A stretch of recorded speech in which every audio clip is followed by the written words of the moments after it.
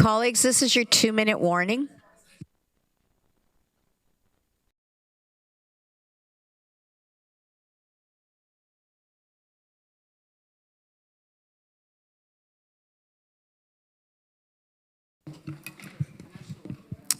So good evening and welcome to our council meeting on June 25th, 2025. I will now call on Tim Brubaker, Acting Regional Clerk, to conduct the roll call. Thank you. Chair Redmond. Present. Councillor Craig. Present. Councillor Erb. Present. Councillor Foxton. Present. Councillor Harris. Present. Councillor Hunick. Happy to be here. Councillor James. Present. Councillor Liggett. Councillor McCabe. Councillor Nowak. Councillor Rodriguez. Present. Councillor Salonen. Councillor Shantz. Present. Councillor Verbanovich. Councillor Wolf. Present. Thank you, Chair. Thank you. I would like to acknowledge that the land on which we gather today is the traditional territory of the Haudenosaunee, the Anishinaabe, and the Chinook peoples. In doing so, I want to reflect on what it means to be doing important community work like we are engaging in collectively today, and also in my own individual relationship to this land.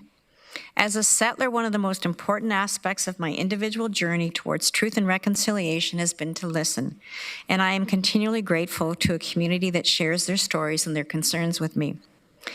As well as chair of the region, I know I carry a large responsibility to ensure that it is not just myself on the individual level listening and acting, but that as a government we are listening and creating action within our community. I'm offering this acknowledgement as one of the many actions I am personally in the region largely is taking on our journey towards reconciliation. We acknowledge the enduring presence of the Indigenous people with whom we share this land today, their achievements and their contributions to our community. Having said that, I now will ask, are there any declarations of pecuniary interest under the Municipal Conflict of Interest Act? Seeing none, first action of this council meeting is to enact the Debentures bylaw first, second, and third reading. I need a mover and a seconder, and this is agenda item 4.1 through to 4.5. Councillor Shantz? Just a question on order. We're going to vote on this later, like there's a report on it later in the agenda. Why are... The report in the subsequent spot on the agenda is just for information. Do you have a question about the debentures at this juncture? No, I don't. Okay, thanks. Thank you. Would you like to move it? Okay. A seconder. Second by Councillor Wolf. Again, this is moving the bylaws 4.1 to 4.5. If you please use eScribe to register your vote. I'm in favor, but I don't have a computer that is currently working. Okay, so those of you who do not have your eScribe up, would you indicate if you're casting a ballot in favor of the bylaws?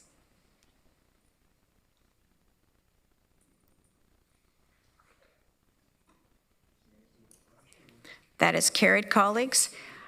I would now entertain a motion to go into closed, and we're voting on a council meeting held June 25th, 2025 at 5:15. We're a little ahead schedule of Waterloo County, in the Waterloo County room in accordance with section 2390 of the Municipal Act to discuss matters related to identifiable individuals and receiving information related to ongoing litigation before the Ontario Land Tribunal.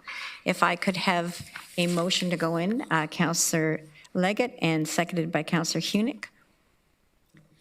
Please cast your ballots, and again, if you aren't on eScribe but you are in favor of going into closed, if you would so indicate, clerks will note.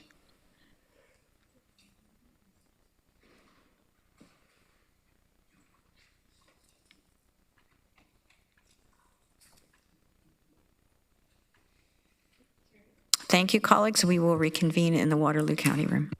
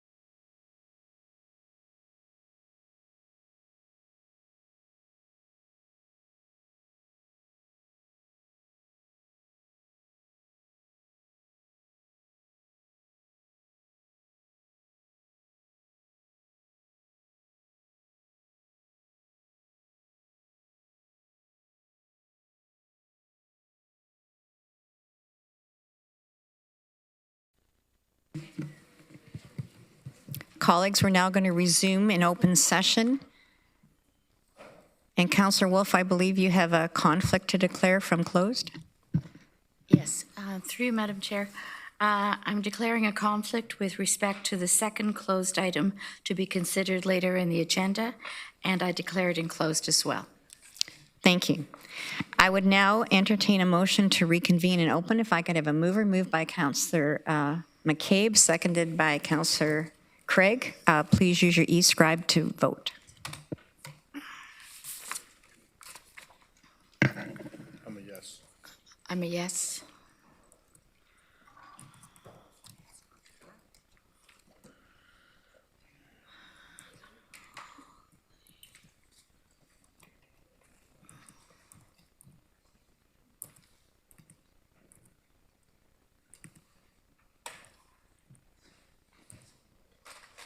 It's not come up on my display, but Councillor Vrvanovich, have you voted? I said I'm a yes, and so did.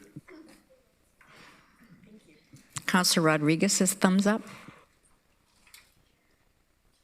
Colleagues, that is carried. On behalf of Regional Council, I am pleased to congratulate staff on an outstanding achievement. The 2025 Excellence in Municipal Systems Award has been awarded to the Region of Waterloo for its technology solution, designing and delivering a digital solution to enhance road safety. The award-winning project was selected by a panel of representatives from the Ontario municipalities. Launched in February 2025, the new platform offers user-friendly, streamlined, end-to-end service for teams working in camera-based enforcement. It also provides expanded service options for residents, including 24/7 digital self-service and secure payment options. The project is an innovative example of the region delivering on two key priority areas of Growing with Care strategy plan, providing equitable services and opportunities and building a resilient and future-ready organization. The project's success was accomplished through extensive collaboration across multiple departments, including information technology services, planning, development, and legislative services, procurement, finance, service, first contact center, resident experience, and transportation. Helen Hebert, Business Relations Manager, Information Technology Services, and Teresa Mendler, Manager of Automated Enforcement Programs, are here to accept the award on behalf of all staff involved. To all of you for your continued commitment to innovation and collaboration in resident-centered services, I say thank you on behalf of a grateful community and an appreciative council. At this time, I would like to invite everyone involved for a quick photo op to capture and recognize this fantastic milestone together. Congratulations.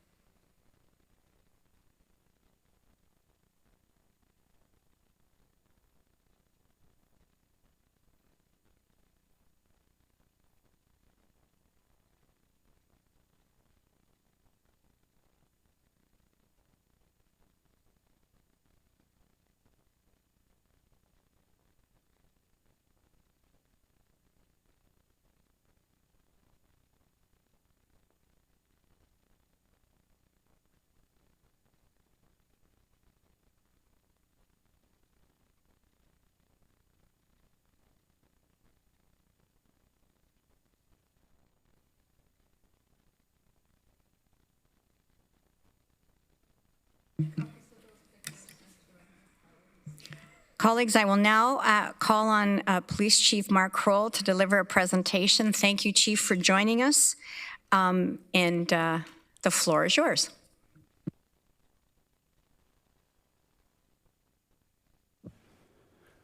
Well, good evening, Chair Redmond, all members of council, staff, and to those in attendance tonight. It's an honor to be here on behalf of all members of the Waterloo Regional Police Service. Now entering my third year as Chief of Police, it's great to be here to provide a mid-year update. And I'll be walking through, the anchor of today's presentation is the launch of our 2024 annual report that was launched last week. but I'll also be providing an update to some of our current and, pardon me, I'm just going to try and advance this.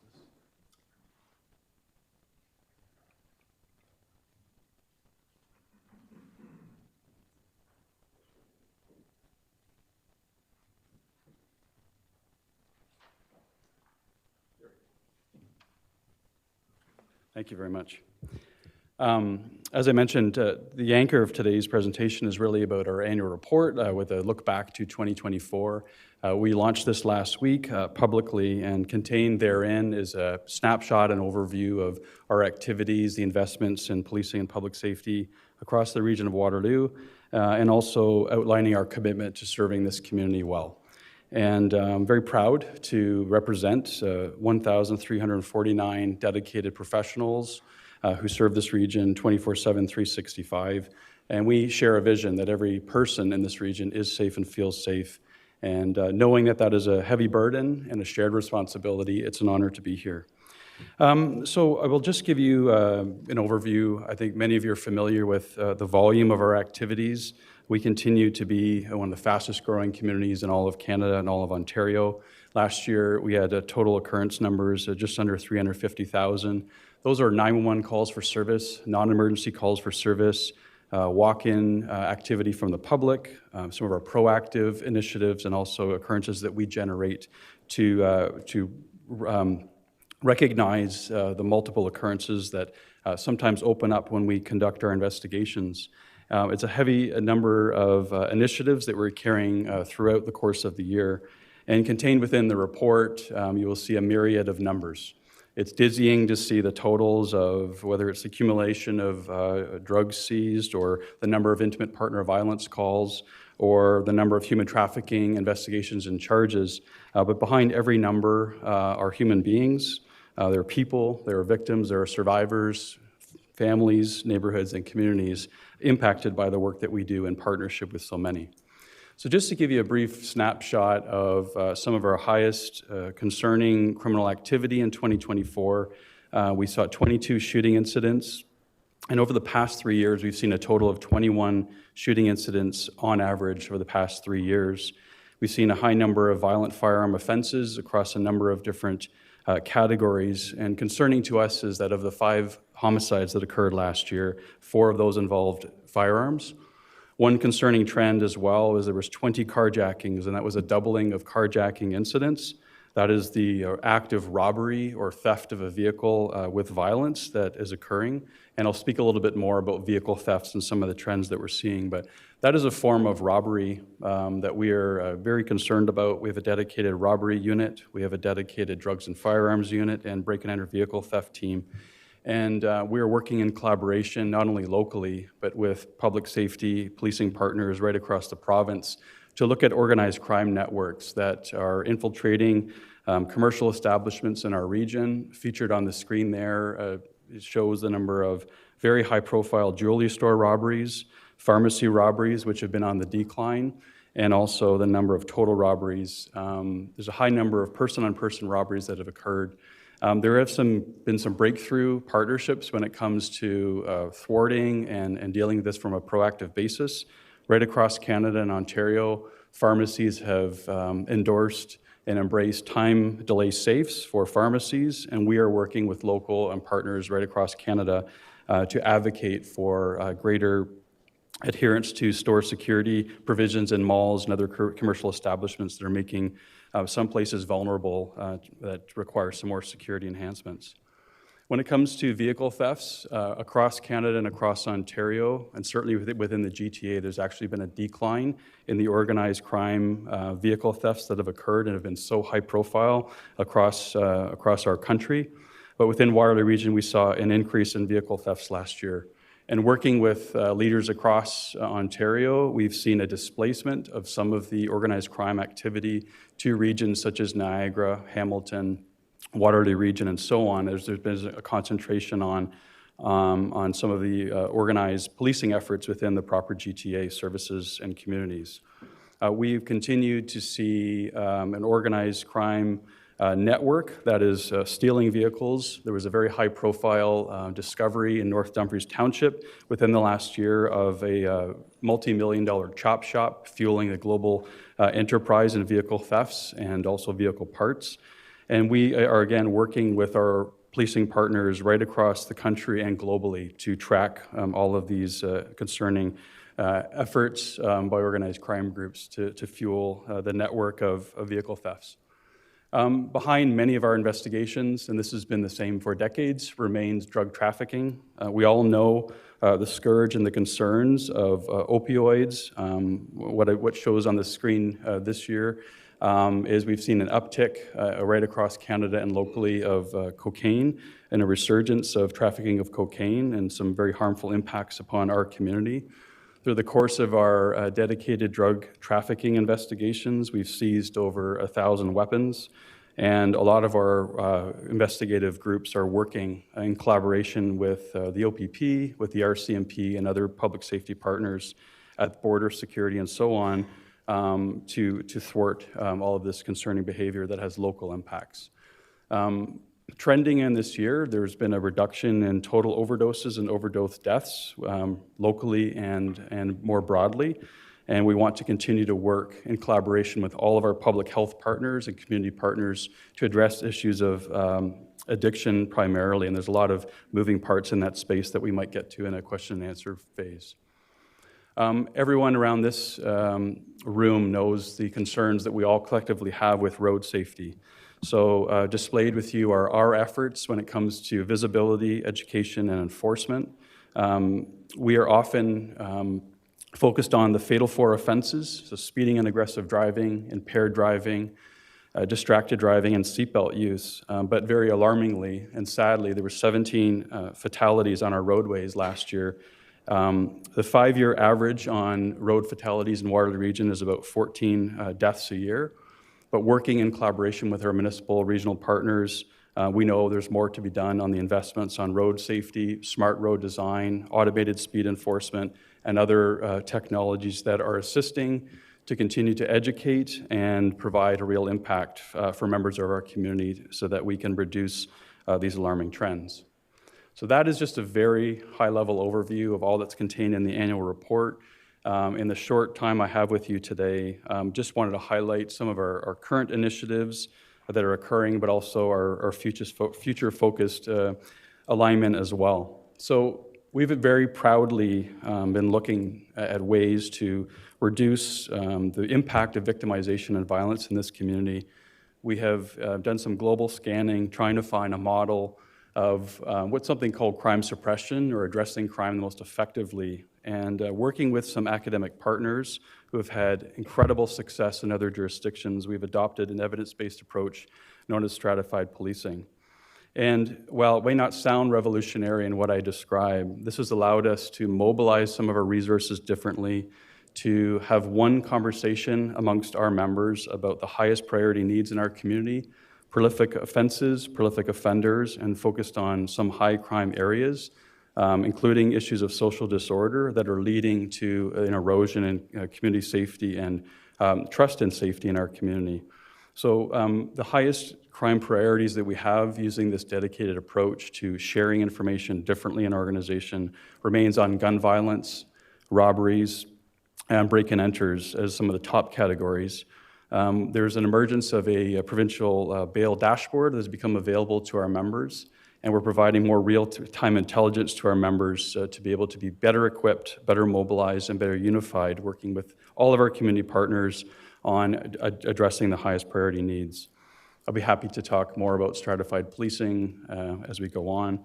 As much as we are frontline and investigative focused, members of this council will know that we are deeply committed to upstream prevention efforts, focusing on the attributes that will advance our entire region and our society, and all those community safety and well-being approaches that are essential to moving the needle on anything. So we are embedded with all of the key priority groups, addressing intimate partner violence, gender-based violence, missing, murder, Indigenous women and girls, combating hate, addressing mental health and addiction needs together, and creating safe and inclusive spaces. And we are mobilized on the data tables, on the governance and advocacy tables, and also trying to support as many community leaders and organizations so that we can make profound, real, and meaningful commitments in all of these categories and more, because these are amongst the most pressing issues in our society. We can all think of individual circumstances, whether it's an intimate partner violence, a gender-based violence issue, a hate-related incident that can shatter and erode trust and a sense of safety for an individual, or can have profound impacts on the safety and the lives of those that we're serving. And so we will continue to work to advance this plan. We're very inspired by some of the positive momentum and the collaboration that we are seeing on the actioning, and also with the emergence and investment of an executive director for this plan. We very much hope that our community will advance this plan to the next level in the coming year and beyond. Very proud also of all of our human resource devotion and activities of the past number of years.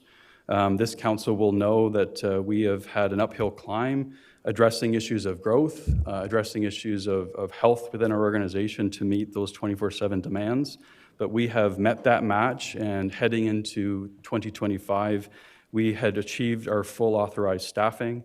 And then at the midpoint this year, we're very proud that we have reached essentially our authorized staffing on a very sustainable level. So for the provisions that have been allocated to us, we have found the amazing professionals to join our organization that have been authorized through the budget process. Where we are right now is at the tail end of a 4-year board-approved growth plan, and we're actively engaged with a pretty dynamic consultant that is helping us to map out a model and a plan for the next 3 years and beyond. So that is an active plan that is underway, that when we come before council in the fall, we look forward to sharing our plans for 2026, but also a multi-year growth strategy to meet the demands and growth of our community. We continue to be amongst the leanest, the most efficient, and the most innovative police services in all of Canada. That is irrefutable. We're proud of our efforts. We know we can always improve.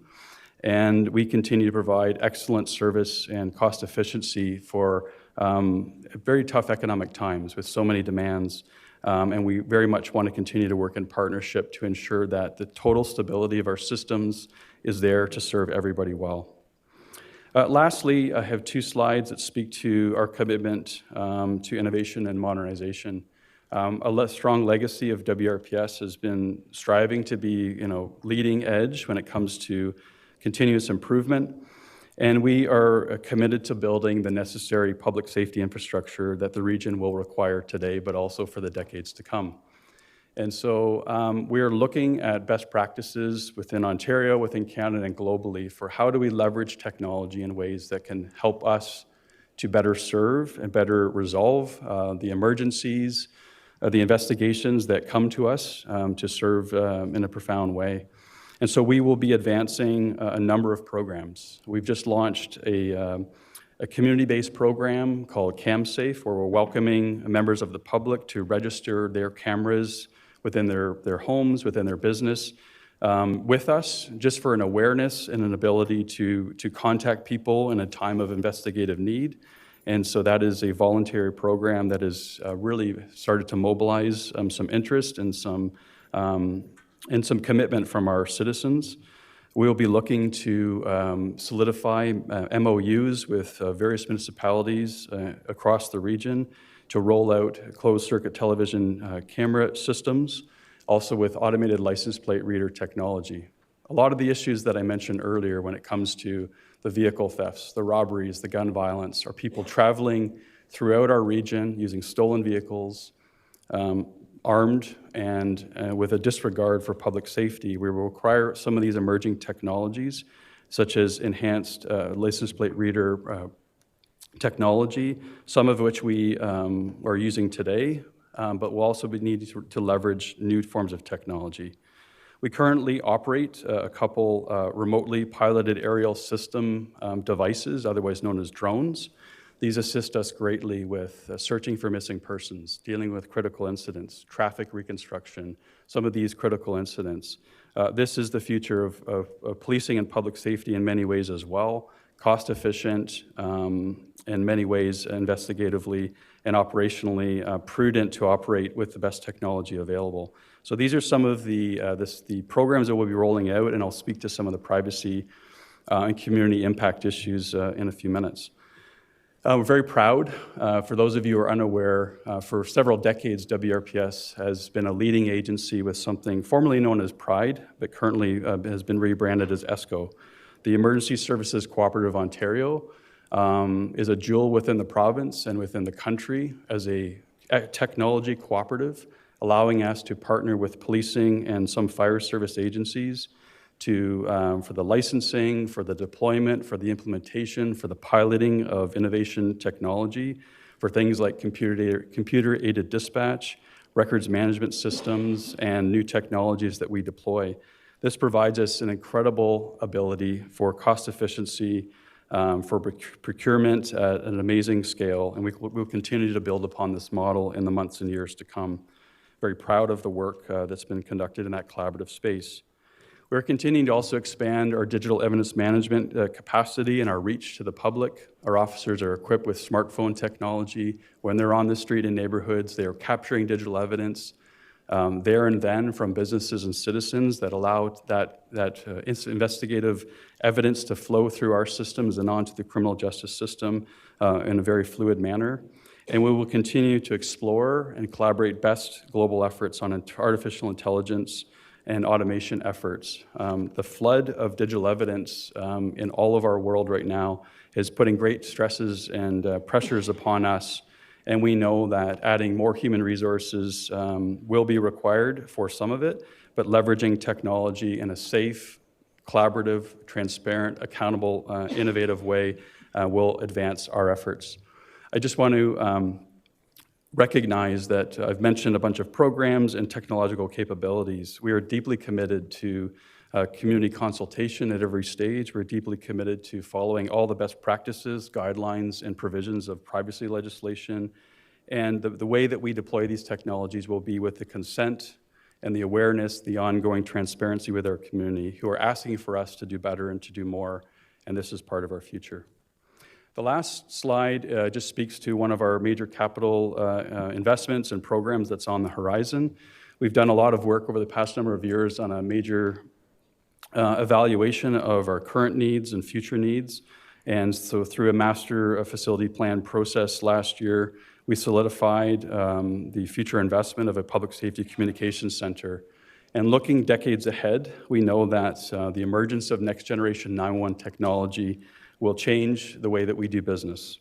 So if the public is not aware, this year, this region and across regions across Canada and Ontario will have text to 911 capability, which will change some of the interfaces in the way that our citizens contact us in the state of emergencies. By the end of this decade, we project that video to 911 capability will be commonplace here and elsewhere. This is emerging technology that will change that initial interaction with members of the public, and the flood of digital evidence that will come at the source and at that single point of contact is something that we will need to adapt to.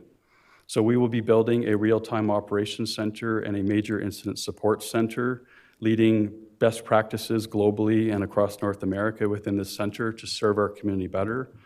We're very hopeful that public safety partners, such as paramedic services, I want to acknowledge Chief John Rich is here tonight. We're very committed to bring our paramedic service partners under this roof. We're very hopeful that our continued and positive efforts with the province of Ontario to allow paramedic dispatching to join us in this center will be a major advancement, an unparalleled advancement for technological innovation, but also shared public safety space and provision moving forward.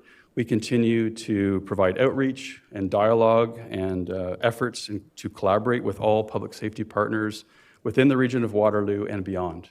We are in dialogue with a number of policing and other public safety partners who are very much interested in leveraging the economy of scale and the innovation and advancement that we're looking to harness in shared spaces with everyone. So looking to wind down, and I anticipate there are no questions from this presentation, it's my honor to be here at this mid-year point. We will continue to show up for our community in every way that is requested. We know that we are all facing incredible needs and stresses within our economy, within a very polarizing world. We're very proud of the work that we're doing in collaboration and partnership with so many across the region, and look forward to dialogue and questions. Thank you. Thank you, Chief Crowell. There is a list of questioners, but I do want to acknowledge that your two deputy chiefs, Eugene Fenton and Jen Davis, are here as well as Chief John Riches of the paramedics. So it's great to see everybody here. Chantal Hunick, Councillor Hunick. Thank you. Thank you, Chair. Thank you, Chief Crowell, for coming tonight. Thank you for the comprehensive report and the succinct presentation, allowing us to ask questions today. I was also really impressed that the report, with all its visual formatting, was still accessible via screen reader. So kudos to your team for making that possible. I have many questions, but the most important one being, I was surprised that the demand for the impact team and the CCD has gone down in the previous year. I know that you and your team have, I think, rightfully tried to increase capacity of that team, and so I'm wondering if you can speak to the surprising decrease in demand for that service. Sure. Thank you, Councillor Hunick. I'll start with the vision, and then I'll get to answer the reality of where we are. If you go back to the Community Safety and Wellbeing Plan and looking at mental health and addiction needs, our vision is to grow as many response models as we can within our community. Those that don't involve police at all, to allow mental health and community professionals to address a myriad of mental health addiction needs across a spectrum that may include paramedic services as we evolve some of these models. We've cherished the partnership that we've had with the Canadian Mental Health Association of Waterloo Wellington for many years. The IMPACT program is a model program. There have been stresses in the system. So some of the grant allocations for CMHA locally and beyond have reached end of life in terms of the grants that have been provided. We also have, they've had to, during one portion of the last year, the Crisis Call Diversion Program, those resources had to be devoted to the frontline impact response as well. So this is not satisfactory to me, and I know that to Helen Fisher from the Canadian Mental Health Association, we're very hopeful that we will be able to resume the level of service that we were providing at the source of dispatch through the Crisis Call Diversion Program, and also amplify our efforts 24/7 through the mental health provisions of the IMPACT team. We are waiting for some answers and some clarity on provincial grants and funding stability. And I don't want to speak on behalf of the Canadian Mental Health Association, but that partnership is very much in flux in terms of the grant money that comes to them and then the service they provide through us. Thank you. I think you know that the intersection between policing and mental health is really important to me. I guess I've misunderstood something, where I'm confused at the moment, because I understood by the report that the demand for the impact team has actually decreased. But I think you just said that the funding should be maintained or be greater. So yeah, and just to clarify, so it depends on the calls that come to the mandate that we have an agreement on their allocation. So the demands have not lessened, but the ability for that team to be deployed through the Crisis Call Diversion Program or in partnership with us, or has just had some diminished capacity in the past year. Okay. Yeah. Thank you for clarifying that. I have more questions, Chair, but I'll let others speak and go back in the queue. Thank you. Councillor Foxton. Thank you, and through the chair, thank you. Thank you for all that you all do. And I'm proud of our policing. I think people a lot of times think that you're a group fighting against other groups. And what you're really fighting against is, or what you're actually sustaining is a lifestyle. You're attempting to make sure everyone is safe and secure, and I believe in that. I have a really tough question for you. What happens to all that drug money I saw in the film? It's not ours. There are rules in terms of where that money goes. A lot of it goes back into programs to help victims, the support programs. And so there are proceeds of crimes programs federally and provincially.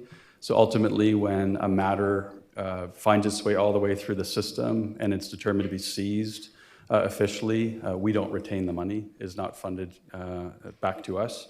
And oftentimes it is funneled back into supporting victims and investments back into the system. So it's basically there to assist people that need help. That's wonderful. One last thing, and Chief Crowell, you received the letter from Fire Services and Dispatch.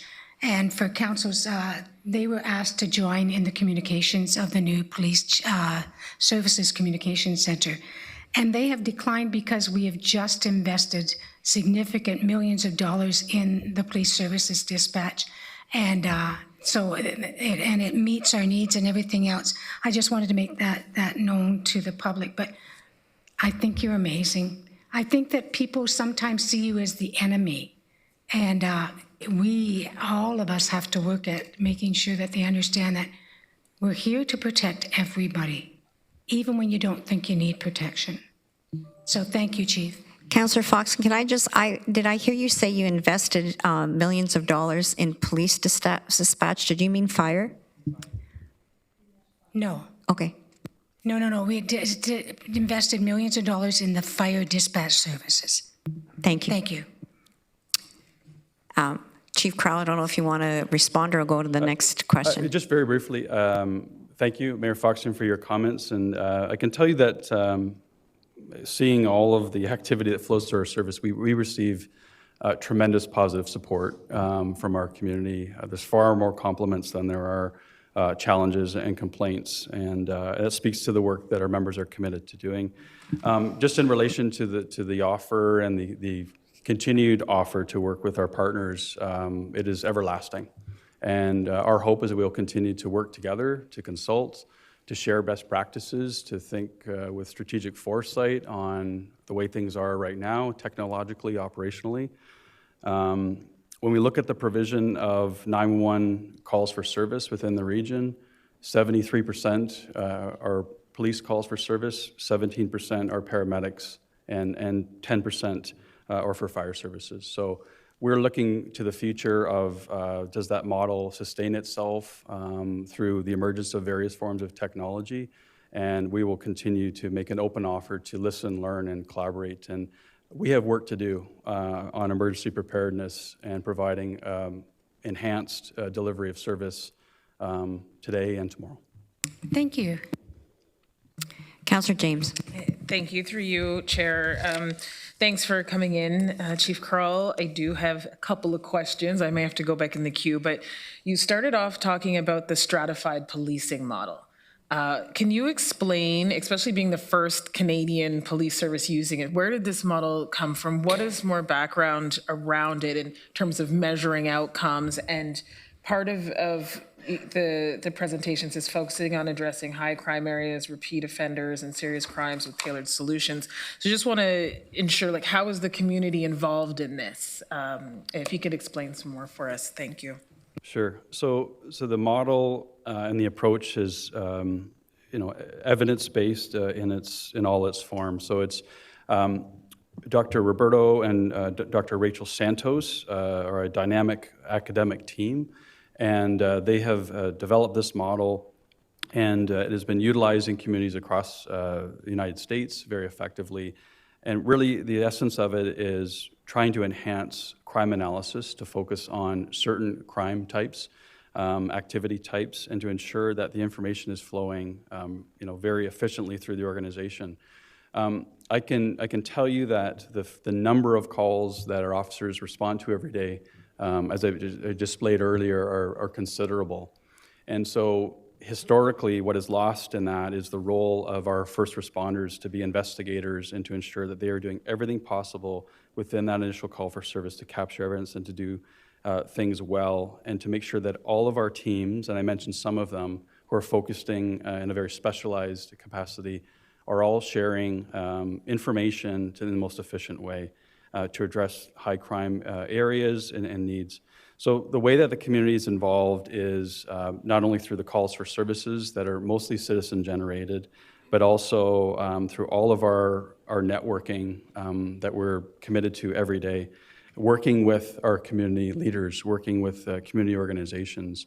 There are no secrets in terms of what some of our highest needs areas are. If I talk about downtown Kitchener, it's a cluster of our population, social services. If we look at the University District of Uptown Waterloo, if we look at the downtown Galt area, those are areas of focus that for years and sometimes decades have required us to enhance some of our service.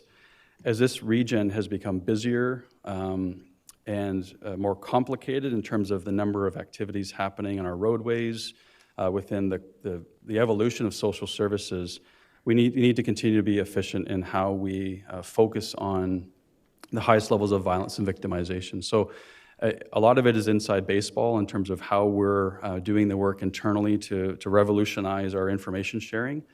But to your question, much of it is outward focusing, trying to listen to our community leaders and representatives to the best of our ability. We also have a dedicated race and identity-based data collection strategy that continues to be a very important component of the work that we do. So we're always monitoring the impacts of who we are serving, who we are addressing. One thing I'll just share, it's anecdotal but also factual, is that there's a very small number of people in our community that continue to victimize and re-victimize. And that is our focal areas to ensure that those who are continuing to prey upon vulnerable and marginalized people through drug trafficking, human trafficking, some of the gun violence, the intimidation, the threats, and some of those robberies and so on, it's a very small number of people that continue to cycle through the system. And we want to ensure they are held accountable, and that's the essence of what this program is. Okay, so you mentioned kind of the evidence base. So, looking at just not the quantitative, but the qualitative, how is this program different from what a call diversion program would be in terms of the mental health supports, that aspect? And then I want to know if, is the call diversion program that no longer exists? So it's been paused right now because of a lack of funding that ended on April 1st of this year. We are continuing to work at the provincial level with the Canadian Mental Health Association and also exploring other partnerships to bring back the call diversion program.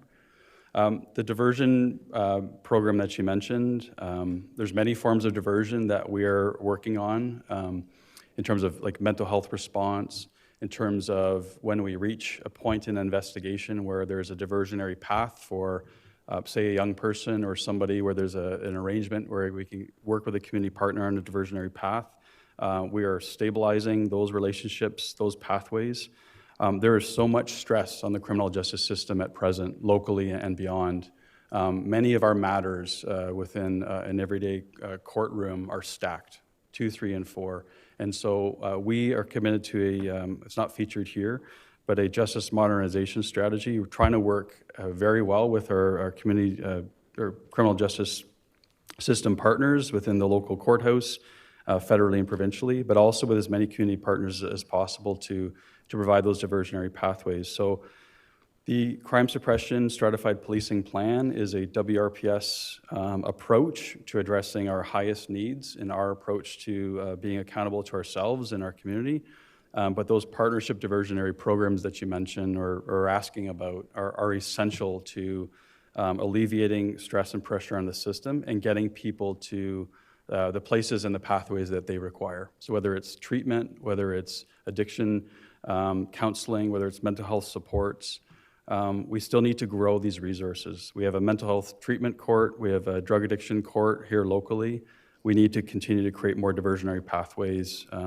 So we're not going to arrest our way out of many of these issues. There's a small number of people that require that attention, but we are trying to work in collaboration with everybody to provide as many program options as possible. Councillor James, do you want to go back in the queue? Yeah, I'll go back in the queue. Thank you. Thank you. Councillor Rodriguez. Thanks, Chief. And thank you through you, Chair. So I have some questions about the integrated call center. So we're looking to, at this time, find an opportunity to bring in the EMS team into that. And please correct me if I'm wrong at any time. That is their dispatch is funded by the province and overdue for an upgrade. Would there be provincial funding for some type of integrated facility to cover the EMS portion? Because, you know, I think it's about $170 million right now for the center, and we built a brand new downtown police station for about the same price if the numbers I've seen. And so, you know, that's a huge amount of money when we're barely, you know, we're grasping at straws for housing dollars, for acquiring properties. And it really does look like a huge building for one portion of the service that your team provides, and an important one, no doubt, and one that needs to meet the needs of a growing community. But could you maybe just explain both the provincial piece, the funding side, and what else is involved in this space that has it looking like such a absolutely massive building? Sure, yeah, there's many layers. There's probably a whole TED Talk and a seminar we could go through on some of the layers of this. So just want to level set with, there might be some new listeners tonight. The region has a responsibility to provide something called a public safety answering point. Essentially, it's a single point of contact for 911 dispatch. For decades, the Waterloo Regional Police has taken on that responsibility to host that center. And whether it's a call for police, paramedic services, fire, the OPP, bylaw, that is the responsibility that we have undertaken, and we will continue to provide that first point of contact and downstream. Within the center's design, though, there are many layers of redundancy that we are required to build. So working with public safety experts, working with architectural experts, we're scanning the world, we're scanning North America on the most efficient build possible. Some of our capital programming for WRPS purposes have been deferred to invest in this intensified center. But what will be contained in the center are a couple things. One is, if you take your mind back to the pandemic, where we were required to join in spaces like an emergency operations center. There will be an active emergency operations center within this site. That will be a shared public safety opportunity for all of our partners, where we're dealing with natural disasters, mass casualty incidents, or any number of our operations that we're currently breaking out and deploying in different ways. That will be a single site for the region. Also within the center is, I've referred to it earlier, as a real-time operations center. So if you take your Hollywood vision of a communications center with screens and analysts and all kinds of professionals working around the clock, that technology is required today, and it will be required in the years moving forward because of the complexity of communications technology, where it is and where it's going. We're hopeful that we'll be able to share these resources with our local public safety partners, but we're also, the investment that we're looking at here is actually trying to get ahead of an economic curve, because we believe that sound and proficient expert-led investments on integrated technology will allow us to do a couple things. One is to procure, to deploy, and to share technology with all partners that are at the table. We have communities around us in policing, paramedic services, and fire services as well, that will face great challenges to meet the demands of technological innovation that is on our doorstep today and tomorrow. And so our hope is just to bring as much economic efficiency, and through that ESCO model that I mentioned earlier, the economies of scale and the shared integration of technology, we believe is essential to actually dampen and lessen the economic curve that we believe is on the horizon. It'll be considerable for everyone in this space. We're trying to make the most responsible, the most efficient, and the most innovative decisions today, knowing that this is a big investment. And I could go on about that. When it comes to the arrangement, currently there's a paramedic site within our region that is owned and run by the Ministry of Health. That provides paramedic dispatch services within this community into Wellington and Dufferin as well, including to Waterloo Region Paramedic Services. And so our discussions are ongoing about the requirements to modernize that site and the ownership by Infrastructure Ontario, Ministry of Health, and other ministries that flow through there. And our hope is that we are making a great pitch to say there's a lot that can be achieved here through shared collaborative undertaking.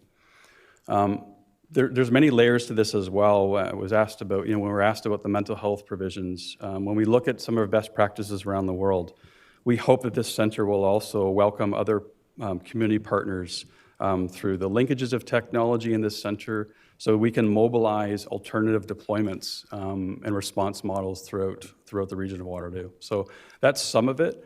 I can tell you from a disaster and emergency management perspective and emergency preparedness, we're looking at working with the region of Waterloo at the considerable costs go into the redundancy features for disaster relief components, for the security of the site itself.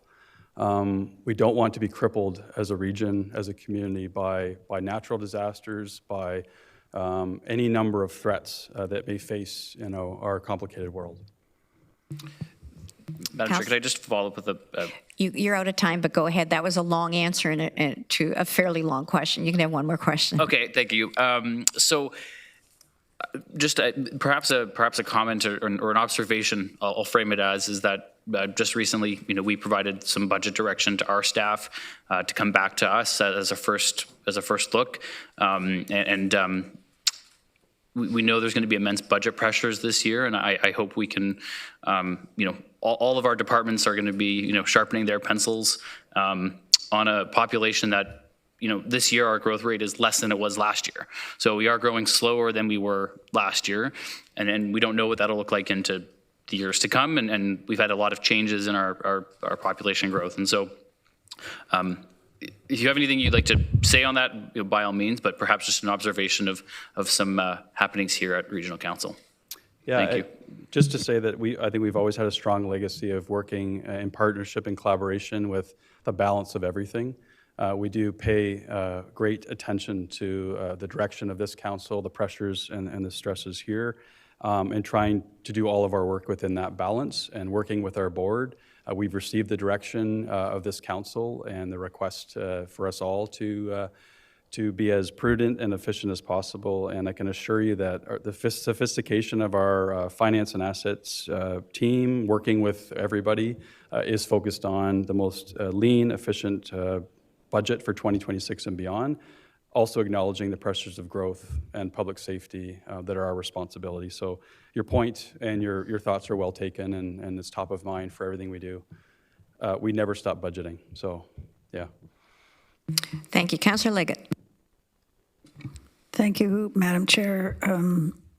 Thank you, Chief Growl, for your presentation, and I want to echo some of the other comments.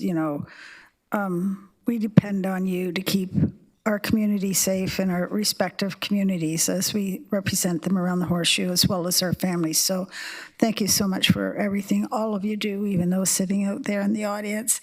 I have a question about the stratified policing. Sometimes I get caught on new terms that I haven't heard before, and I don't understand them. Similar to Councillor James' questions, so thank you for asking them, because some of the answers were what were spinning around in my head. So I'm still not clear. I haven't had that aha moment yet, like sure. Where I go, oh yeah, now I get it. I haven't received that yet, and I'm sure the public is going to get caught on that. Mm-hmm. So I'll ask you a question based on some concerns that may come when that gets out there, and maybe you could provide us with more details as in the next few days. But when you do this work, do you have to reallocate some of the staff that you have currently that are working on other aspects of community safety, or is this monies that were provided in the budget to do this specifically? Like, how is that working? Sure. Thanks. It's a great and fair question. So I'll even just focus on the word stratified, and really that just means prioritizing, putting our highest needs in a stratified way, and ensuring that the level of accountability within our organization matches, the level of concern, the threats, the risks that we're managing. And so not to get too far into it, the stratified component means that when things at the everyday unit level are functioning well, our teams can often take care of business. But when we're dealing with some trends in crime and some high risk or high violence initiatives, sometimes there's a higher level within the organization of accountability. So myself and the deputies are often advocating government, advocating retail councils, advocating best practices when it comes to some of those things that I mentioned about robbery, vehicle thefts, gun violence. That's our role within the model itself. So to your question, this model has simply allowed us to focus our efforts using our existing resources.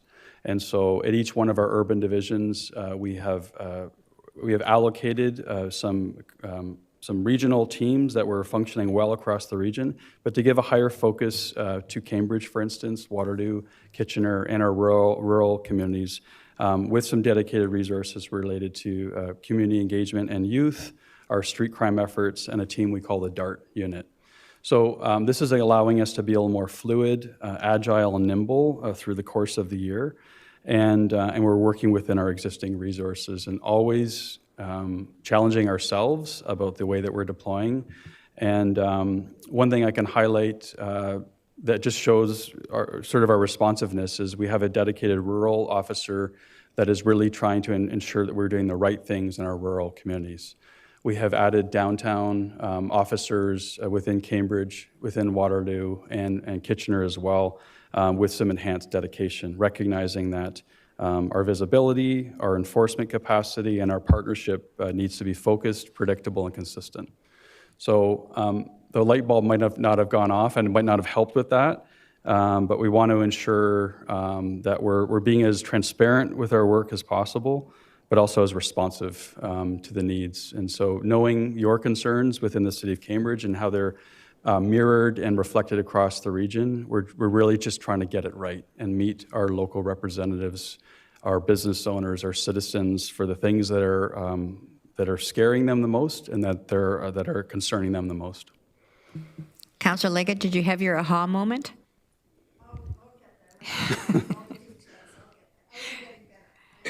So aha moment is coming. That's Thank on me. you. That's on me. Councillor Wolf. Through you, Madam Chair. And thank you, Mark, for your presentation. As many people have said around this horseshoe, we do appreciate the police and we do appreciate what you're doing. Earlier you said, and I've heard you say it many times, for various problems, we're not going to arrest our way out of this problem. And I'm listening on CBC today, I guess, about our prisons being 130% full, and we know bail, people are committing crimes while on bail, and our justice system, courts are backed up. How does this affect your policing? Do you have to concentrate now on prevention rather than punishment? Because it strikes me from what I'm hearing, you've got sort of a bottleneck once you hit the justice system. Yeah, I think most of our systems are at that same point in terms of whether it's the healthcare system, the justice system.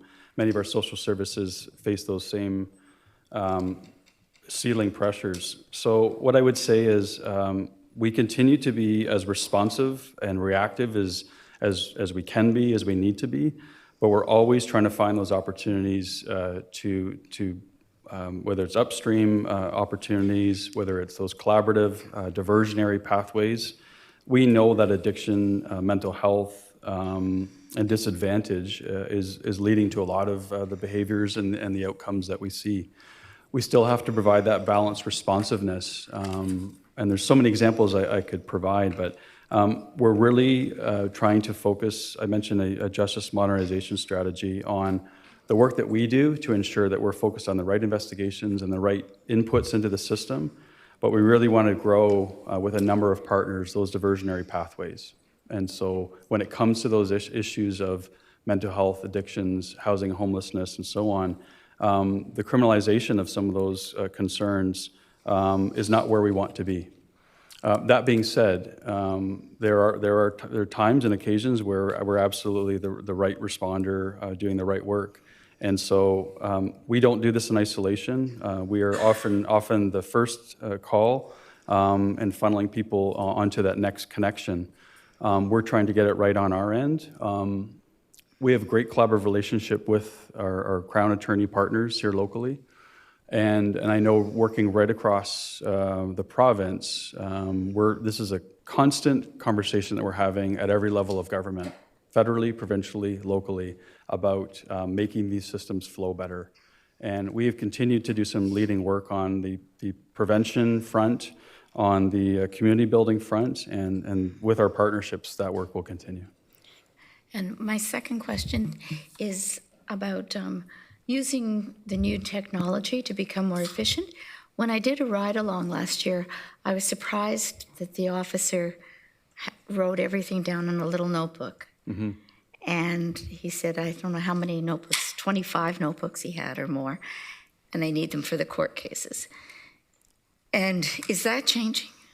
So great question, and you're hitting a note that I forgot to hit. So there's something called electronic notes, e-notes, that we're piloting as of this week, and so that is the next advancement in the mobile capacity that we'll be deploying. Some services across Canada have been doing this for some time. It's one of the trickiest technological leaps for us to make because of the dynamic environment that we're in. That trusty written notebook is cumbersome and flawed in many ways, but it's mobile and it's served us well to this point. But the next leap is into a totally mobile e-note capacity. And when I mentioned leveraging technology and leveraging the economy of scale, the partnerships, the implementation, the piloting, we're actually working with a number of agencies simultaneously to pilot the best version. And then once we come to a collective decision, the economies of scale will allow us to make the right decision that will impact us all on a positive way. So e-notes will be piloted as of this year. And I was just wondering, I know sometimes prisoners can be just seen online, but I know often a police officer has to spend all day at court. Can they also just be online? So some of those hybrid capacities continue to exist. They existed before the pandemic. So locally within our facilities or at the provincial courthouse here locally, that option to provide virtual testimony continues to exist. We work really hard to ensure that our officers are not tied up for any minute longer than necessary when it comes to testifying. The public might be, interested to know that about 90 to 95% of all matters that go to court never have that courtroom trial. They're resolved in many different ways. And so there's only a small number of cases that actually have that total courtroom set up where officers and witnesses are compelled to testify in that environment. So we're always trying to find the most efficient way to ensure our officers are deployed in the community and not tied up on any administrative or justice duty that can be done in any other way. Thank you very much. Councillor McCabe? Thank you. Thank you very much. And thanks for being here to everyone who's here. Just a couple of questions about Bill 6. Bill 6 is a relatively new piece of legislation that particularly may have implications for how police are, I don't know if the word is directed, but how police may have to respond to people who are homeless or living rough or using illicit substances, et cetera.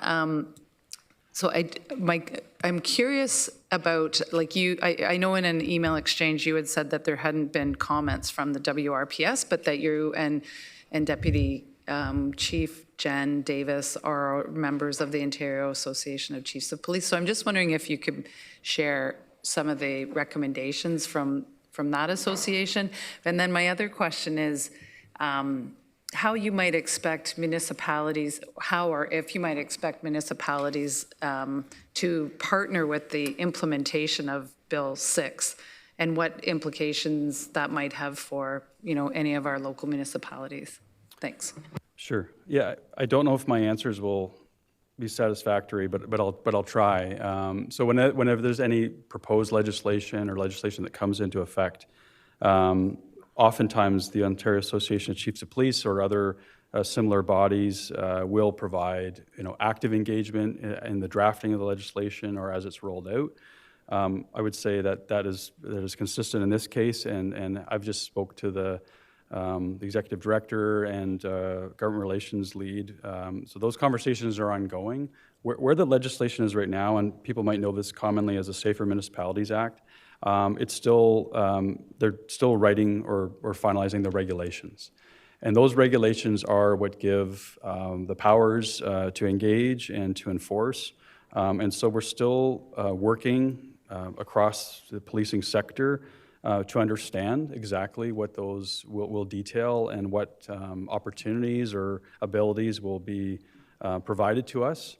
I'll just say broadly that I think that we've always taken a really compassion-first approach in this region when it comes to the issues that we're talking about.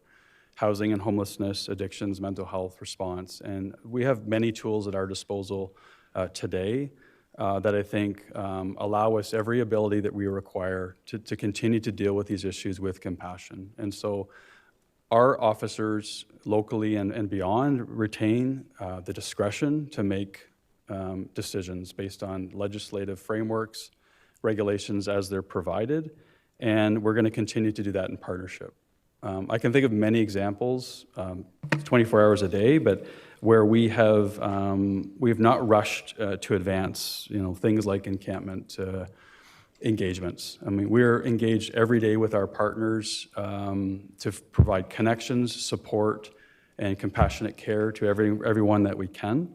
And there are times where we need to wear a different hat or have a different capacity, but our approach is to be not more engaged in any of this work than necessary, because there are other amazing professionals in our community that are providing those housing supports, addiction and mental health supports with us in partnership, and they can lead in the times that it's best fit for them. Oh, thank you very much. I appreciate that approach and your response.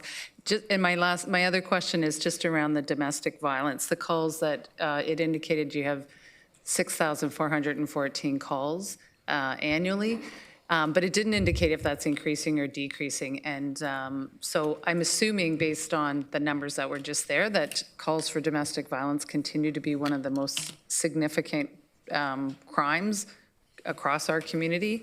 It really is disturbing that number continues to be so high. But just wondering if it's increasing or decreasing, or if you had any sort of commentary around that, because obviously it's horrific what continues to happen to women and people who identify as women across our community. Thanks. Absolutely. So very, very astute comment. So I don't have crystallized, but I can tell you that our intimate partner violence, domestic violence calls have fluctuated in and around 6,000 for the past, say, 5 years.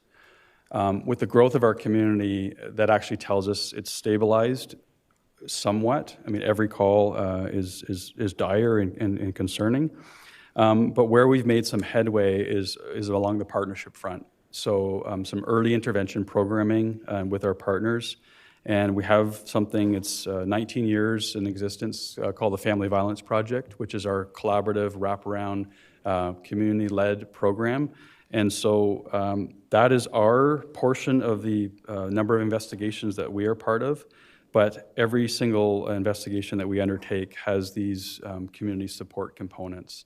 So no matter what direction a victim, survivor of intimate partner violence, sexual violence, human trafficking might face in this region, whether it's our involvement or community support from a number of agencies, we're working together. And I'll just point to the Community Safety and Wellbeing Plan priority that looks at gender-based violence and intimate partner violence, missing, murdered Indigenous women and girls. There's a lot of really good things happening in that space to look at what's the next iteration of the Family Violence Project. We require investments, we require funding, we require stability, and probably an enhanced mandate and partnership model there. And I would say we're working better than ever to reach that next level of growth and opportunity.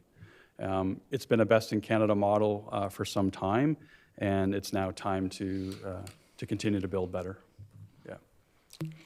Councillor Hunick. Thank you. Councillor McCabe made a great segue to my question.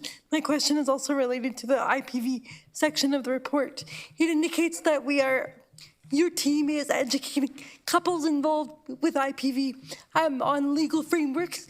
And so just help me understand a little bit better how we are helping survivors and not equipping perpetrators to get away with more.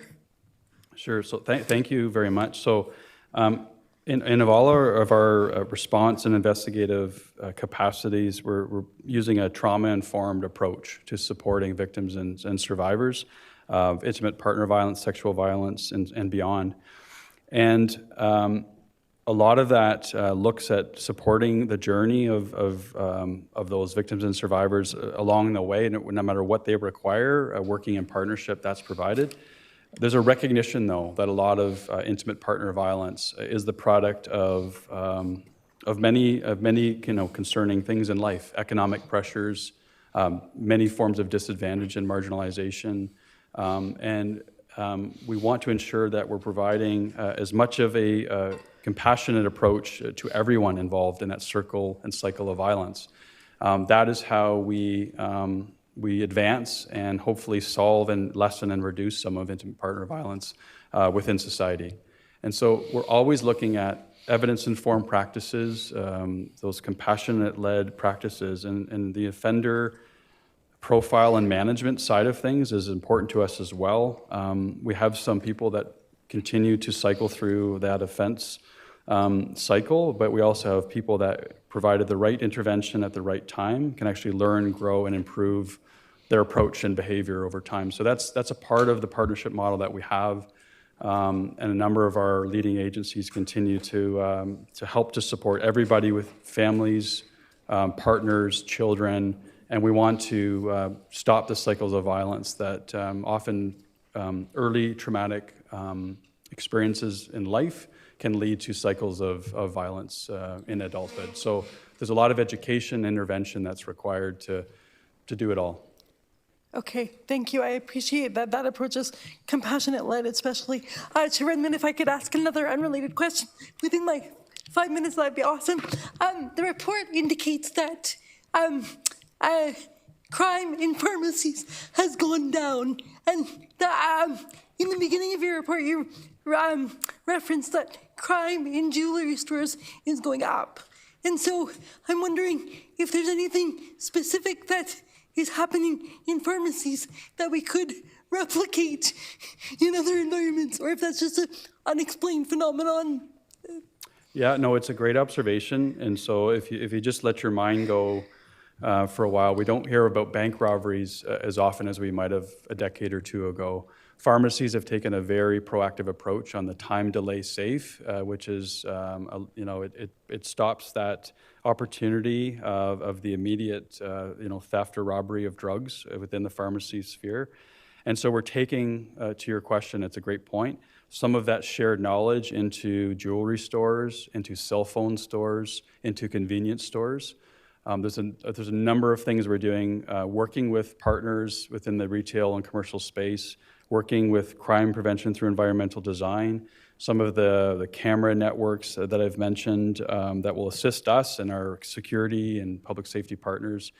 There's a lot happening in this space, and I know that we had some great success mobilizing, educating, and working in better partnership with the jewelry store staff, mall security, mall management, and ownership in the past year. And we're actually very proud to have thwarted and prevented a number of attempted robberies in some of our very high-profile retail establishments. So your question is bang on. We need to continue to roll out that collaborative, innovative approach to getting all partners at the table for things like vehicle theft and some of the other issues that I've mentioned. Great, thank you. Councillor Erb. Thank you. Just as a follow-up to Councillor McCabe's question about domestic violence, I was at a workshop a couple of weeks ago, and I apologize, I can't remember the name of the inspector or the director from your department who is so intentionally working with community organizations, and the one that was highlighted that day was the Women's Crisis Services. And the programs that you put in place to mitigate domestic violence, and probably one of the reasons why this number is remaining at 6,000 for the last number of years. So I really commend you and the services and the community partners who are working at this, because this is clearly something that we want these numbers to be going down, and so good work at that. Thank you. Councillor James. Thank you, through you, Chair. Chief, just a question. I don't want to go down a rabbit hole here, but I want to just focus on the innovation and modernization piece, the AI component of your expansion. In terms of some of the regulations around this, and I've been doing a lot of work myself on AI and all of that in terms of regulations, are there any sort of, governing legislation that are specific to police forces, to the police force in particular? And I'm coming from this from a point of accountability, transparency. As you probably know, recently there were things with, cameras and photos being taken and images. So is there any governing, regulation around the use of this as you expand that you're kind of following too? Absolutely. And we want to ensure and assure the public that we're seeking to do this well and to get all of the governance and accountability frameworks right. So as we deploy, we will have internal policies. We'll be following best practices that are shared not only within policing but across public service and governing, I think, broadly.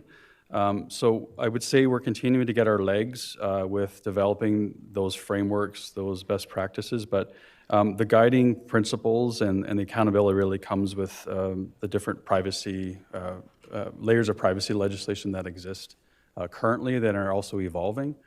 And so with every instance of technology that we deploy, we conduct privacy impact assessments. When suitable, we want as much community consultation as possible. And something that I think might have been more controversial in years past, automated license plate reader technology. That may be a daunting proposition for some to recognize the technology exists, but that technology is embedded in the automated speed enforcement program. And as we deploy, and we have that embedded in our cars, as well. And as we look to deploy things like artificial intelligence through those types of technologies, we want to be as transparent, as open as possible with every single thing that we do. The way that you do this well is you involve the community at every stage. You create awareness, you create input, we will publicize, we want an open data environment, we want signage, we want to follow every rule, every expectation of our public possible. And to push the limits that allow us to be as efficient in our deployment. But I can tell you, we can't do this without being held absolutely accountable. And we don't want to lose our capacity as we look to advance some of these capabilities. So we want to get it right. We're committed to doing it right. And every leader in the private and public space will be informing that, and will be committed to just opening our doors to every single piece of technology that we're using to this council, to the public, and that's an ongoing commitment. I just want to emphasize with this, especially with the expansion of AI and the ways and the avenues in which bias can show up within the expansion of the technology. And one of the key ways of success, I believe, is to have a lot of community engagement around adopting AI. And then part of what also I think is needed is strong kind of regulations around AI, because it's moving faster than we are when it comes to legislation. So just something I'll be paying attention to as things move forward. Thank you, Chief. Thank you. So, Chief, you've answered all of our questions. I have to commend Council for very thoughtful, probing questions. Thank you for your presentation, your ongoing work, for bringing your team, and we look forward to seeing you at budget time. Thank you very much. Have a great night. Thank you. Thank you so much. We have no petitions. Next are delegations. We have them, I have a list of them on the agenda, and I'd like to remind all delegations of some guidelines for participation. If you're attending in person, please proceed to the podium when you hear your name called. You will have 5 minutes to speak if you registered before the deadline and 3 minutes if you registered after. Additionally, some general reminders: if you conduct yourself in any of the following manners, it will result in an immediate removal of the meeting from the meeting: interrupting councillors, staff, or other delegations, derogatory statements about councillor, staff, or others, turning your camera on at inappropriate times, or hate speech or defamatory comments. One last reminder for delegations: please do not take offense if following your presentation there are no questions from council. This is council's time to really listen and reflect upon the opinions and ideas shared with us from the community members. And a quick reminder to members in the audience: you're asked to maintain order. This means that you may not address council without the permission of the chair, interrupt anyone, disrupt the meeting with unreasonable noise or vocal expression such as applause, booing, or cheering, and display of signs or posters. So our first delegation is the co-chair of the Westmount Rose Residents Association, Tony Dowling. Welcome, Tony. You have the floor, and you have 5 minutes.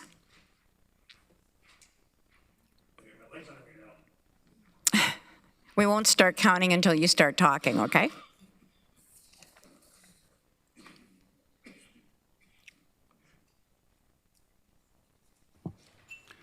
Light is on. Thank you, Madam Chair, councilors, staff, and all of, oh, sorry.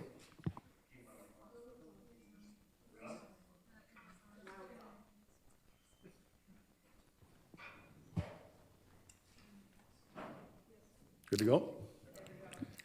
Madam Chair, councilors, staff, and all of this large group of guests that are apparently here but not here to hear me. I am here on behalf of the Westmount Rose Residents Association, also known as Bridge Keepers, to advocate for the proposal that's being put forward by Michelle Pinto and her team regarding the restoration of the Westmount Rose Covered Bridge. Why do we want to promote and support this recommendation? Well, first of all, the bridge in its current form and function is a huge tourist draw. It's a centerpiece of Waterloo region. We noticed it on your notes for the meeting tonight, that on your territory recognition, that it's on that page featured.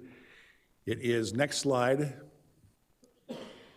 the logo of the Township of Woolwich, and it's the very core of the Westmount Rose Cultural Heritage Landscape that was designated by regional and township staff, or council and staff, back in 2013. Driving through the covered bridge, not just walking through the covered bridge, is a key part of the covered bridge experience. Next slide. If you close the bridge to vehicular traffic, that means not just cars and trucks, but not cars and small trucks, but also horses and buggies. That would force the horses and buggies out onto line 86 and across the bridge on line 86 over the Grand River, where there are no shoulders. We've seen that before. It's extremely hazardous, especially if there's foggy conditions, rainy conditions, or snow. Next slide. You can't see it very well here, but I'm showing the roadway from Covered Bridge Drive down to the bridge, and also River's Edge Drive southbound or westbound along the river to the bridge. If the bridge were closed to through traffic, all of the traffic that comes down those roads would have to turn around. We've seen it before, 5, 10, 15-point turns, or turning in private driveways. And you're interacting with the horses and buggies, the pedestrian traffic, the other vehicles, a lot of bicyclists, and all of the FedEx vans that are delivering Amazon packages to my wife. Next slide. If the bridge were closed to through traffic, we would not have any Mennonite traffic through the village, horse and buggy traffic, sorry. And that would really detract from the ambiance, the charm of the village as a tourist attraction, and certainly the enjoyment of all of us that live in the village. Next slide. You can't see it here. This is Del Gingrich's book, Kissing Bridge. He refers to the covered bridge and the quiet, charming village whose sides it connects. Whose sides it connects. So if the bridge were closed to traffic, we would have two villages, one on the south side of the river, one on the north side of the river. We would no longer be one community. All of our residents drive through the bridge to and from work, to and from shopping. We wave, we stop and say hi, we chat, we get to know each other. We're a very active outdoor community, and if you took that away, we would not have that same sense of strong community. Next slide. I'm going to be way ahead of schedule here tonight. 39 years ago on a Thursday, I walked into the Huntsberger Gallery in St. Jacobs. This painting was hanging on the wall. And I looked at it, I went home that night, and it's actually very large. It's about almost 4 feet wide by 2.5 feet high.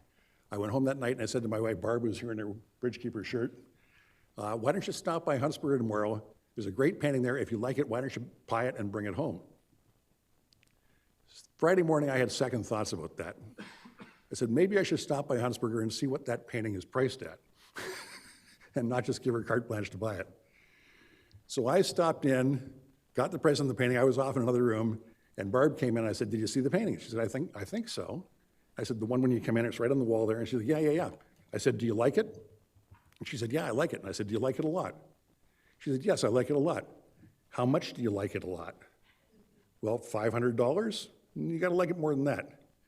$800? And you got to like it more than that. I don't know, $1,500? No. It was $4,800. That was You have 1 minute remaining, Tony. Okie doke. That was way beyond our budget, but Kate Huntsberger, being a great salesperson, said, why don't you take it home for the weekend, and if you don't like it, you can bring it back on Monday. That's called the puppy dog close. If you don't like the puppy, the kids don't like the puppy, you can bring it back on Monday. We took it home. 39 years later, the money is forgotten. That painting is still hanging on our wall. The money's gone. It's forgotten. We still have the treasure. We have a big budget for the restoration of the covered bridge.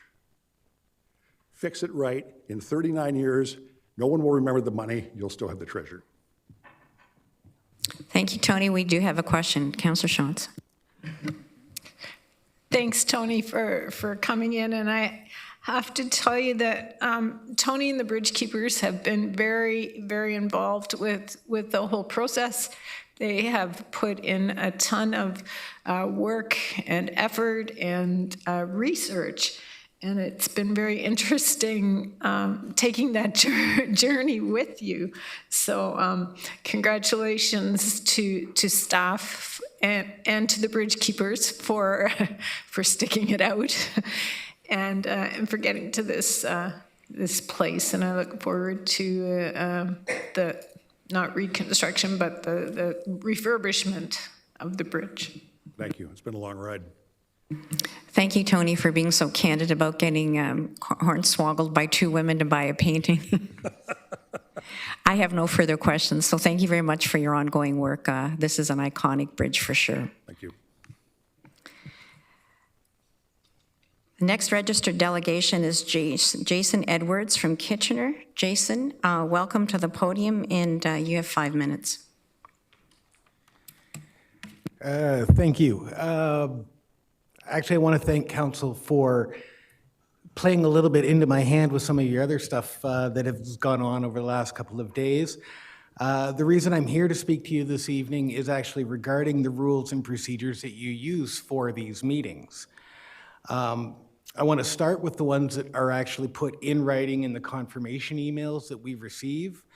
It's specifically, and as Chair Redmond started off the delegation section, that it says specifically this, councillors may or may not have questions for you. Please do not engage councillors or staff in debate. And then the chair normally will further explain during the meeting that you should not take offense if there are no questions. And it's just a time for council to listen and reflect. First of all, if one of your constituents has taken the time to come here or online, prepare a delegation, not even just sitting to watch, but preparing a delegation to speak to you, perhaps maybe you should be doing a little bit more than just listening and reflecting. In particular, when at the last council meeting I attended, there was a number of delegations here, all speaking on the same topic, all saying the same thing. After a very small amount of reflection, council voted to the contrary of what every delegation asked you to do. One thing I did notice at that meeting was the farmers noticed that that happened as well. They were very interested and a little bit maybe concerned that it doesn't matter what gets told to you here, that you've got your decisions made ahead of time. Secondly, I would like to know, when is our time to get answers? Your rules do not allow us to demand or even expect an answer.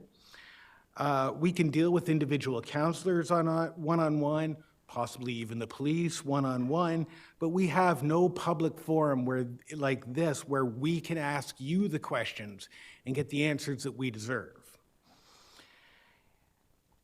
Further, if we want to challenge a recent decision that's been made by this council, naming any of the individual councillors who may have voted in favor of that decision, we have to tread very carefully lest the chair decides that we have said something that's derogatory and therefore qualifies us as breaking one of the rules for which we may be removed. On top of these written rules, there seems to be a bunch of unwritten rules, or at least ones that are not made public until the last minute. Over the past year, Council has specifically modified its rules time and time again in order to stifle dissent that people are bringing to you. About a year ago, citizens to whom you are responsible for were permitted to speak. I believe it was at that point in time pretty much every council meeting, or at least every other council meeting on a particular topic. That has now, it seems, changed to the point where since I registered, I've had 2 different groups and 2 different individuals tell me that they've been denied the opportunity to speak tonight, specifically because your new rule is that nobody may speak to the same topic twice in a 6-month period unless that topic is on the agenda, which makes it really convenient. You can make a bad decision, don't talk about it for 6 months. Nobody gets to hold you accountable. So the questions I want answers to are as follows. How much of your decision-making is done behind closed doors, either during your in-camera sessions prior to the public's portion of the meeting or outside of this room altogether? It is unthinkable that you could have had 100% of delegations tell you one thing and you do the exact opposite. When are rule changes about council procedures made, can the public attend those meetings? Do you believe you have any accountability between elections? If so, how is the public supposed to hold you accountable? Why do you operate contrary to the Charter of Rights and Freedoms by forbidding even the shortest outbursts of applause or any sound of approval, jeering or any sound of disapproval, or visible signage?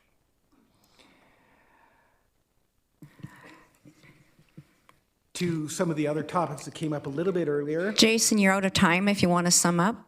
Okay, really quickly, I would love to know how often police drones are used for surveillance at 100 Vic, why our WRPS has SUVs when the OPP doesn't need them 100%, and where they're getting their 911 stats for, because they do show up on medical calls first, very, very strange times when homeless people are involved. All right, I think that's it. Thanks, Jason. We do have a question. Councillor Foxton. Thank you, and through you, Chair. Jason, a couple of things then. Things are not to silence the public. And so this is council meeting.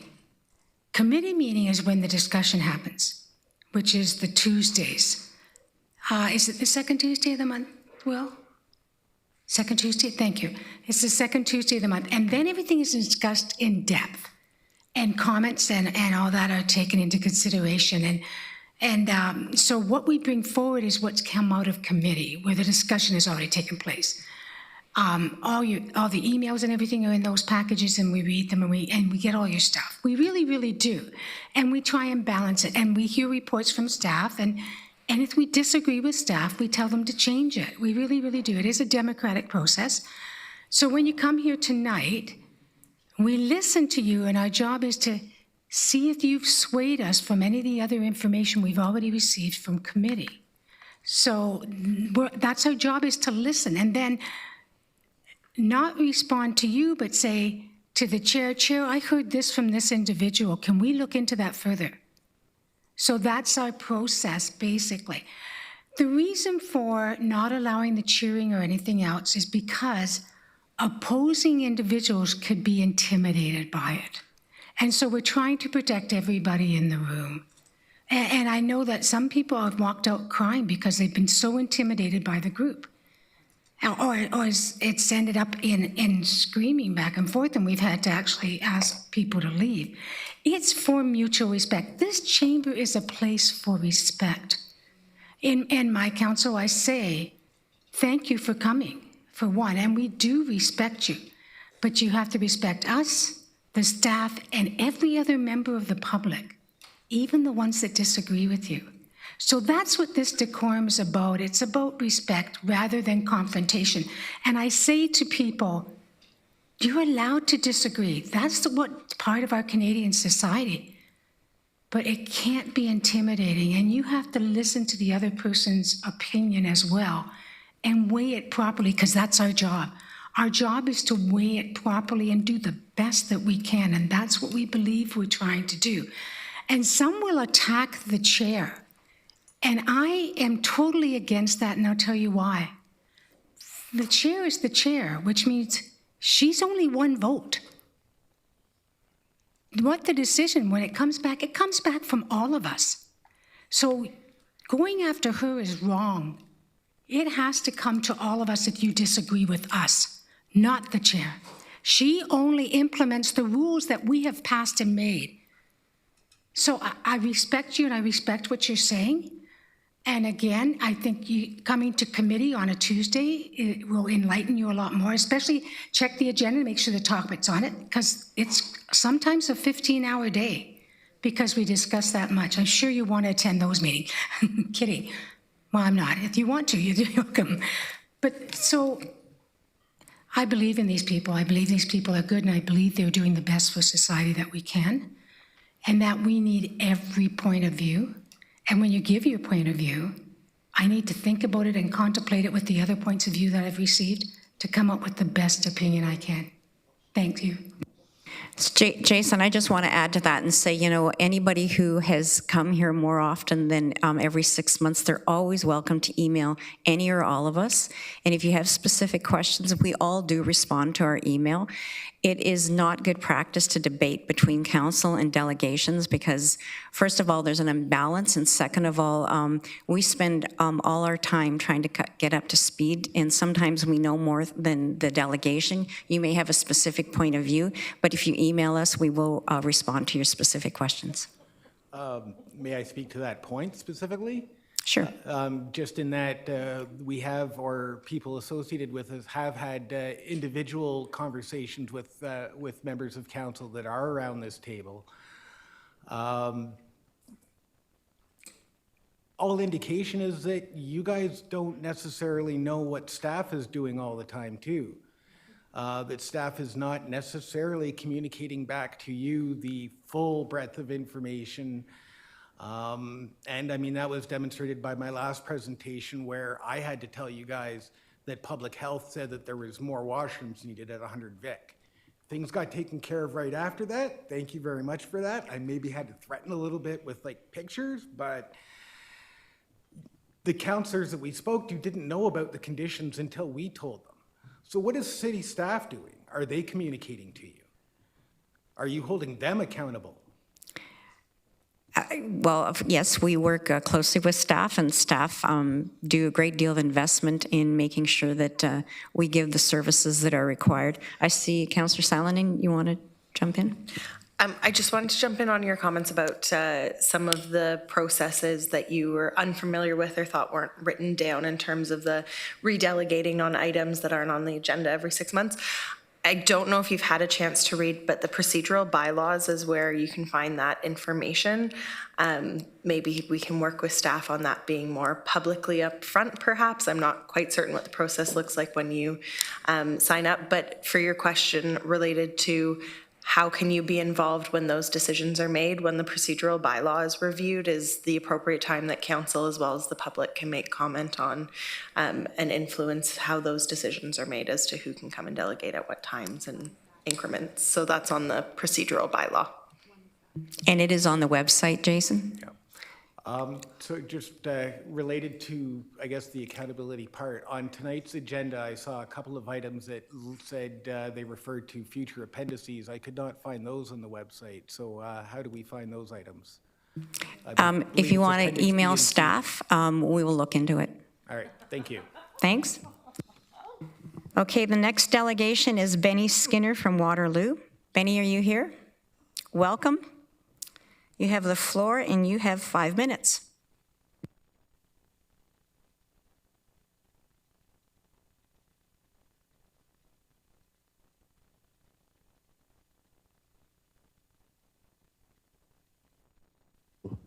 Is it working now? Let's go. My name is Benny Muktoto Skinner, and I'm a two-spirit Mi'kmaq Kapampangan thinker and educator. My name Muktoto means the one who tells the truth. I'm a fellow at the Balsillie School of International Affairs. I hold a bachelor's degree in peace and conflict studies, a master's degree in global governance, and in the fall, I will be entering my PhD program in global governance. As I enter the academic environment once again to study, I am undertaking critical thought exercises that translate to practical advocacy. One such exercise is examining the treatment of 100 Vic and his residents from a multilateral governance perspective in order to advocate for a better way forward than what was approved in the recent passing of the bylaw detailed in report PDL-LEG 25017. Apologies if I'm a little late to the game. But as such, I would like to respectfully share some of my preliminary findings of my ongoing analysis because I think it could be helpful.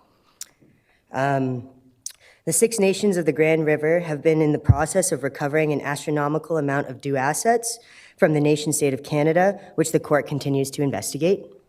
In addition to the glaring evidence that the Haldimand Tract was legally granted to the 6 nations by the British Crown, who in this very moment remains the Canadian nation-state's official ceremonial head of state, the legal dispute between the Haudenosaunee and the Crown maintains a situation where the Canadian nation-state's sovereignty over this territory is not solidified, and where the most official declaration of sovereignty over this territory is that which names the Haudenosaunee as the sovereign power of the land.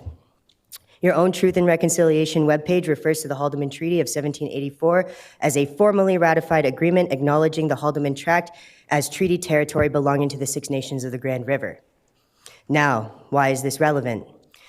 Because according to the International Committee of the Red Cross, under international humanitarian law, occupation is defined as when a state exercises an unconsented to effective control over a territory to which it has no sovereign title.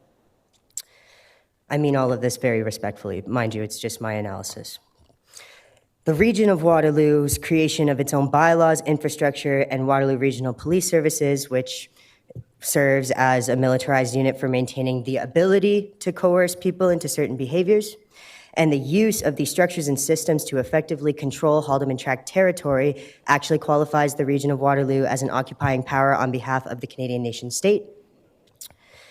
Now, there's a branch of international humanitarian law called occupation law, which states that the occupying power is required to respect existing laws and institutions of occupied territory as far as possible. So just to note that occupation law does note that occupation for the purposes of security in some cases happens, and it's kind of a gray area, but it does note that the occupying power has the responsibility of trying to abide by the laws of the land which they are occupying. Which brings me to another law, an original law from the original peoples called the Dish with One Spoon Wampum, which you also acknowledge on your website as a governance apparatus that protects these lands. According to occupation law, you must follow this law first and foremost to the best of your abilities. I know I don't need to tell you about the Dish with One Spoon. We probably all know it by now. There's also other Indigenous governmental apparati that have gone invisibilized that I will not speak on at this moment, but acknowledge. For example, I acknowledge the Haudenosaunee Great Law of Peace, which fits into this discussion as well. But anyways, The bylaw you recently approved regarding 100 Vic violates the dish with one spoon, therefore also violating international occupation law and thus international humanitarian law. In addition to this, I noticed that it could be argued that your dealings with the encampment have Benny, you also have 1 minute violated the United remaining. Nations Universal Declaration of Human Rights, Articles 1, 5, 12, and 13 in some way, shape, or form, and the Canadian Charter of Rights and Freedoms, which a judge has also already ruled. Now, here's the thing. If we accept governmental apparatus such as the UN Declaration of Human Rights, the Canadian Charter of Rights and Freedoms, and international humanitarian law as imperfect articulations of what is required to try and govern fairly with honor and dignity and with our humanity at the forefront of our purpose, then we also accept that moving forward in violation of these apparatus is in fact a failure to govern in this way. It also jeopardizes the perceived legitimacy of instruments that are meant to protect all of our human rights. That being said, if we refuse to move forward in a coercive way and instead continue to work to meet the needs of all parties involved using co-creative and innovative solutions, then we perhaps avoid governing in a way that kind of sucks. Truthfully, I have much more to say, and I offer my consultation for free. Thank you. Thank you, Benny. I see no questions, so thank you very much for coming in, and thank you for your presentation. Appreciate it. The next delegation that registered is Jamie Steve from Waterloo. Jamie, are you here?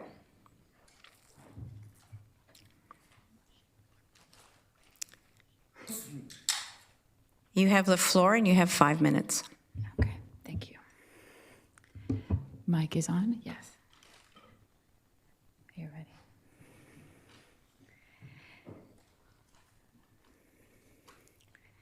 Okay. I'll wait for it.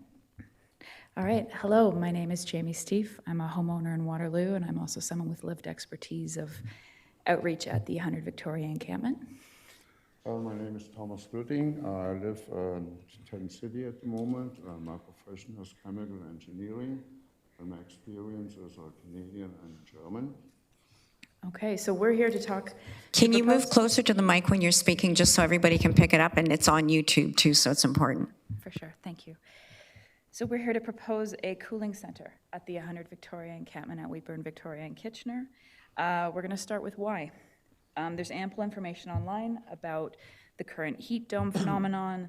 I will also speak to what we see on site with escalated violence as a result of dehydration. We're seeing people collapse from heat stroke, and we're just seeing inconsistent water access to those who try and scrounge for water in the general area. What I will speak to is some of the barriers that residents experience in relation to accessing other cooling sites in the area. The 87 Victoria site across the street, people are frequently banned. It's often closed in the afternoon when the site is hottest. City Hall, we hear that people, if you fall asleep, which you do often if you're finally comfortable because you got to a cool place, you will be asked to leave and you'll be banned from being on the City Hall premises until the next business day. Library, you'll get questioned if you are on site and be asked to leave. The Margaret Street site takes $7 in bus fare to get there, and you'll get arrested if you're using anywhere in the general area.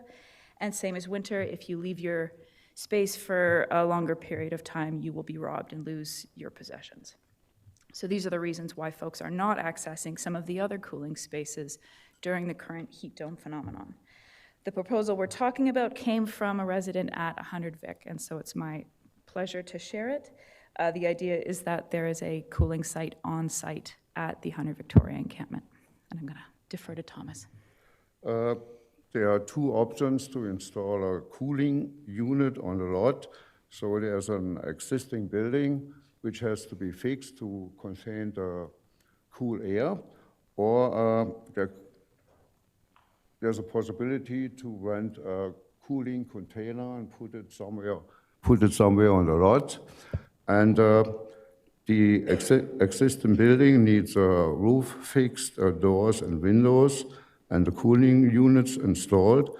And there's also electricity from the street lights on the lot from the city, so it's easy to tap in.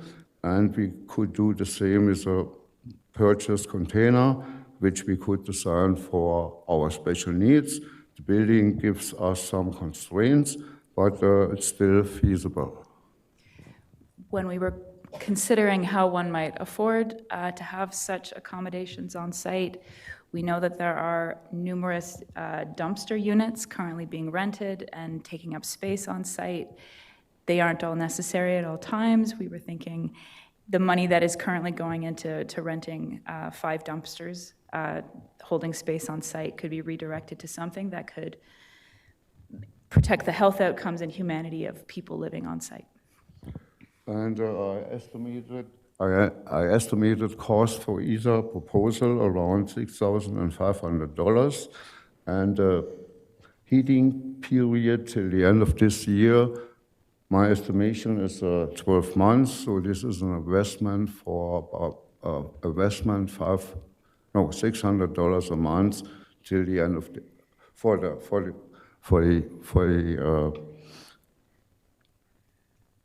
for the other 6 months. Okay. Anything else? No, that's what I would like to say. All right. That's it. Thank you. Thank you very much, Councillor Foxton. Thank you, Chair, but this is to staff, if I may. Does any councillor have a question for the delegation? Okay, thank you very much. You can sit down, and Councillor Foxton, you want to speak to staff?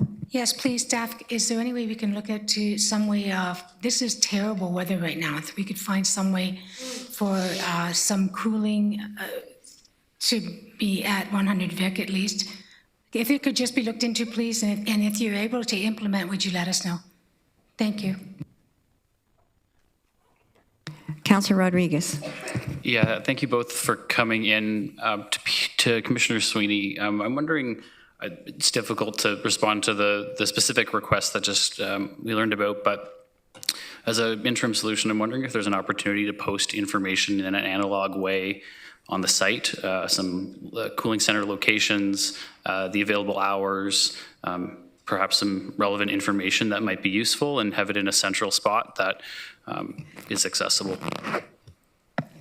Yeah, through you, Chair. That's something we can certainly look at. We're generally posting notices on the trailer on one of the posts there. But your point's well taken. The point of the delegates is also well taken.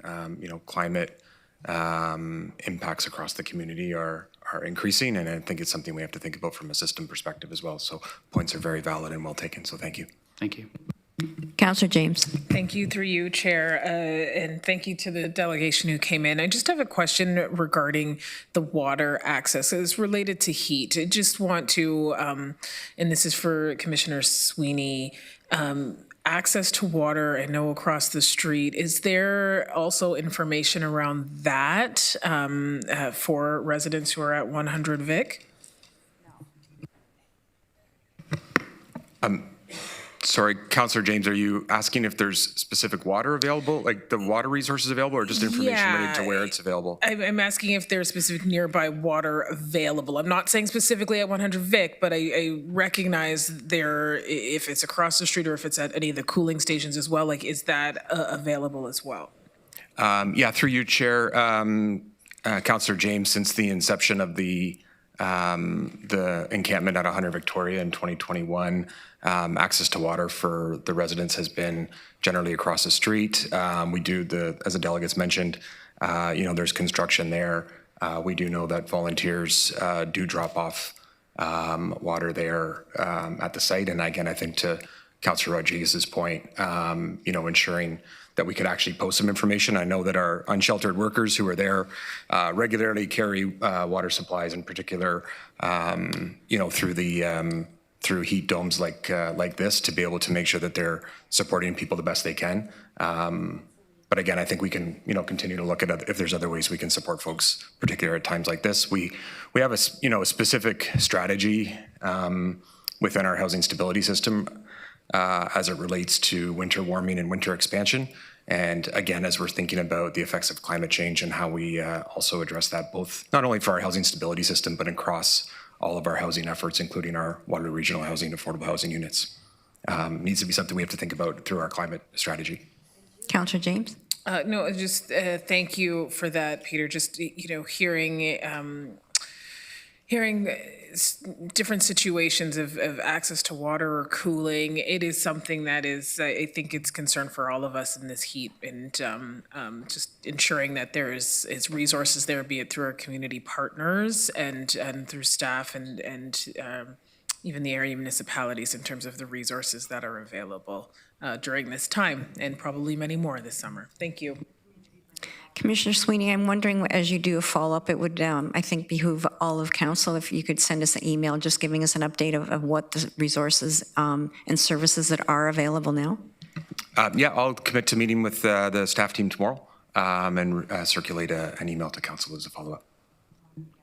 Thank you very much, and thank you to the delegation. The next delegation who's registered and has 5 minutes is Simon Guthrie from Kitchener. Welcome, Simon. You have the floor and you have 5 minutes. Thank you. And it sounds like the microphone is on, so let's start. Good evening, Chair Redmond, councillors, staff, and neighbours from across the region of Waterloo. Thank you for the opportunity to speak with you this evening. My name is Simon Guthrie. I live and work in the region, and I've spoken before to Kitchener City Council and the Waterloo Regional District School Board about the same issue we're facing tonight: how to fill vacancies in our democratic institutions in a way that reflects our values.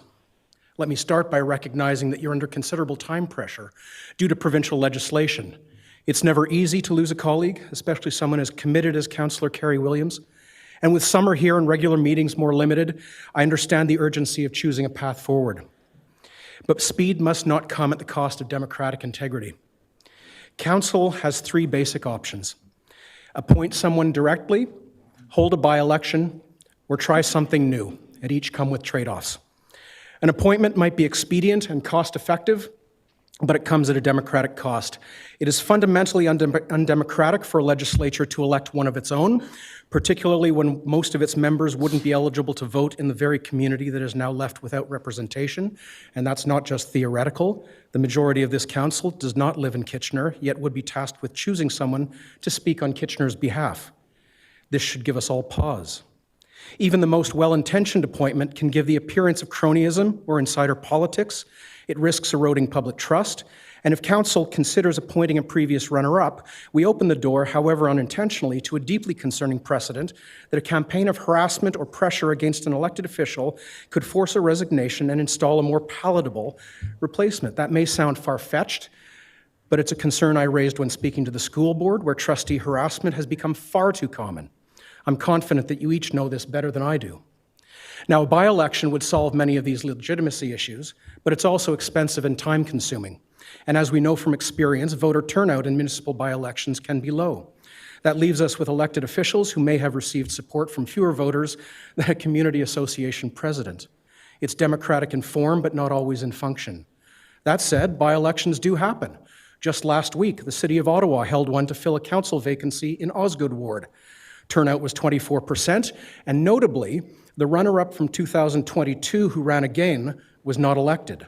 When given a choice, voters did not simply opt for the next name on the list. So let me offer you a third way, one that balances democratic legitimacy with financial responsibility and public trust. Convene a citizens' assembly, also called a reference panel.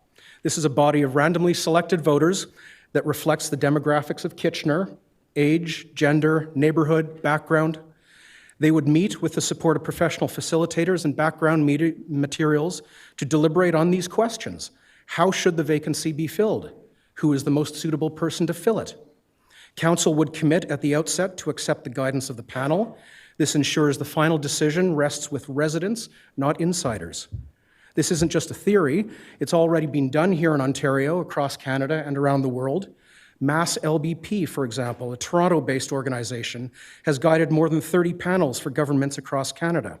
Their work is profiled in Dave Meslin's book, Teardown: Rebuilding Democracy from the Ground Up, and I can highly recommend the book to anyone thinking about how to make democracy more participatory and inclusive. And yes, there is a cost, but it's modest, especially when weighed against the legitimacy it buys. The typical cost of a reference panel, depending on scope and schedule, is tens of thousands of dollars. That includes mailing invitations to households, recruiting a representative panel, compensating participants for their time, and professional facilitation. That cost pales in comparison to the 6-figure price tag of a by-election, which could easily exceed $1 million. I'm not trying to say You this have is 1 minute easy. remaining. Thank you. I'm not trying to say this is easy or expedient. It takes a bit of courage to try something new, but the mechanics are all in place. We don't have to reinvent this wheel. I can share with staff both Mass LBP's Civic Lottery Guide and their Reference Panel Procurement Guide, which spell out their entire process, and there are others. The path is clear if you choose to take it. You have the chance to do something more transparent than an appointment, more engaging than a by-election, and more innovative than either, to empower residents not just to be heard, but to lead. In closing, thank you for your time and attention. You carry a heavy responsibility not just to represent your constituents, but to model the kind of democracy we all want to live in. A vacancy doesn't have to be a disruption. It can be an invitation to do politics differently and to bring new voices to the table. I'd be happy to answer any questions as I'm able, and I hope you'll seriously consider this opportunity to lead with integrity, innovation, and imagination. Thank you all. Thank you very much, Simon. Councillor Hunick has a question. Thank you, Chair, and thank you, Mr. Guthrie, for your delegation. I'm just wondering if you have an estimate on how much time would be needed for this panel, such a panel to convene.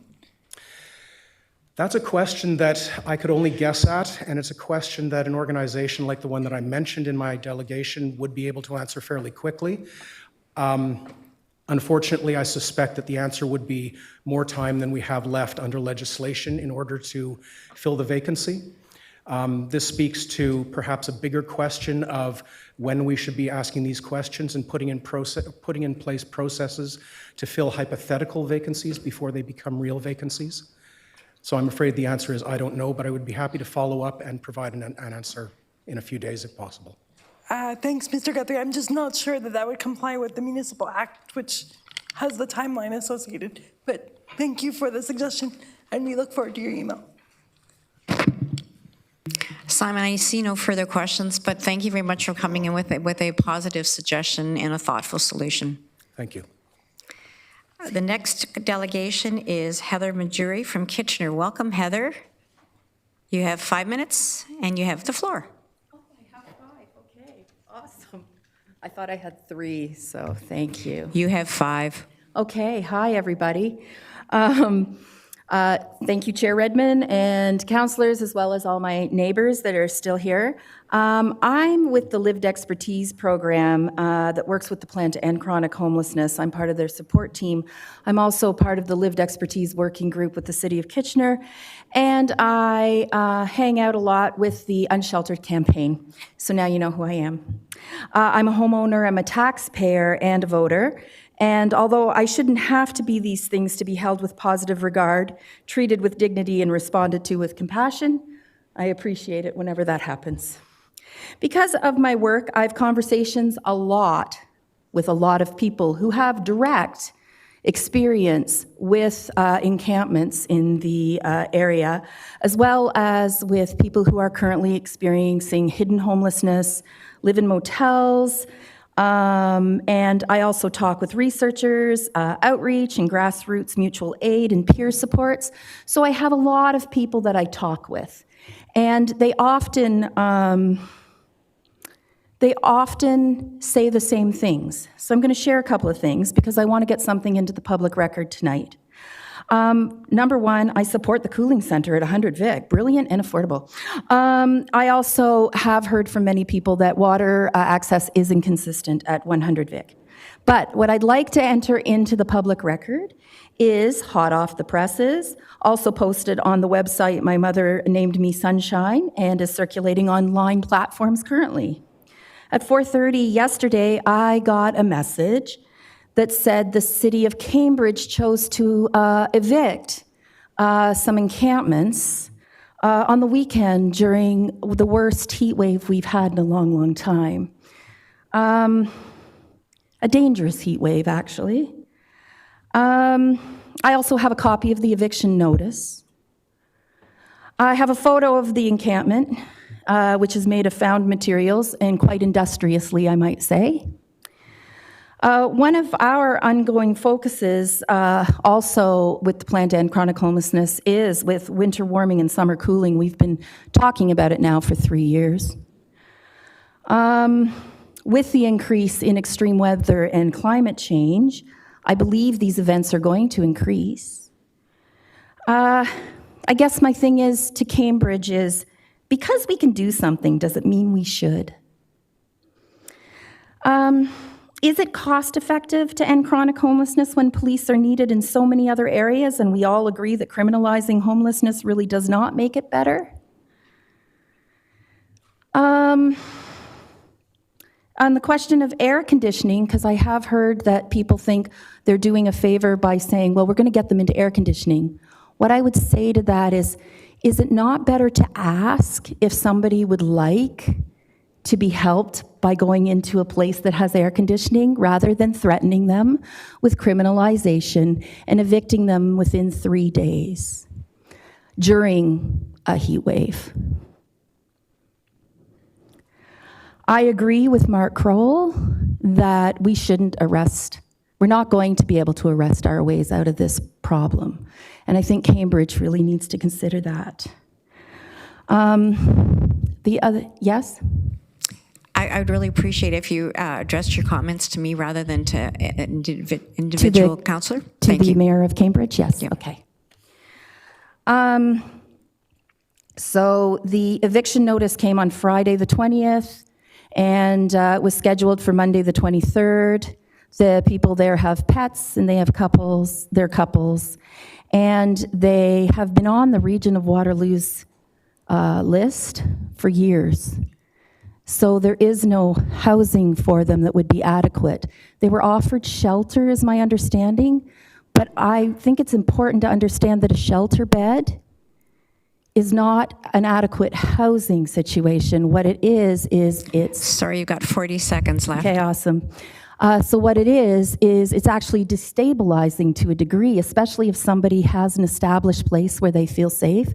It can be traumatizing. And I'm wondering if this would not be a good time to be able to create a human rights approach to these encampments. And, sorry, I'm using my phone, which is all new.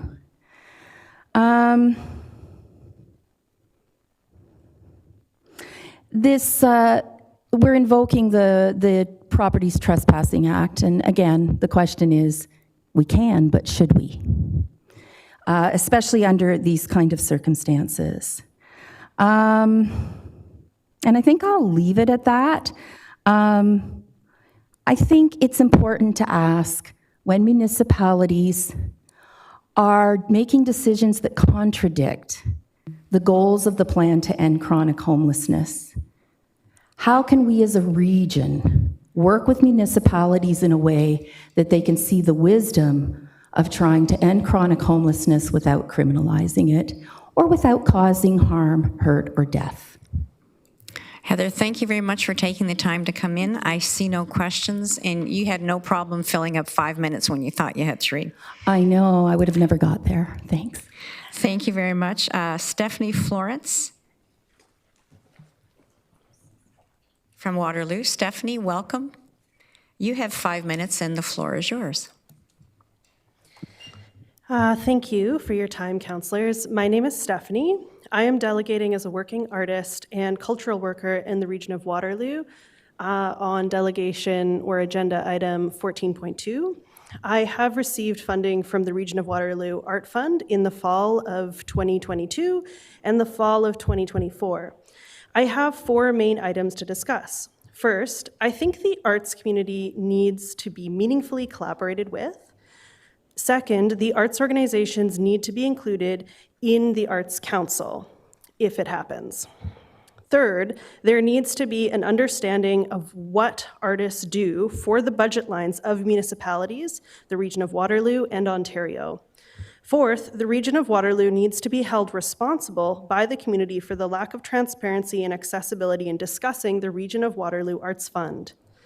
To be clear, I am fully in support of an arts council that bridges the arts organizations in the Region of Waterloo. However, this should have a combined voice of the major arts organizations in the region. This funding allows artists to stimulate the economy and bring in funds from provincial bodies, federal bodies, institutions, sponsors, and partners.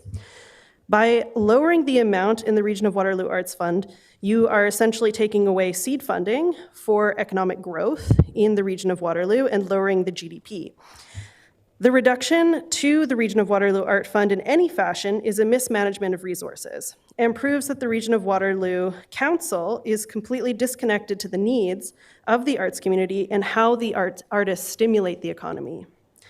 Ontario in general is underserved in the arts, and the lack of available funds from the Region of Waterloo Art Fund is greatly impacting the number of artists staying in the region. Young and mid-career artists are leaving the Region of Waterloo due to a combination of historically decreased funds, lack of opportunity, and inflation. For further context, the Ontario Arts Council for the Arts is underfunded by at least 40% based on decreases in 2019 and 2022 of 23%, with a combined estimate of 17% inflation. Furthermore, the Region of Waterloo Fund gross amount from the property tax levy in 2019 was $393,000. Why has the amount been reduced to $350,000? And now you want to use $35,000 from the budget allocated to artists and collectives into managing the Region of Waterloo Art Fund. Combining these two things is a reduction of 22% of funds available to artists and stakeholders who are already struggling. When I lived in Edmonton, I was part of a roundtable discussion about accessibility and applying for arts funding. This discussion led to accessible changes to the structure in how artists and collectives apply for funding from the Edmonton Arts Council. I have serious concerns with the lack of accessibility for artists and arts organizations to apply for funding in the region due to no consistency in the application process across 3 cities and the region. This means that one arts organization has to apply to 4 different bodies to gain operational funding that is inadequate, wasting precious resources of the organizations and, ironically, their operating budget. And to cap it off, we do not have a governing body like an arts council here due to another mismanagement of major resources, specifically used for the Creative Enterprise Initiative, an organization that did not engage its local community. Artists in the region are suffering due to a lack of foresight and strategic governance, which honestly feels like it is happening yet again. Lastly, I was very disappointed. Thank you. Lastly, I was very disappointed by the lack of transparency in the council's changing the agenda in the afternoon of Tuesday the 24th, making it impossible for delegates to receive a 5-minute delegation or share a presentation. Furthermore, the KPMG report was not made accessible to the community and stakeholders who this motion specifically affects. We had to ask to gain the KPMG report, which is disrespectful.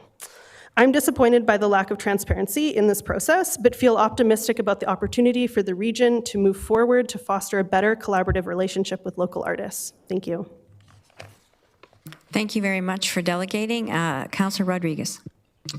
Thank you for coming in. Sorry, I'm trying to key something up at the same time as I ask you a question. Could you, just in terms of the report that's here today, and then I don't know if you had a chance to see the report from 2 weeks ago? I have, yes. Yeah. So we talked about it the first time about 2 weeks ago when it kind of broke it apart. And so part of it's back today and part of it was deferred to a further conversation in the fall.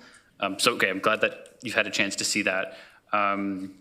In terms of the next, what's in front of us today, this sort of stopgap interim solution, are you supportive of this direction as an interim? Like, I know I hear the concerns with it, but are you supportive of it as a stopgap until such time as we can get the work underway on an arts council?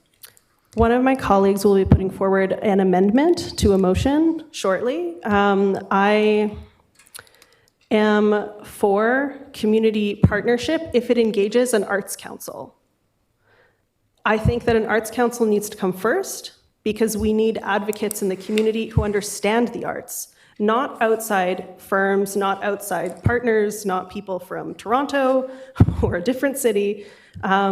We really need people who have worked in the arts, who understands art funding, who understand artist needs. and who really understand the connection between arts and the economy. Yeah. Thank you. Yeah. Councillor Hunick. Thank you, Chair, and thank you to the delegation for sharing your experience. Can you please clarify what you meant by artists were prevented from delegating because of the change in the agenda?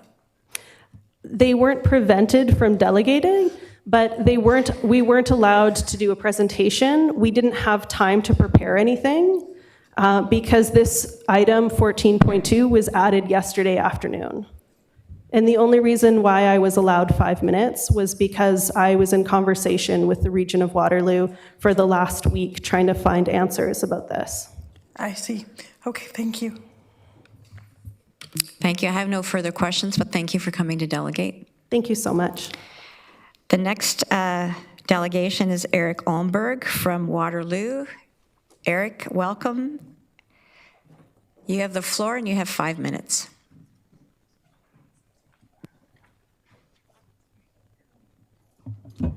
Good evening. So to begin, good, better? Okay. To begin, thank you for providing this space for us to express concerns and ideas. This is my first time being in here, but I've seen several sessions online before. But as you can see, several of us have come today with some concerns that have come up. So my name is Eric Olmberg, and I'm an artist and educator within multiple art communities across the region. I'm here tonight to ask for transparency and room for involvement in the process of determining how arts funding is administered going forward. Regional level arts funding is critical to supporting local artists, as it is one of the only ways to undertake projects of a larger size, particularly for artists still growing their careers. Regional funding is a necessary pathway to bring even more funding to the region through larger provincial and federal grants. And this is something that conversations have been happening within our community about how to leverage into larger portions of funding. One of the best ways to do that is to acquire smaller funding, which can then be applied into further projects. My request to council is that local artists from all forms of art and at all stages of career be a part of establishing this future support to make sure it is reaching the people who need it. This means not just consulting with a few people and forgetting about us later on in the process. It means being transparent about upcoming decisions and making sure we have an opportunity to respond. Transparency is the only way to build trust in a new arts council. The end goal should be keeping artists involved. An art council is one way and has found success in many cities and regions. It will remain to be seen what form that art council takes. That's part of, I think, this consultation. There's more than one form of arts council. But just as the region wants to maintain ownership of the funds that are going out into the arts, the artists and art organizations that contribute to our lively cities want ownership in the processes that support us. And as I see that I have some time left, I want to acknowledge that you have a hard job in trying to meet the needs of everyone in your constituencies and the people who are supporting you. I think that in some ways it can be harder to request involvement from others in the process of trying to come to a decision because it adds more voices, but as others have said tonight, those extra voices can provide sometimes the information that you don't even know, that you don't have. And I know that there are many people in this room who have in the past advocated for further support for the arts and following statements from their community members doing their best to achieve those goals. And we see that. Thank you for that work. It's very important to have this opportunity to see that. And we just want to continue to be involved in that process. So please don't leave us behind. We'd like to be here. Thank you. Thank you very much. I have some questions. Councillor McCabe. Thank you. Excuse me, through you, Chair. Thanks for coming in. You did a great job for your first time delegating. So, so well done, you. I just want to be clear that I understand kind of what you're ultimately looking for. So the region has a set amount of money that that we have committed to the Waterloo Region Arts Fund, but you're talking about obviously continuing that money, and I'm sure you'd like an increase to it. But when you're talking about being involved in the process in an arts council, are you suggesting that what you think would be better in terms of equitably distributing the funds that are there, is that working with you, working with our regional staff, that we establish like an overarching council that has experts like in the arts community and the economy, as the previous speaker said, sit on there to determine like what the allocations would be across the region, rather than us deciding that as politicians around the table? Is that kind of what you're, I just want to make sure we understand what you're asking. Yeah, I would say that's a relatively accurate, like I think that there is room for folks from the region to be at that table, because much as people who are not in the arts might be missing information about how the arts are functioning,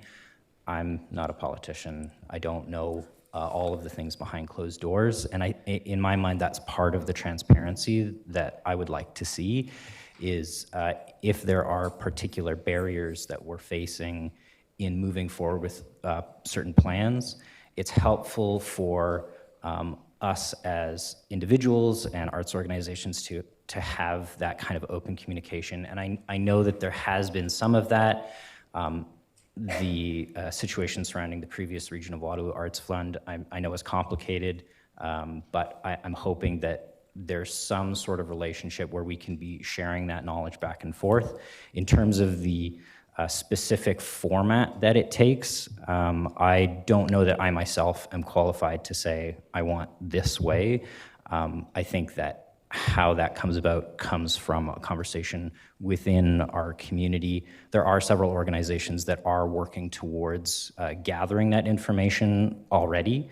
So my hope would be that we take what's happening and bring that into a conversation and move forward in that way. Okay, it makes a lot of sense to me as well, and I think there's been lots of other communities that have demonstrated that an arts council works well and works pretty seamlessly. So I really appreciate you both coming in tonight and sharing your perspective from the end user artist perspective. Thanks very much. Thank you. Councillor Rodriguez. Yeah, thanks for the question. Just since we're on item 9 and you may not want to be here till item 14, and this is maybe a question for staff, so if there's any other questions for the delegate, Let me see if there's any more questions for the delegation. I'll circle back to question of staff, okay? Councillor Foxton. Mine was also going to be asked for clarification to the staff, because I thought what they're asking for is exactly what we were going to do. So I'll get that. Eric, I think you've exhausted all of us. We don't have any questions left, so if you want, you can sit down. I'll go back to Councillor Rodriguez to ask something of staff. just a quick follow-up. Thank you, and through Chair, probably to Mr. Regier. In terms of the second piece of work that's going to come back in the fall, would there be, obviously, in any decision that's made to form an arts council, to take the time, there'd be that engagement with the arts community and collaboration to find a path forward? Yeah, through you, Chair Redmond. This is the conversation around the formation of an arts council is obviously something that would have to be, almost by definition, involve an extensive consultation with the community.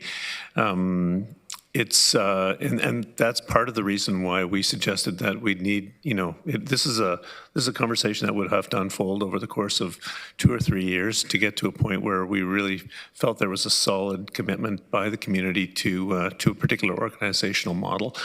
I think arts councils generally are self-governed by industry stakeholders, by the stakeholders in the creative industries, and so I guess that was a long-winded way of saying yes. Apologies. Councillor Foxton. Thank you. So, Mr. Regier, I thought that this Arts Council was going to basically be made up of a variety of artists and experts. So when it said council, it's not this council. God help me if I have to pick out art, because I would spend a fortune. But, so that's what it is. I think we're saying exactly the same thing. It'll be a group of diversified artists that will create this council and make the decision. And we will just make sure that they spend the money appropriately and not just buy coffee all the time. Thank you. Thank you. The next delegation is Andrew Jacob Reinhardt from Waterloo. Andrew Jacob, are you here? You have the floor. You have 3 minutes, so the floor is yours. Thank you. Before I begin, as my colleague Stephanie pointed out, this was added to the agenda yesterday, and I didn't have opportunity to request to have 5 minutes. If I may, in good faith, receive 5 minutes. We're going to give you 3, but I won't be really nasty if you go over a little bit, and I'm sure you can talk fast. Thank you. I am Andrew Jacob Reinhardt, and I'm speaking as a stakeholder in item 14.2 in tonight's agenda, Arts Funding in-House Allocation 2025, recommended motion. I'm speaking as an artist living and working in Waterloo Region and a previous recipient of Region of Waterloo Arts Funding. I want to say that I'm disappointed that in the KPMG consultation process that they only engaged with past members of the Region of Waterloo Arts Fund Board of Directors, as well as regional staff, which effectively excluded the artistic community from providing input into how our sector is funded and run, what our needs are, and how we would like to see our needs met. And this does not embody values of nothing about us without us. This is a basic operating philosophy that those impacted by decisions should be involved in the decision-making process, and this harms the relationship between the artistic community and our local governance. Additionally, I am only present at this meeting tonight due to chance communications with a colleague that led me to being informed about tonight's discussion and that the plans council is exploring that affect my cohort. The past couple of years have been stressful and challenging to navigate as an artist, and since the Region of Waterloo Arts Foundation was suspended and no long-term plan in place. It is my belief that now is the time to move forward with the foundation of a regional arts council in deep collaboration with local artistic community as a prioritized investment in our growing community's future. I want to also note that funding that goes to the arts tends to stay a lot more locally than funding that goes to other places. This is stuff that bolsters our local community and promotes a vibrant and connected ecosystem of people. The current motion, as written, seeks to find a community partner to take over the responsibilities that RAF previously held and that the Waterloo Region Community Foundation held in interim after RAF was suspended. The Waterloo Region Community Foundation has declined to continue to administer this funding, due at least in part to the untenable administrative burden it put upon them, and I believe there is no organization able to take on this 3-year contract partnership as proposed in the motion. During the June 10th meeting that the Administration and Finance Committee held, they were asked about this and who might be the organization that takes on this interim role, and no answer was given. Now I believe is the time to invest in founding an arts council to permanently administer funds to individual artists, artist collectives, and small to mid-sized organizations. I want to say that on a personal note, having a functional local granting body was an integral component in me deciding to stay in Waterloo Region after graduating with my degree in music. And the longer we delay in getting our arts funding infrastructure into a healthy state, the more talent we will lose from each graduating class at our local educational institutions. Further to this motion, I just want to point out that the state of arts funding of approximately $350,000 annually equates to about 52 cents per resident, or just one high-level employee salary. This is insufficient to meet our sector's needs, and with it already lacking amount, I'm uncomfortable with the proposal in KPMG's report that suggested about 10% of our funding allocated to artists be skimmed off for administrative costs. After a conversation today with a few colleagues, I have a proposed amendment to the motion, which I have in writing if I may pass it out. But it reads that the Regional Municipality of Waterloo approve a process to expedite establishing an arts council over the next 18 months, governed and maintained by the artistic community in the region of Waterloo that would be responsible for administering this fund permanently. In response to the KPMG report and delegation from artists that spoke tonight, and that the region will commit to providing administrative funding in addition to funding allocated to individual artists. Thank you. You got it all in, that's great. I did run out of time. Councillor Hunick? Thank you, Andrew, for coming today and for expressing your views so articulately, despite finding out about this so recently. And when the time is appropriate, Chair Redmond, I'd be happy to move the amendment suggested by the... Well, we don't move amendments from delegations. What I was going to ask the delegation is if you could share it with the clerk, they can distribute it. What I mean is, I'd be happy to adopt the amendment as my own. Oh, well, we're not there yet. Thank you. So I guess I have one question for the delegation. I spent over 10 years as a member of the Waterloo Regional Arts Council, and I'm thrilled to hear that you were a recipient of that funding. One of the balances that we've tried to strike with the Arts Council, and I would agree, I think there's a lot of unanimity around that is our North Star. That's where we want to go. It will take 18 months. So in the interim, artists are not getting that funding. So I guess my question to you would be, is there an appeal to sort of look at a two-step process? I mean, one of the things that staff was recommending was a 3-year contract, and staff can speak to it. I think it would be probably an RFP, which is why they haven't identified a group as yet. But that funding would go out the door for 3 years, so at least artists could apply, individual artists and small groups. That's sort of the anomaly or the special sauce with the Waterloo Regional Arts Fund, was that it wasn't for large groups. We do have other funding streams that fund large organizations, but this is for individual artists. So I guess as somebody who has received arts fund from the region in the past, is there an appeal to at least have a 3-year consistent funding in tandem with looking at an arts council, which I would agree with you is probably at least 18 months away in order to do it right? So the question, in a few words, is, do I agree that we need an interim plan while we move towards an arts council? Right. Absolutely, we will drown without it. Okay. I don't know how that best be done. I think brown paper bags full of cash would be great. Do you know what? As somebody that's done jobs like this for a while, we never give brown bags full of cash. Councillor James. Thank you, through you, Chair Redmond. I'm just wondering, in light of the delegations that are here now, if it's possible to move this item up on the agenda for us to discuss at council's discretion. Well, we're in council's hands. Does council want this moved up? It's a packed agenda, and there's a whole bunch of other things. Do we want to deal with this now? Do we have consensus?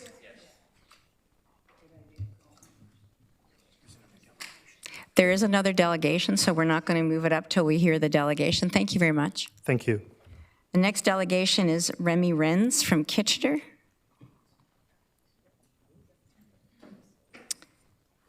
Remy, welcome. You have 3 minutes.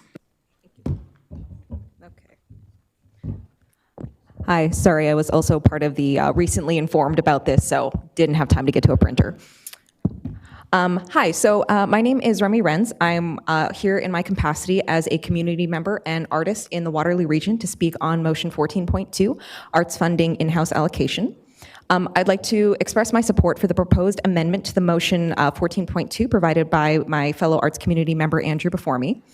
As it stands, motion 14.2 aims to address the management of the Region of Waterloo Arts Fund.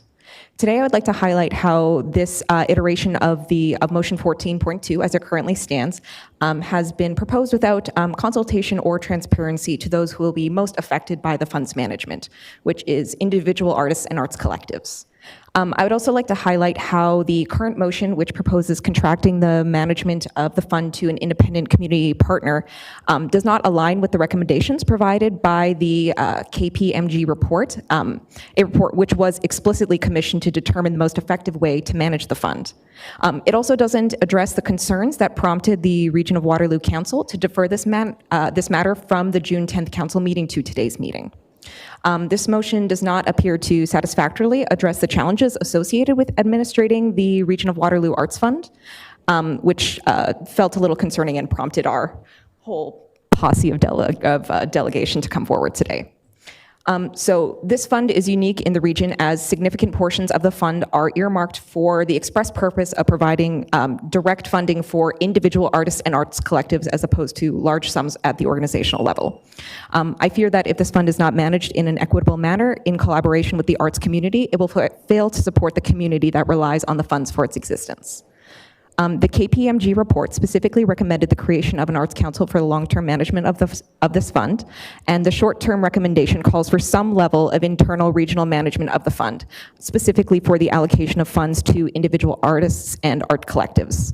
I feel that neither of these points are represented in the current motion, and the Waterloo Region Community Foundation has declined to continue to fulfill this role currently, according to my understanding of what's going on. Further, the proposed motion does not address the concerns raised by councillors during the June 10th council meeting. Today we had time to kind of review the footage from that meeting. Upon reviewing the meeting, several council members raised the issue of equitable distribution of the fund in the meantime. And it was delayed or deferred to today for the purpose of exploring in-house alternatives for the short-term arts funding solutions. And no in-house alternatives are presented as part of the motion that is being voted upon today. Nor does it address the long-term fate, although I heard a clarification earlier that has now been, that has been pushed to the fall. I'm endorsing the proposed amendment to motion 14.2 to ensure that the people who will be most affected by the management of this fund have a say in how it is managed. And I'm out of time. Thank you very much. You spoke very swiftly, and I just hope all of you know that you have an opportunity to come back. This will be coming back in the fall, and absolutely, the Waterloo Regional Arts Fund has been built on the participation of experts and creators and artists, and that's how the allocations were made, and I would really like to see that go forward because I think that needs to be replicated. It was a best practice in my view. So thank you very much. You talked really quickly. I don't see any questions, so thank you for delegating. Thank you very much.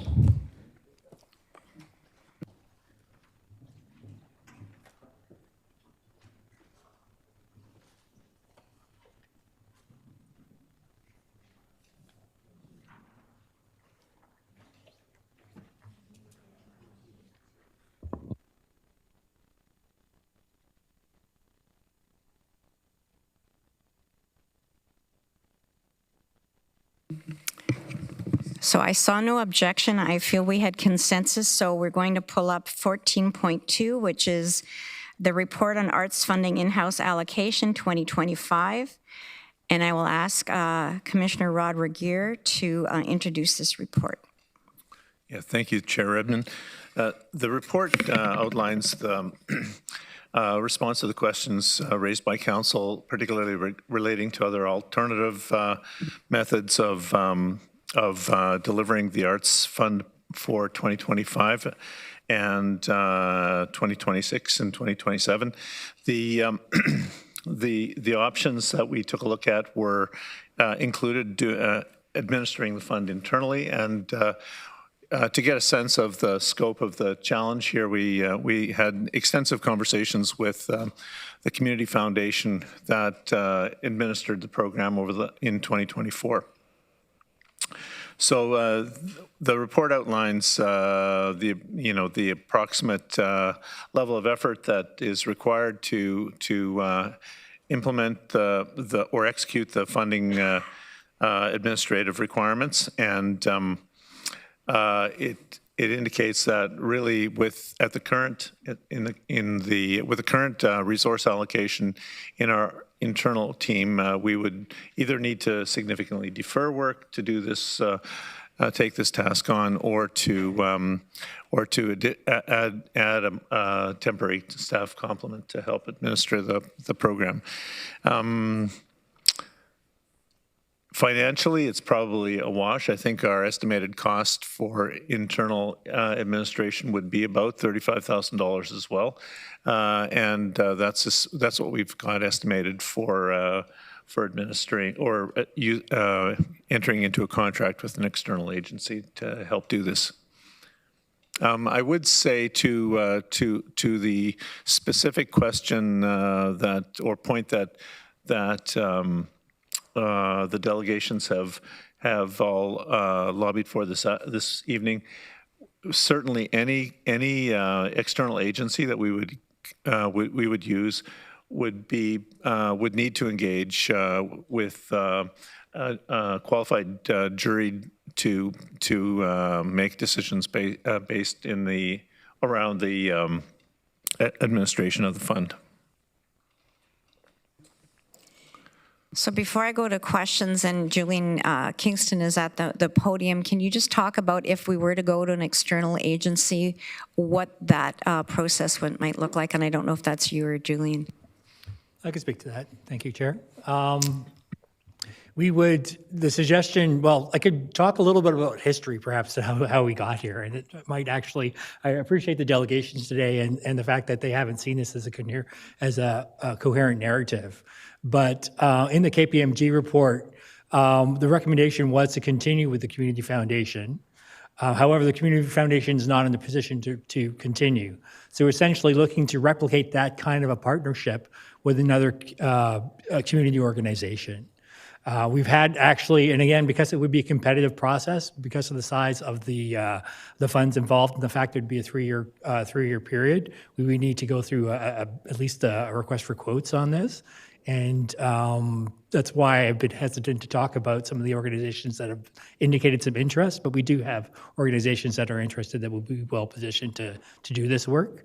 And we would have to go through a procurement process, at least of getting 3 quotes to see which organization we go forward with. We also have a very good framework that we've already kind of put together by working with the Community Foundation on this previously.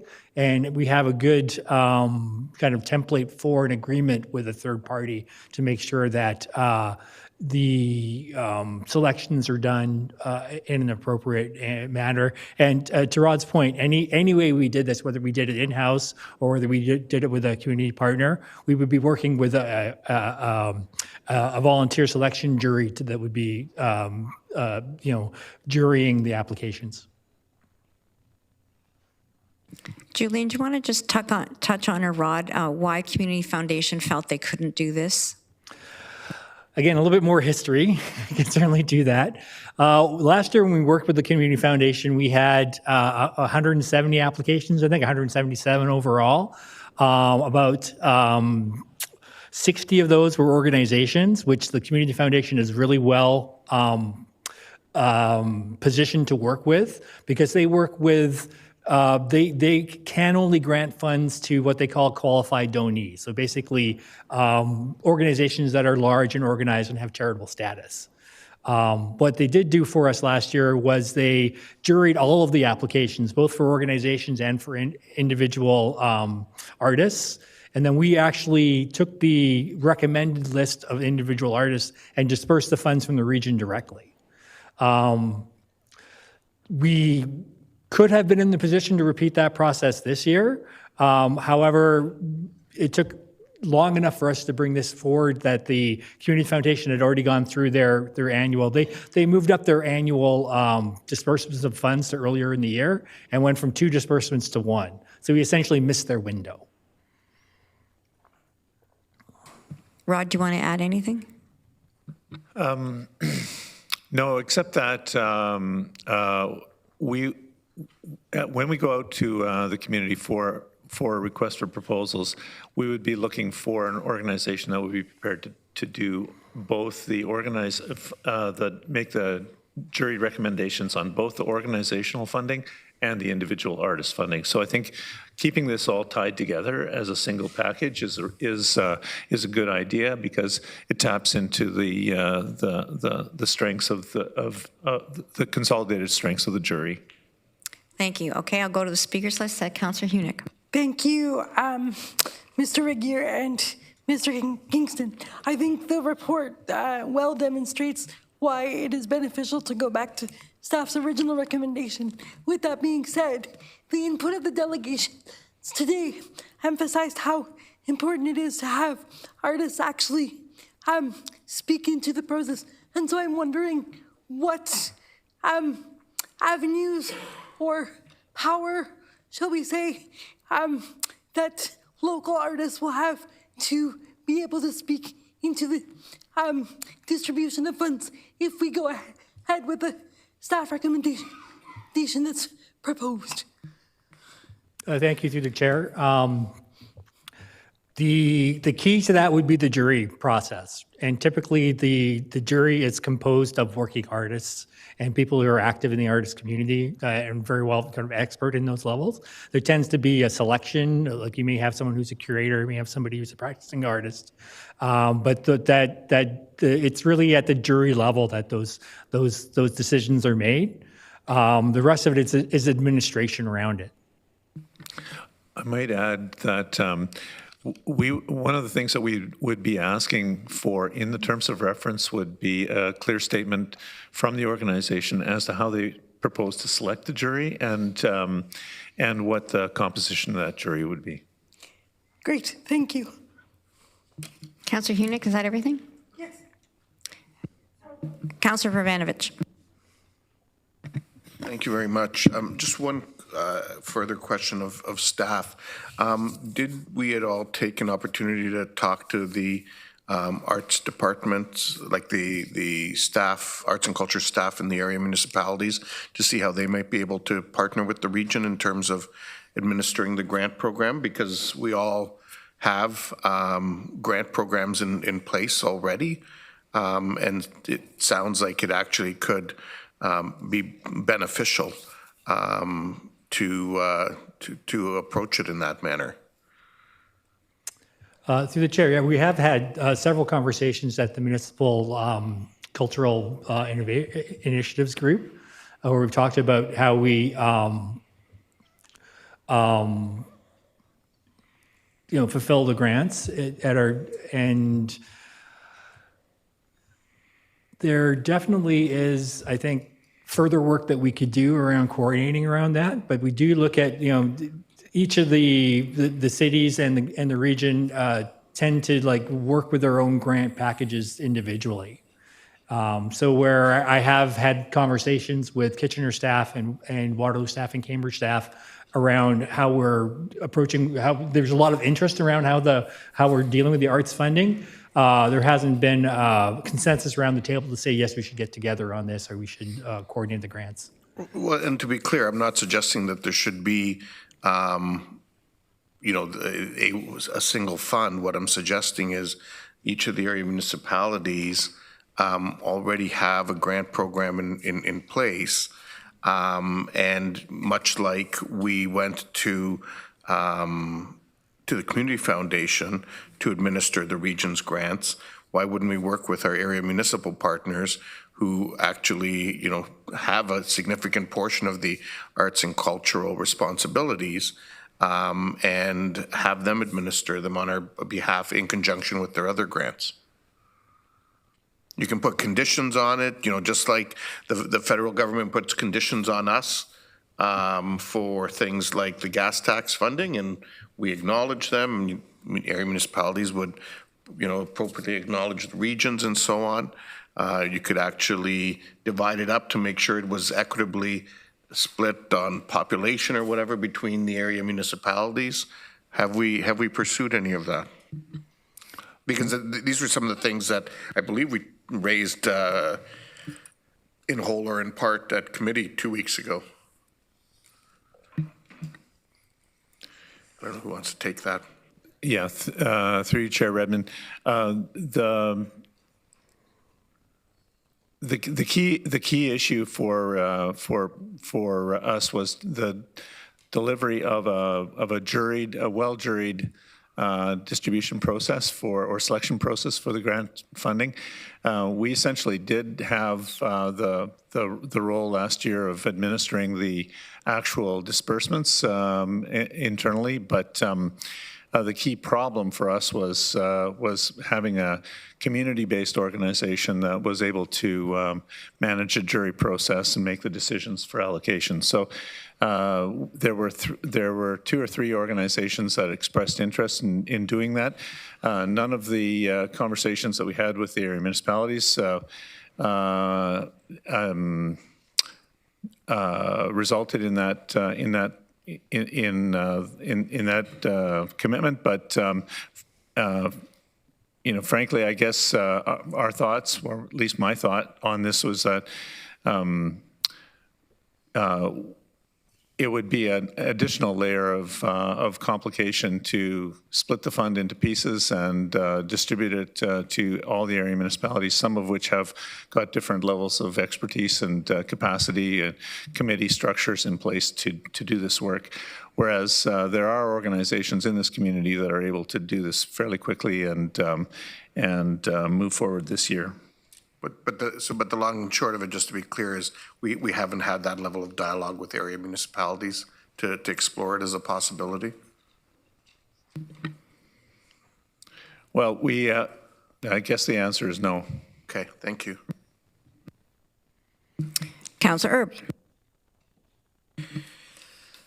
Thank you, Chair Redmond. I was going to, I'm prepared to move the motion when you're prepared to have that. And I, thanks for the delegations for appearing in the suggestion of the 18 months. My concern would be if we're going out with an RFP on the 18 months, some of the organizations may not want to apply if it's only for 18 months, that there's a bit more stability for them for the 3 months. And so I think that would be important. You know, we dealt with this 2 weeks ago, and it came back. We was asked to come back where it's back again tonight, and now again we're asking if this could be dealt with by the municipalities. And this is a regional arts fund, and I don't quite understand why the recommendation that's coming from staff isn't acceptable to distribute these funds in the community, that this is a regional responsibility, and why we would make it more complicated by getting other municipalities involved. So I would support the recommendation. As I said, I'm prepared to move it when you're... Okay, it's been moved by Councillor Erb, seconded by Councillor James. Councillor Erb, did you want to speak any further to that? No. Okay, thank you. Councillor Craig.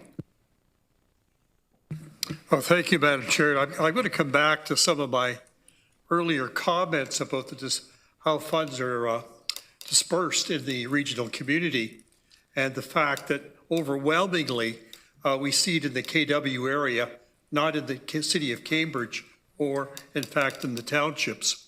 How are you going to address that so that we can see a more equitable distribution of funds across the whole region? Through the chair, I think one of the things that we suggested in the report that we do more outreach and engagement and advertising with the townships and with Cambridge to make sure that artists knew that this opportunity was available. Just, you know, it may be that people aren't as aware in the areas where, you know, outside of KW where these, you know, funds come up. So we would do a specific push to make sure that the opportunity was well known. Well, I appreciate your comments, and I think as we've seen, we need to do something to bring a more level playing field when it comes to the funds being given out. Thank you. Councillor James. Thank you, through you, Chair. Julian, thank you to your team for this. This is not... It's not easy dealing with grants and funding and all of that. And after the debate that we had 2 weeks ago, just around moving forward, I think the concern and for most of us, and if not all of us around this table, is we need to get the funds to these artists as soon as possible and not have to delay and wait and add in more nuance and more layers. You know, the Regional Waterloo, the Arts Fund is unique to the region. And I think there's something to be cherished about that, considering the history of it. And this process, having a consultant at least to come in and get this organized, knowing that the Community Foundation is no longer able to accommodate, and hopefully an arts council. I said this 2 weeks ago, I want to see an arts council. We've got evidence of them working in Toronto and Calgary and Vancouver, community engaged, community involved. I do, to the delegation, or Councillor Hunick, who's putting the amendment forward, I don't necessarily support that amendment. I do believe there has to be due process through this to a degree, and the community can be involved throughout, but I don't want to rush or even delay funding as a result of adding in an extra layer here. So I do support the recommendation as it stands, knowing that there is still work to be done moving forward, but getting the money within these artists, we know this is a vulnerable sector as it is precarious in terms of contract and stability. And I do think that the Arts Fund is unique to the region, and we should be preserving that and not adding in more complications. I cannot stress it enough. So no real questions. You answered my question before around how it would go if it's a quote or a request for proposal or what have you. But I think it's an opportunity again to bring in an organization to help navigate this that is a collaborative approach. And we know the arts and culture community holds us accountable, and they will continue to. So that's my piece for this. I support the recommendation, and thank you to the staff. And I can't wait to see as this continues, and hopefully we do have an arts council as a result of this down the road. Thank you. Thank you. Councillor Wolf. Through you, Madam Chair. I too want to see the artists get the money as soon as possible. So that should be our objective. I also would like to see us, though we have an arts council, I think maybe it's us that needs to be part of the criteria for choosing. It is going to be a regional fund. So I don't want us to lose all control. I think, and that's where we could say that, you know, there is some geographical equity in the grants, or you know, we don't want all the grants just to go to visual artists or whatever. So I think that it's important that we have some say or some control in some of the criteria, and then let the Arts Council, you know, do the funding, do the judging. But as Councillor James says, I think our priority this year is to get the money out to the artists. Councillor Foxton. Thank you, and through the chair. Julian, you weren't here when North Dumfries people applied and got turned away, and because of regional chair, that and Councillor Jowett, that got changed, and I appreciate that. I don't want to dictate art. I think it's great that Kitchener has an art committee, so artists can go twice to the region and to Kitchener. I think that's great. I want this to be run by artists who know the field, but I want you to be impartial. I want you to open with eyes wide open and examine other methods of art and judge by that. I can't do that. I don't have that ability, and I realize that. There should be some oversight from the region, but oversight to make sure that you're being fair, because in the past, other groups have not been fair, and they have only done their friends or whatever. So I think that is the extent of our oversight, and I think we should leave the artists to decide about art. I would hope that everybody would apply from every municipality, but if they don't, I don't think that's wrong. I just think that let's get the word out and let you guys decide and pick the best art. That's what's important. And if I was the artist and I didn't have it to cut the mustard, I'll work harder next time, maybe. But I think we should leave it to the artists, because I'm not that. And I recognize what I'm good at, and I recognize what I'm not good at. And that's when I bow to the experts. Thank you. Councillor Hunick. Thank you, Chair Redmond, for letting me speak again. I want to be clear that in line with what Councillor James has stated, I do not want to complicate things or delay things any further. I may have spoken too quickly when I heard the delegation's proposal, and I will affirm staff's recommendation, particularly because it will involve a jury of local artists through the RFP. And so I'm happy that this is moving forward, and I'm excited to support it. I'm going to call the question. So it's been moved and seconded, and it's, I'll read it. The Regional Municipality of Waterloo approved the process of seeking an independent community partner to manage the arts funding program through a 3-year contract in response to the KPMG Arts Fund review results as outlined in a report dated June 25th, 2025.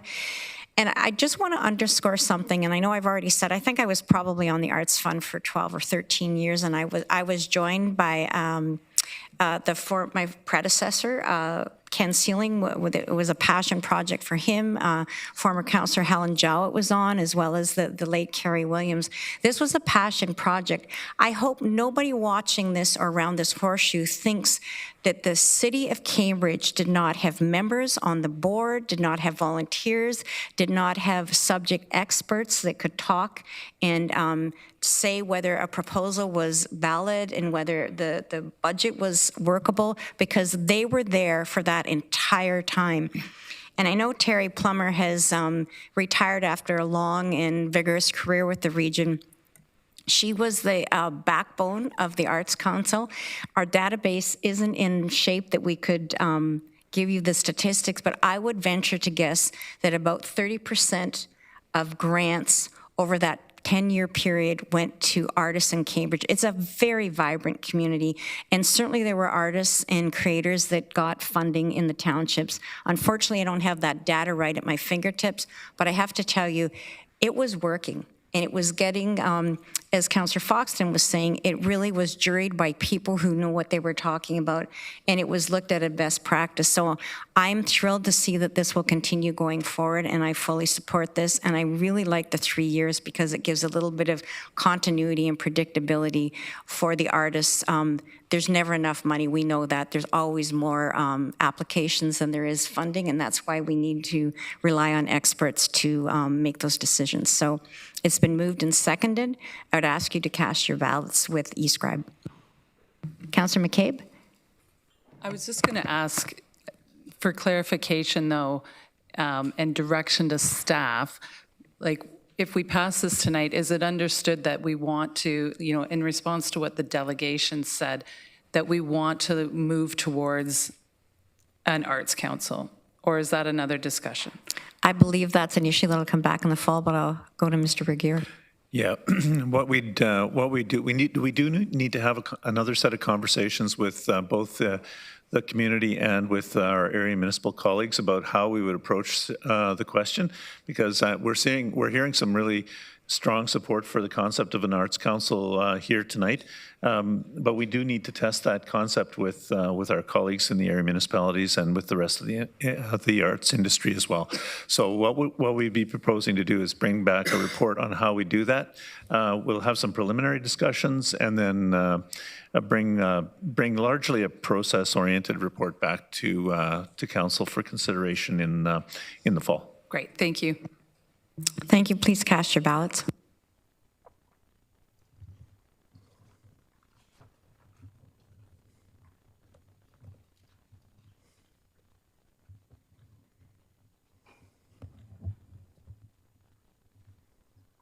Colleagues, that is carried. Delegations. I hope that demonstrates that we heard you and that we're working at one with you. So stay tuned.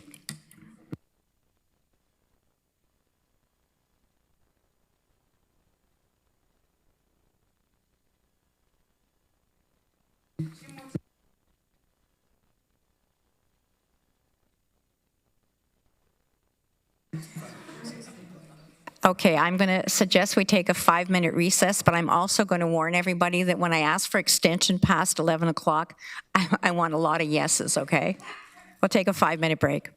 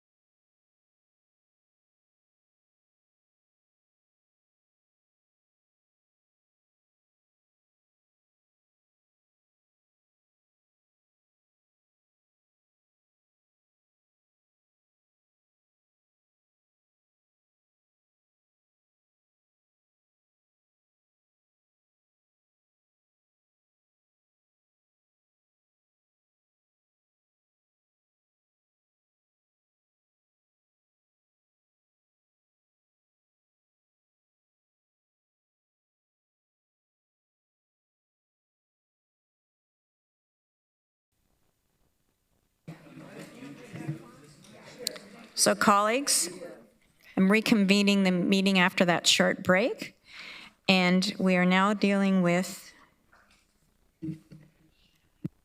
minutes of the previous meetings. I need a motion to approve the minutes. This is items 10.1 to 10.8 on the agenda. Moved by Councillor Leggett, seconded by Councillor Salonen. Please use your e-scribe to vote.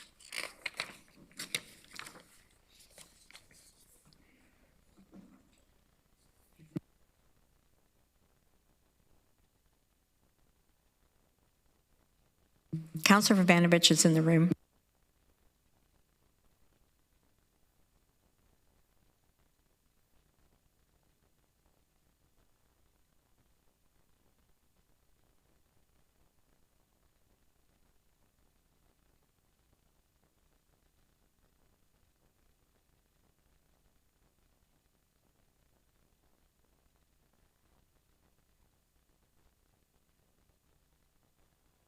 Councillor Vanovich is supportive. Thank you, colleagues. That is passed. Next agenda item is communications. It's 11.1 through 11.3. You received your council information packages electronically.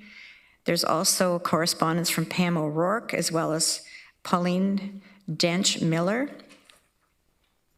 So I draw those to your attention. You can read them at your leisure.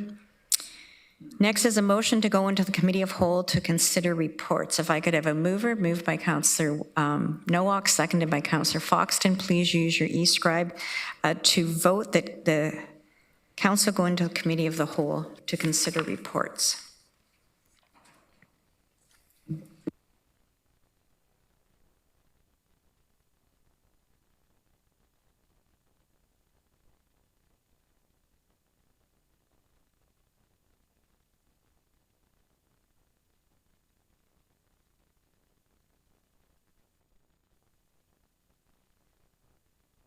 Colleagues, that is carried.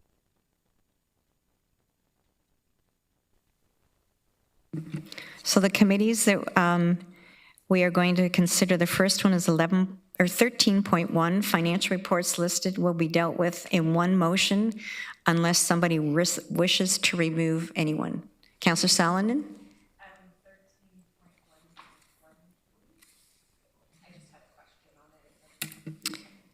Okay, Councillor Verbanovich, are you moving it or do you have a question?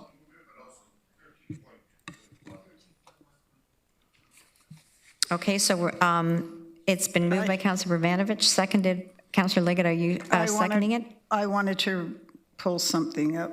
13.1.2. So are you seconding it though? Sure. Okay, it's seconded. It's moved and seconded, and we've moved everything except 13.1.1, 13.1.2. Those are the...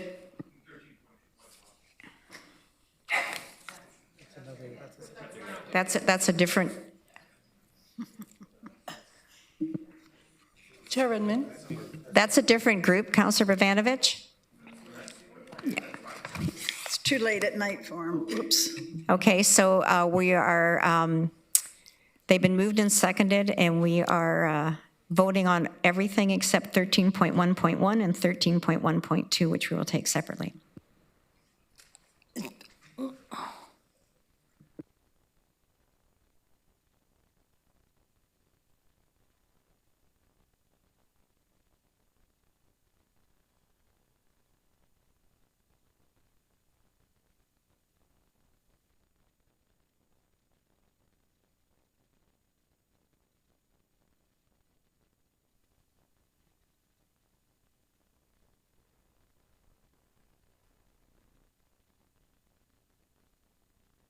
So colleagues, those are carried. So 13.1.1 has been moved and seconded, but it will be taken separately. Councillor Salonen, do you want to speak to this or have a question? Yeah, I just had a question on the financial implications. I appreciate that there is room in the current budget. I was just wondering though, because it is coming from reserve funds, is this offsetting any other future plans by taking out that money?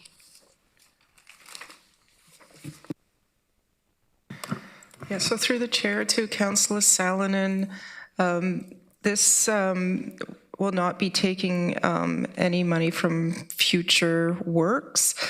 Through the reserves we have on the water and wastewater side, we have a full cost recovery financial system for this, and our rates are sufficient to add from operating into our reserves to cover future projects. Perfect. And they are adjusted annually. Thank you. Okay, so we're going to vote on this one now. That's been moved and seconded, so we're casting a ballot on the increase for Parkway Reserve and pumping station renewal.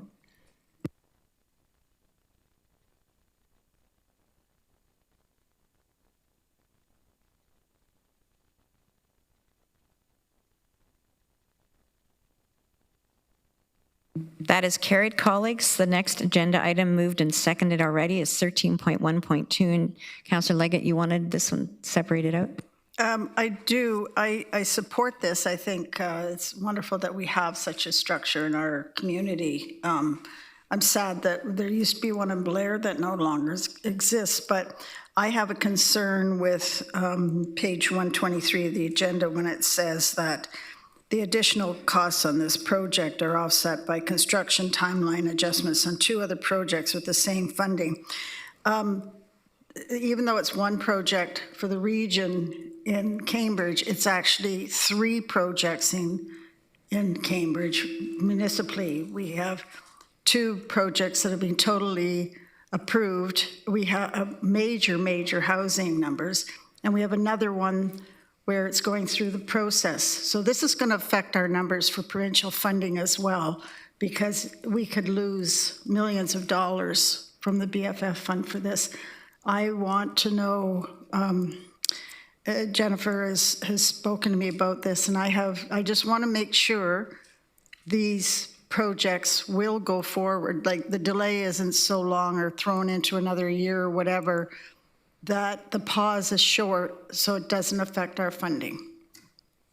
So in essence, Councillor Leggett, are you asking what the length of delay would be in these other projects if this one goes ahead? I would like to know the timing of when it would be expected to come forward. And I understand from Ms. Rose that there is monies available in another part of the budget, but it's going to be dependent on this council approving that money to be moved into the fund for this all to happen. So I want to make sure that we're not going to lose millions because of the delay in these projects. Commissioner Rose? Yes, thank you for the question, Councillor Liggett, through the chair. The projects that we had already in the capital budget were to support the 2 developments in that area. What we have learned from the City of Cambridge is that another development is interested in coming forward in the same area.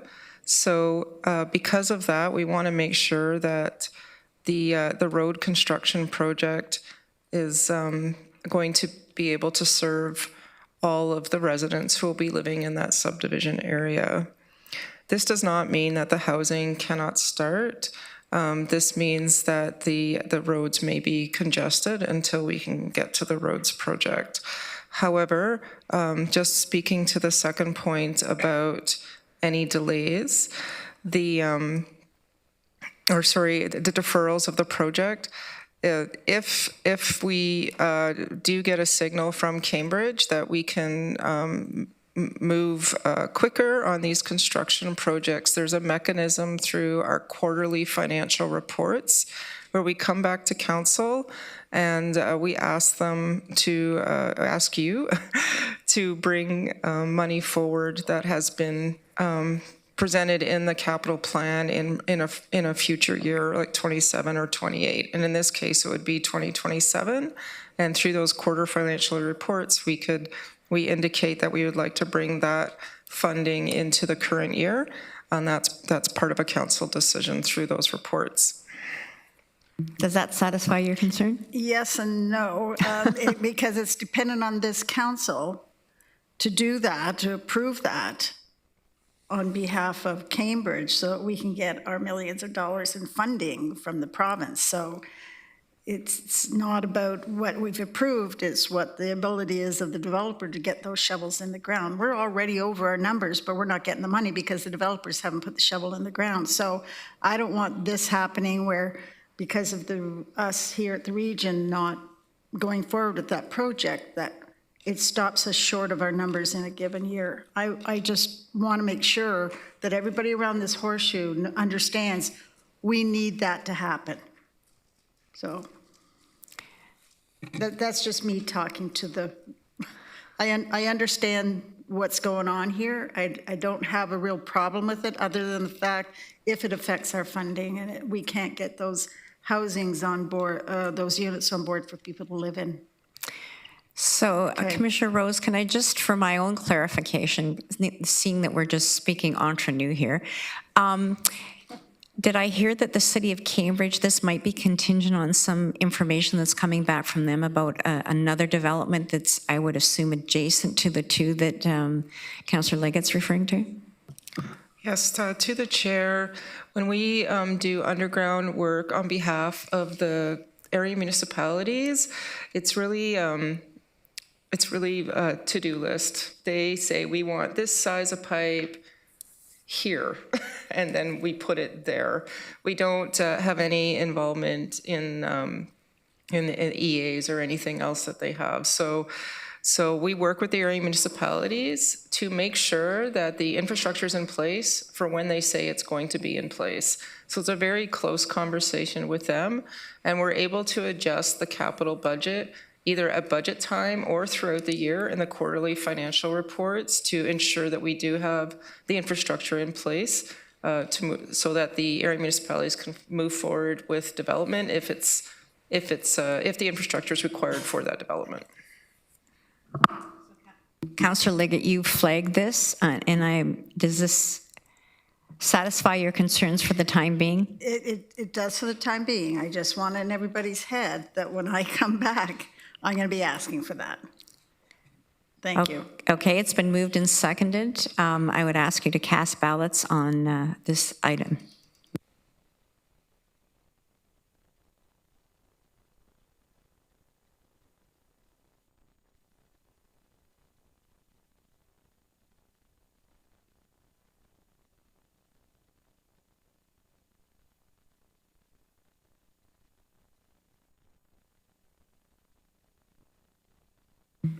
Colleagues, that is carried. The next agenda item is committee reports. The first is the Library Committee 13.2.1. It's a summary. If I could have a mover and a seconder. Moved by Councillor Foxton, seconded by Councillor Nowak. I see no questions, so I would ask you to vote. The recommendation is that the Regional Municipality of Waterloo provide direction to take no further action to transfer the Region of Waterloo libraries to respective branches as outlined in a report dated June 3rd, 2025. Thank you, Chairman.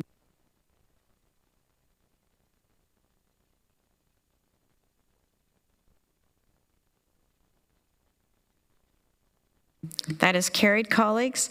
We'll now vote to approve the summary as listed on the agenda for Sustainability, Infrastructure and Development Committee meeting on June 10th, 2025. Moved by Councillor Saladin, seconded by Councillor James. It is items 1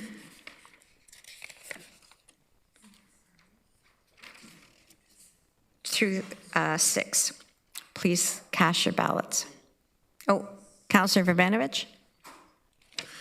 Thanks. Yeah, just very, very quickly, I want to take an opportunity to thank Councillor James, and I know others, a bunch of us have been asking staff to look at the Sterling Avenue Road thing, but I know Councillor James has been quite active on that one, and want to thank staff for looking at it quickly. And unfortunately, there was another accident recently at that intersection, as some of us learned on the weekend. And I understand staff will be looking to get signage up as soon as tomorrow in terms of some of that initial work. And so I just wanted to acknowledge everyone for their work on that. Okay. Please cast your ballots. It's been moved and seconded.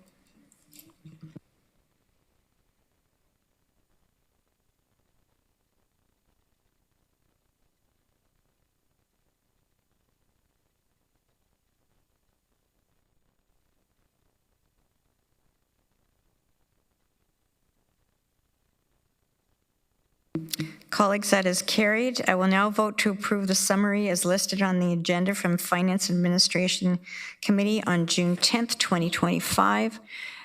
There is one item. If I could have a mover and a seconder. Moved by Councillor Hunick, seconded by Councillor Shantz. Please cast your ballots.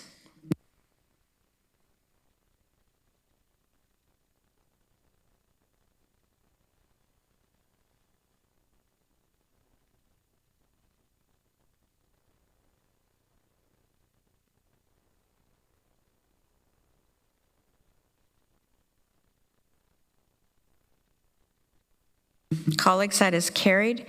We'll now have a vote to approve the summary as listed on the agenda from Community and Health Services meeting on June 10th, 2025. Moved by Councillor Rodriguez, second by Councillor Erb. Please use your e-scribe to cast your ballot.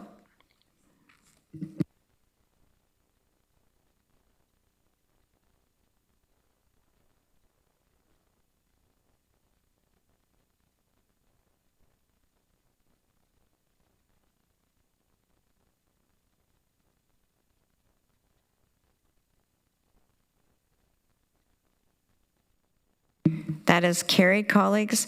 Now we have two motions to consider that are coming out of closed tonight, and they are on your screen, and I will read them. When they come up, I'll read them.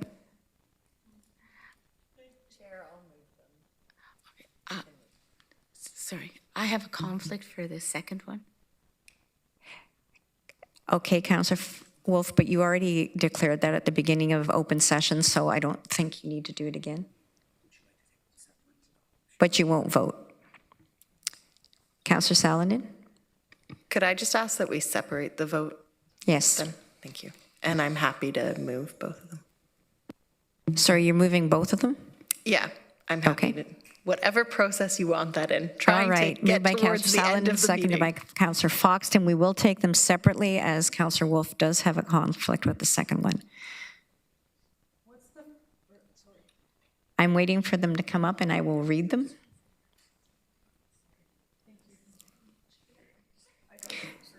So the first motion from closed is that the Regional Municipality of Waterloo ratify the appointments to the Waterloo Regional Heritage Foundation dated June 25th, 2025.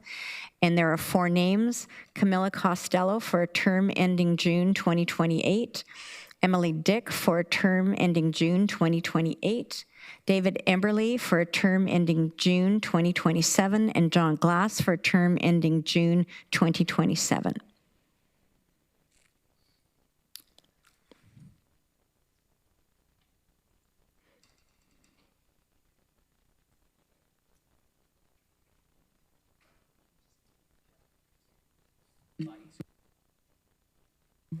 So if your e-scribe isn't working, look meaningfully in the direction of clerks and go a thumbs up. Or down, I guess.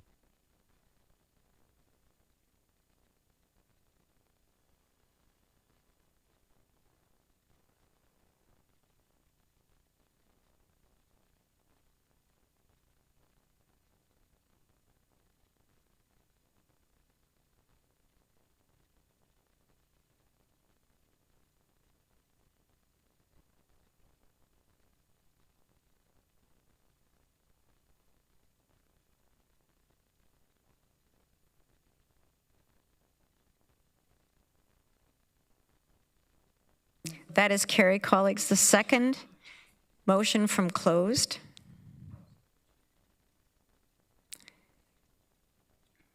will come up shortly, and I will read it.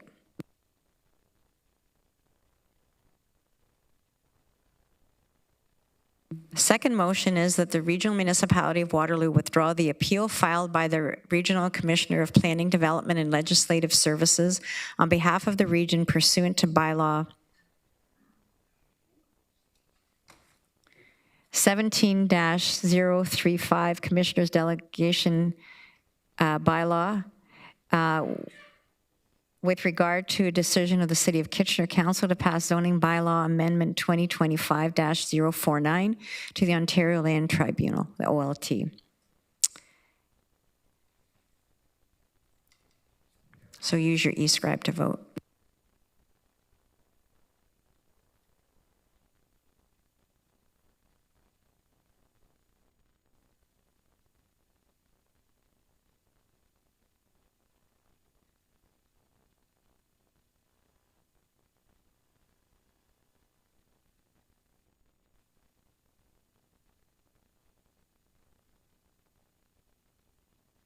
Colleagues, that is carried.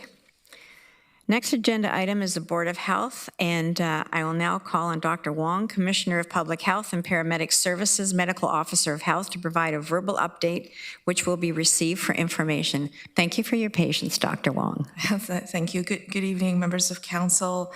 Thank you for the opportunity to present what will now be a very abbreviated Board of Health update. Only 5 sentences.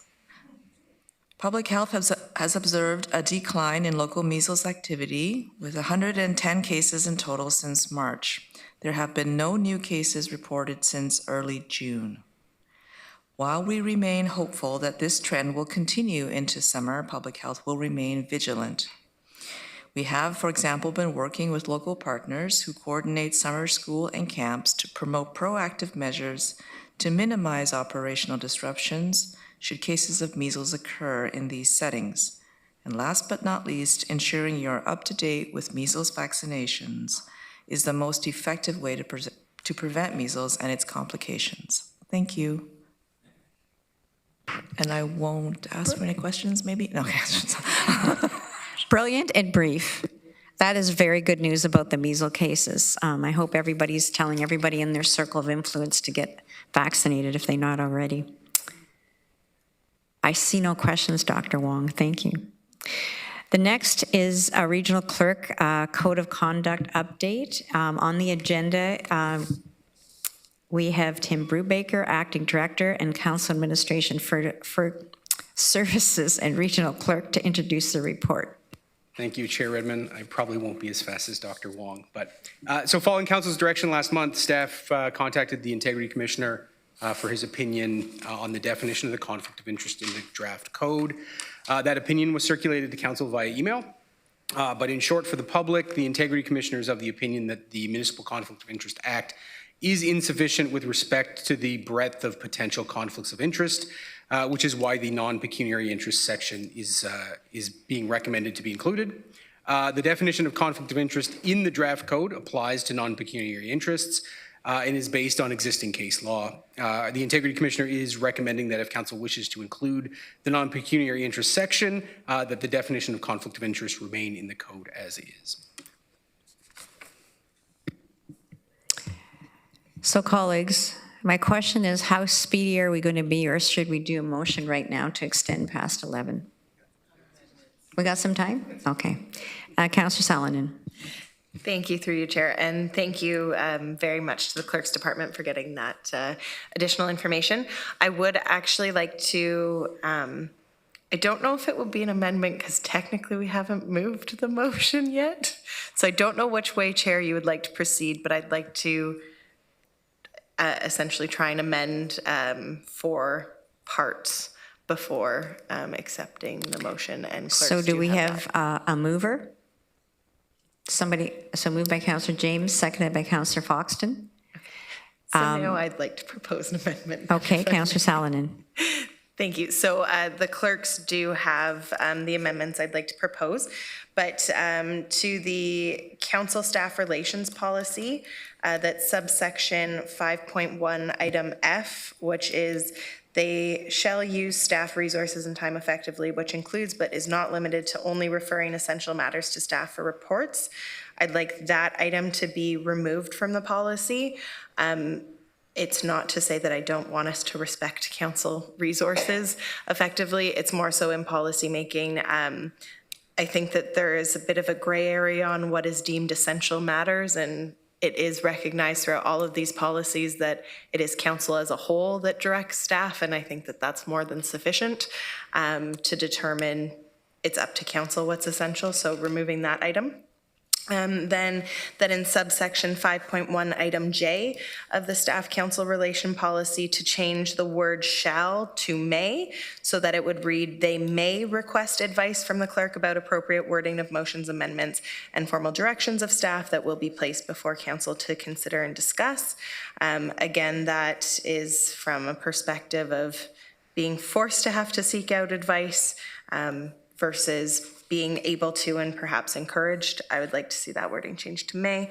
Then that a section be added to the staff council relation policy that states this policy should at minimum be reviewed at Regional Administration and Finance Committee and finally approved by council once per term in the first year of a new term. And the timing on that was discussed with clerks that the first year should be an appropriate allotment of time. And then lastly, on the code of conduct, I just wanted to change wording in section 8.2. The wording currently that I want to change as stands says members are only entitled to information in possession of the region that is relevant to matters before the council or committee. Otherwise, members enjoy the same access and rights to information as other members of the committee or residents of the region and must follow the same processes as any private person to obtain such information. I'd like those two sentences to be replaced by the following language, which comes from our existing policy, to read instead saying members of council shall not access or attempt to gain access to confidential information in the possession of the region unless it is necessary for the performance of their duties and not prohibited by regional policy. So those are the changes that I'm proposing and hope that someone would like to second that. I'm happy to second those. Councillor Foxton, did you want to speak? I just, on a different matter on this, but I totally will support Councillor Natasha's, what she said. So Councillor Salonen is moving an amendment and you're going to second it? Yes, ma'am. Okay. Is there any further discussion? I have a different question under the bylaw. It's just to deal with the pecuniary interest. So that, and you did that tonight. Councillor Wolf didn't leave, which we usually had the person leave before, right? No, we didn't. No, we didn't. It's just at my council we did. Never mind.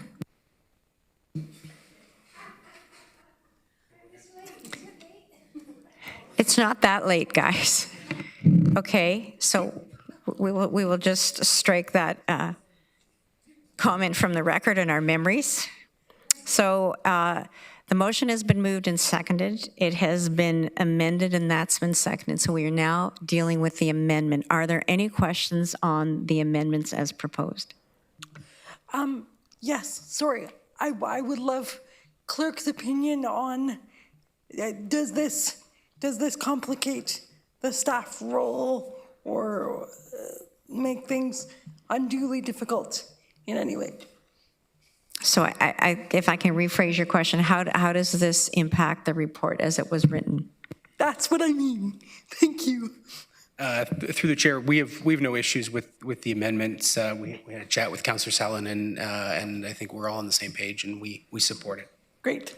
Thanks. Thank you very much. I see no further questions, so we will now be. So now we're voting on the amendment as written. It has been read out. Is council sure with what? Okay, everybody's good with the wording? You don't want me to read it out? Please use your e-scribe to vote.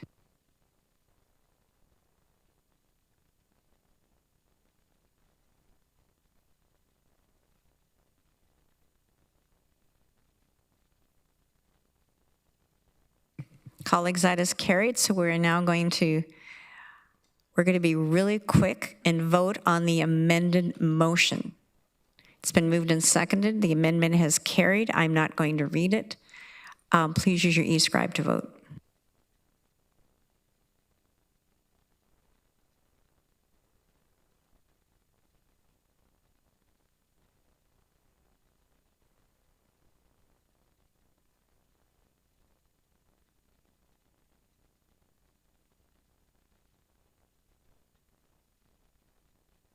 Colleagues, that is carried, and it's not that I lack faith in us as individuals or group, but I'm suspecting we may not get everything done in the next 9 minutes, so I'm going to ask Councillor Foxton to move her favorite motion that we extend past 11. Councillor Erb is half-heartedly supporting that motion, so we will now vote if this meeting will extend for up to an hour past 11.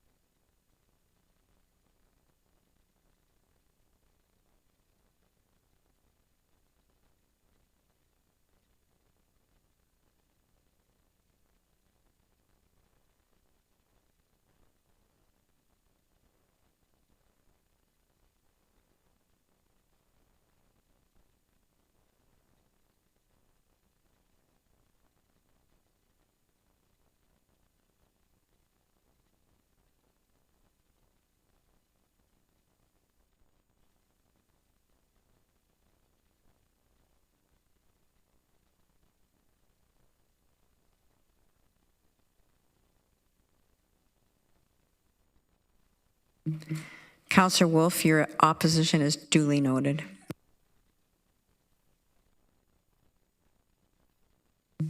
However, that is carried. The next agenda item we're discussing is the 2026 Council and Committee meeting calendar, and I will now call on Tim Brubaker to introduce the report. Thank you, Chair. So Council, the proposed 2026 meeting calendar is presented here for your approval.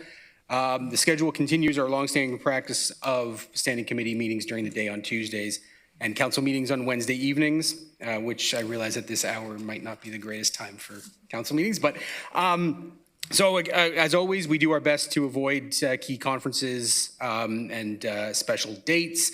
The calendar includes dates related to the 2026 election, the inaugural meeting, and the first budget meeting for the incoming council. As we do every year, we strive to have this calendar approved in June to give as much time as possible to the area municipalities in setting up their meeting schedules. This calendar was circulated in May to the area clerks. We did not receive feedback before the report was made public. However, over the weekend, we did receive a request from the clerk of the city of Cambridge for the region to consider holding committee meetings on any other day other than Tuesdays to avoid conflicts with their evening council meetings. Councillor Bravanovich. So, yeah, I mean, I do think we need to work around the area municipalities, so certainly open to suggestions there. But I guess my other question is, it shows the new term of council, like the first meeting not being till December, if I'm reading it correctly, and the council, I thought, starts November 15th now. So that means we wouldn't have an inaugural until 2 weeks into it? Through the chair, that's correct, yes. So in past practice has been to allow the area municipalities to have their inaugural council meetings before the regions. So that provides them the time to get that together. I would anticipate that there would be orientation meetings for the incoming council at that point, but the inaugural meeting would not be until December. I just wanted to make sure that wasn't a miss. So. Yes. Councillor Leggett. Thank you, Madam Chair. I'm going to introduce an amendment to this when the time is appropriate, so just if you'll cue me in. I think now is appropriate. Okay, I don't have the wording for it, but it's to switch out the meetings from the Tuesday to the Wednesday to align with the rest of our calendar. So all regional council and committee meetings would be held on the Wednesday versus one on Wednesday and one on Tuesday. And that's because Cambridge City Council meetings plus our planning and development, which I have to be at, and that is also inclusive of closed door meetings on Tuesday. I need to be able to attend those. So many times I have to be virtual here because I cannot possibly get here on the same day that our council meetings are held, and particularly when there's closed door meetings and there's a regional council meeting during that day. So I either have to be absent from the meetings or partially virtual. So I'm asking for that amendment. So WRPS, there's 3 of us that sit on that, and that's Wednesday morning. I don't know if it's the same Wednesday morning on a rotational basis, but WRPS does meet. And I know that there are committee members there that do work. I guess I would just look to, if anybody wants to weigh in who has another job, if this is an issue for them, or if you can adjust your schedule, there should be enough lead time. No, I'm not. I don't want to adjust my schedule. I've been doing that since I've been elected, and I think it's time that the Cambridge Council is also considered here. I struggle with this every time we have these meetings. Thank you. Councillor James. Thank you, through you, Chair.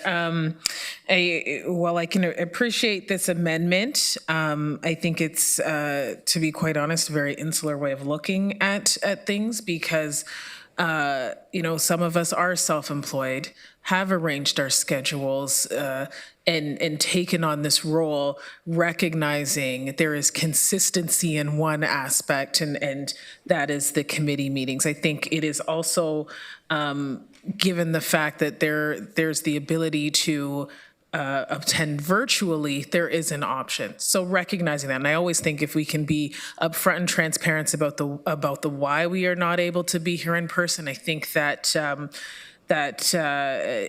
is respectful. I think to go down this route and change the schedule for one day to accommodate, and I don't know, I'm not hearing from other colleagues yet around the horseshoe around their schedule, but I think there's a lot of work that goes into this from a clerk's perspective, an administrative perspective, and various municipalities. So potentially it's something to look into for the next term of council for those who may be around this horseshoe. But I think keeping the consistency for those of us who also, took on this role knowing when the days were. The days have been the same the entire time for the region, is going back as far as 2010 for me. So I think time and place, potentially maybe it's something to consider with that next term of council. But speaking from an entrepreneur perspective, as somebody who does have to have a schedule that is set, I think we have to be mindful of everyone else around the table instead of just potentially an insular way of looking at things right now. So I won't support the amendment to this. I think it's a further discussion down the road. Thank you. Councillor Ivanovic. Yeah, I mean, and I understand everybody's circumstances are different. I guess the way I look at it is, like, we're not consistent right now, because right now we have committee days on Tuesdays, council days on Wednesdays. And so for me, if it solves a problem, like if it was all Tuesdays and we're looking to move all Wednesdays, I think it would be a different issue. We're 6 months, 7 months out. I'm happy to support the change, and I think it'll make us consistent Wednesdays then, and everybody knows that, whether it's committee day or council day. Councillor Harris. Yeah, I will echo Councillor James's comments. With regards to the schedule, I think that we set at the beginning of the council term that committee days would be on Tuesdays. I speak also as a chair of one of those committees that chairs a committee, of course, already on a Tuesday, and my colleague, Chair James of her committee as well, to just kind of arbitrarily now bring this up. Not arbitrarily, because I know that to Councillor Liggett's perspective, they do have council meetings in the evening. There is a hybrid of people at the horseshoe here in terms of full-time mayors who serve as additional regional councillors, and then part-time regional councillors that have, obviously other commitments, which we all know about, and that's what we've signed up for. To change that now, I think, again, to Councillor James' point, that this is probably more appropriate to be addressed on the, the arrangement of a new council coming in, not to change it throughout. So I'm not sure if there's perhaps more discussion that's warranted where we put a deferral motion in to have a broader conversation, but to just arbitrarily change that now would impact me as a chair greatly, to the point where I would have to reconsider, frankly, having the ability to even do that. I don't want to. I mean, that's real for me, I suppose. But there is a difference. We've got full-time mayors that sit as regional councillors, that have perhaps more flexibility, albeit they have their own council commitments. But we have regional councillors elected at large that have other obligations too. So I just think that it's 11 o'clock now on a Wednesday night. Maybe there can be more conversation amongst the chairs, council at large, to find a remedy that we just don't arbitrarily change, 11 o'clock at night. So I'll just end there, and perhaps if others agree to me that we should defer for a future meeting on this matter to come to some sort of resolution or discussion further, I'd be happy with that. If not, I'll see what the rest of the folks have to say. Thank you. Councillor Hunick. Thank you, Chair Redmond. I would suggest that actually having meetings on different days of the week could be valuable to constituents, some of whom probably work on Tuesdays but could come on Wednesdays, and some of whom probably work on Wednesdays but could come on Tuesdays. So I think the varied committee meeting, council meeting structure is actually advantageous, and I would like to keep it that way. Thank you. Councillor Salonen. Thank you, through you, Chair. Most of my comments, I think, have been kind of shared, but I am of the position I'm happy to move it for flexibility for others. 6 months is pretty advanced notice, but I'd also be open if further discussion is needed to push it off if people don't want to make the decision right now. However, keeping in mind that the further we push it off, the less likely we'd be able to accommodate and make changes. That would be my 2 cents. Councillor Shantz. Ditto.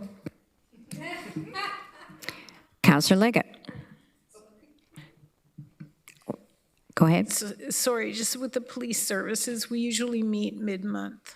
So I don't think there'd be a conflict with police services, but otherwise I can go either way. Councillor Leggett.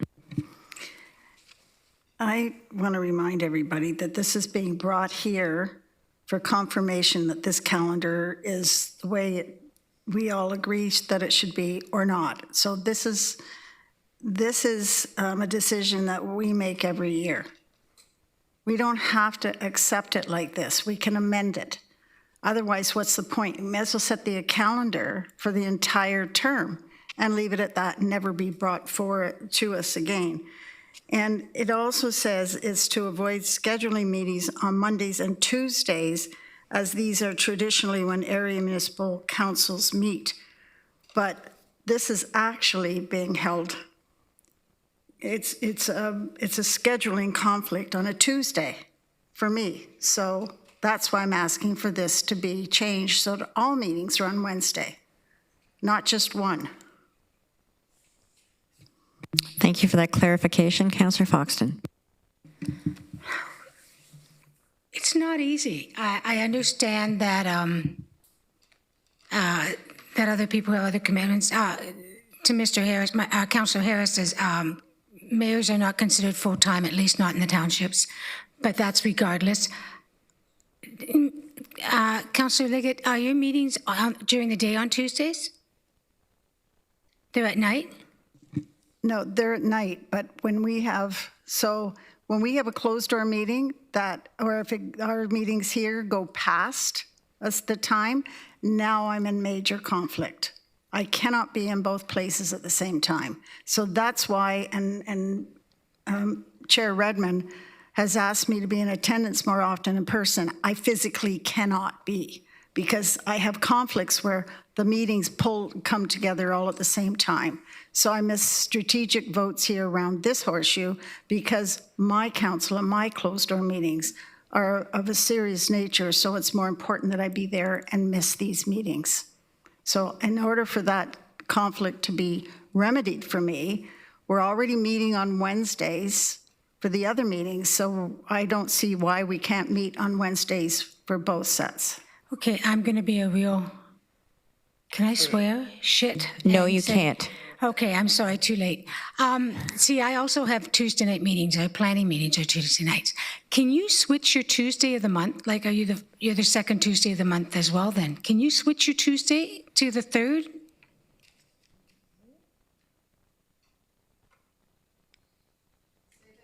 Say that again? So you're conflicting with committee. Committee is always the same Tuesday in the month, correct? So could you switch your Tuesday? So if it's the second Tuesday of the month that's committee, could you move your your council meetings to the third Tuesday of the month?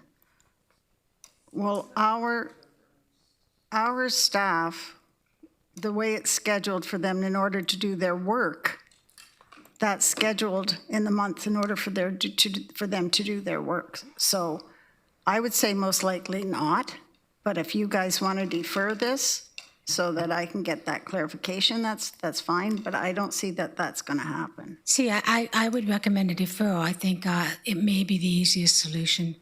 Only because people work full time, and I don't want to interfere with them screwing up their schedule. Because when I first started at council, I worked full time, and it was really difficult. I had to take vacation days to attend meetings. So Councillor Foxon, you're suggesting a deferral till time and place?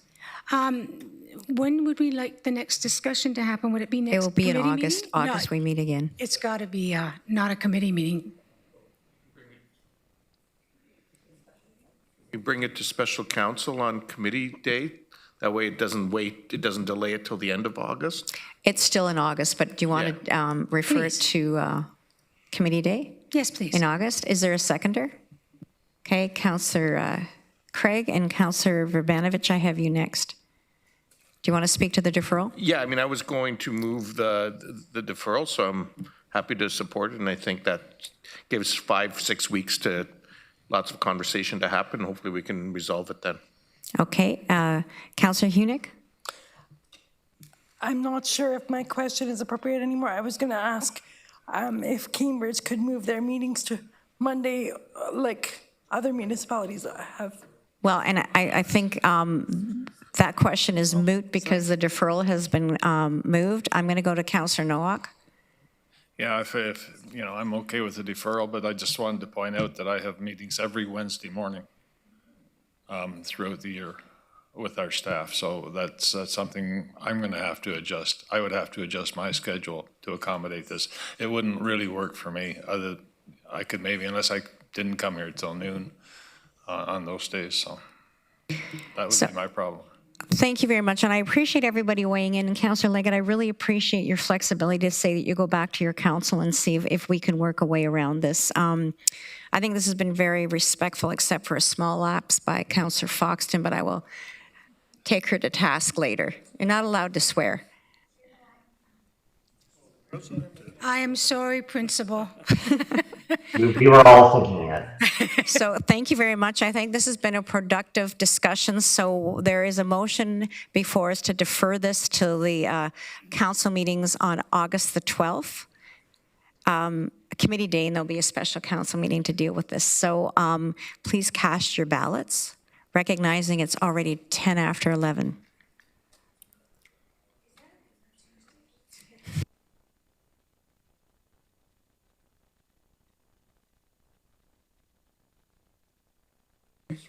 Just a, when does the leadership team meet at the region?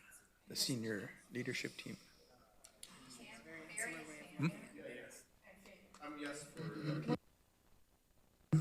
Well, you voted twice, actually. You said, yeah.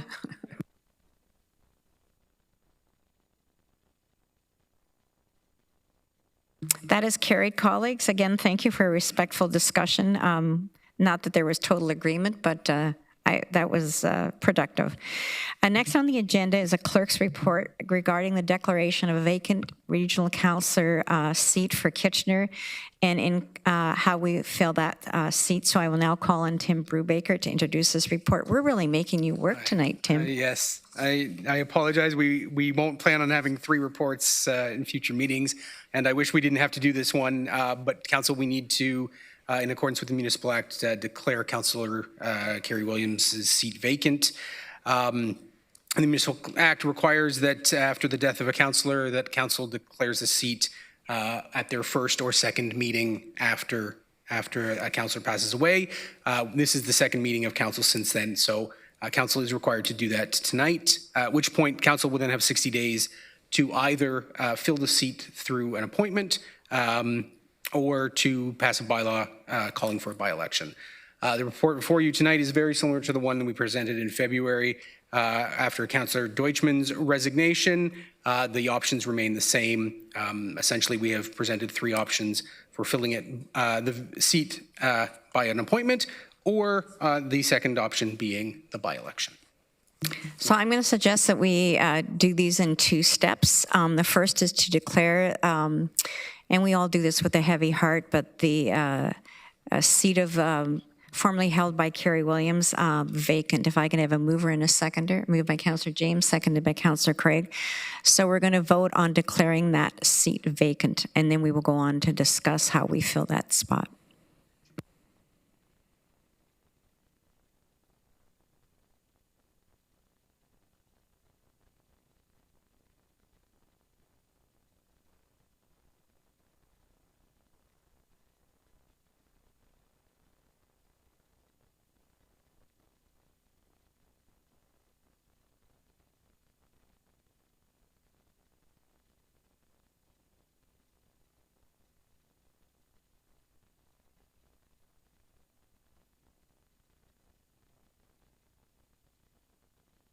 Thank you, colleagues. That is carried. We will now go on to the substantive discussion of how we select an option. I'm just waiting for the speakers list to come back up. I know I had Councillors Salonen, Foxton, and Hunix. So Councillor Salonen, go ahead. Thank you. Through you, Chair. I would actually be willing to move the motion as presented with item 1B, so appointment by call for applications. I am wondering, though, if we could make a caveat / I just want to point out the August 20th date for the special council meeting. I believe a bunch of us are going to be at AMO. So the first meeting is the 12th, and then the special council meeting in, sorry, it says in the report for under 1B, it says at a special council meeting on August 20th, applicants would be given an opportunity to present. So it's been moved by Councillor Saladin and seconded by Councillor Wolf. And are we going to revise that date? James, sorry. So we would be in council's hands in terms of the timing of that meeting. I will flag that August 12th is already going to be a very busy day. And the decision does need to be made by August 24th. So it cannot wait until the regularly scheduled council meeting in August. So it could be, I believe AMO ends on the 20th. So if councillors are available, the 21st, I would think might be an appropriate substitute. I Councillor think the Saladin? 21st, I'd be happy to move, yeah. I just think a lot of us are going to be in transit on the 20th. Okay.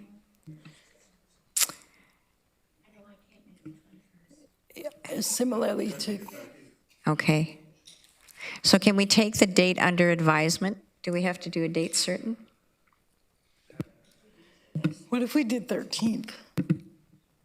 Then perhaps the 13th might be the a possible day. Okay, sorry. This is a challenge of trying to get all of our schedules together.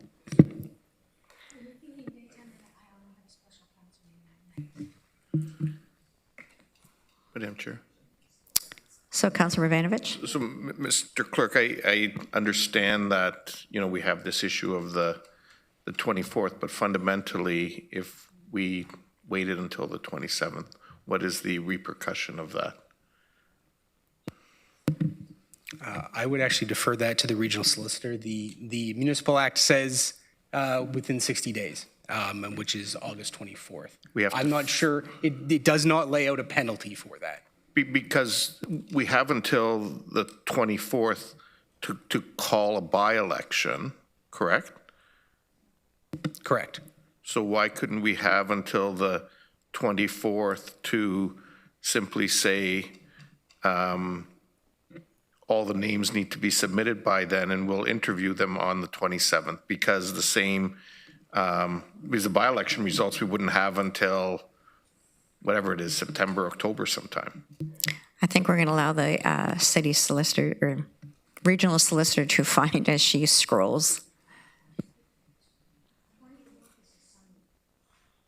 Wouldn't that mean? I would assume that it's going to be several hours. Would it be daytime? We would be in council's hands on that, depending on council's schedule. Councilor Rodriguez? Yeah, maybe. So the question is it a daytime or evening? I suppose it depends on the applicants, right? If we're asking folks to take the day off to attend, it's probably okay. But evenings are, I'll leave that out there. I would assume it would be treated a bit like a job interview and it would become a priority. Councillor Foxton, do you want to speak? I was going to say that we do it by the method that we're doing it by. That Natasha said, and I'm calling his first names, and Colleen seconded. So that's all I was going to say. Councillor Hunick. Thank you. I just want to clarify exactly what option B would entail, because that's what I was going to go for as well, provided that this does not, I want to make sure that the list of applicants is not people that we decide, but that the community has opportunity to apply, regardless of our recommendation. I'm going to ask Tim to sort of outline how we would advertise and what, if any, vetting, because it's very minimal. So it would be people who are interested.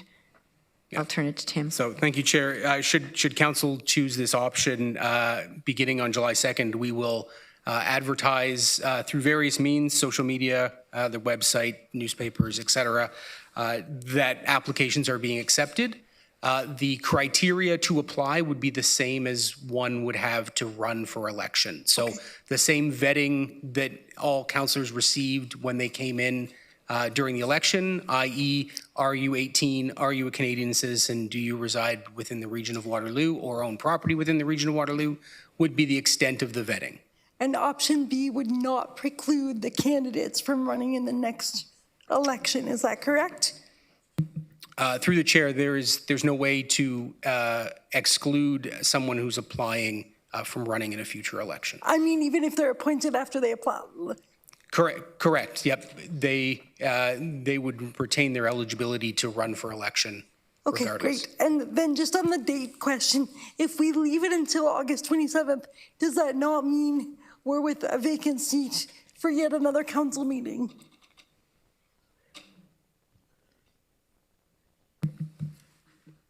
Through the chair, that would be correct. I will flag that the section of the Municipal Act says that council shall, within 60 days of declaring the seat vacant, appoint a person to fill the vacancy or pass a bylaw requiring a by-election to be held. Okay, Councillor James?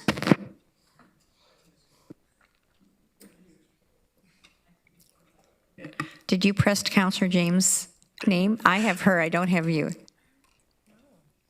Can I add my name onto the queue, Chair? Councillor Salonen? Thank you. And this may be for the solicitor, as I see she's very quickly scrolling through a bunch of things. But does it specify business days? Or is it days? So could it be argued that we are interpreting it as business days and that could then extend it to the 27th.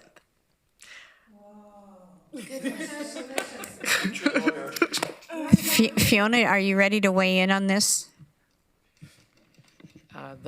Through you, Chair, the provisions provide for days. It doesn't say business days, and typically days under the Legislation Act would be calendar days subject to statutory holidays in the computation of time periods. So you may have the, within that time period, you would have the civic holiday, which would give you another day. So it would take you to the 21st unless you already accounted for that. Yes, that's right. There is two holidays. Then do we say we just don't know how to read a calendar? There doesn't appear to be a specific penalty provision for failure to meet the time frame. There is if the council is unable to have a meeting for a period of 60 days because of a failure to obtain a quorum, the minister, and I think that's where you have more than one vacancy, but it allows the minister by order to declare the offices of the members of council vacant, and a by-election shall be held in accordance with the Municipal Elections Act.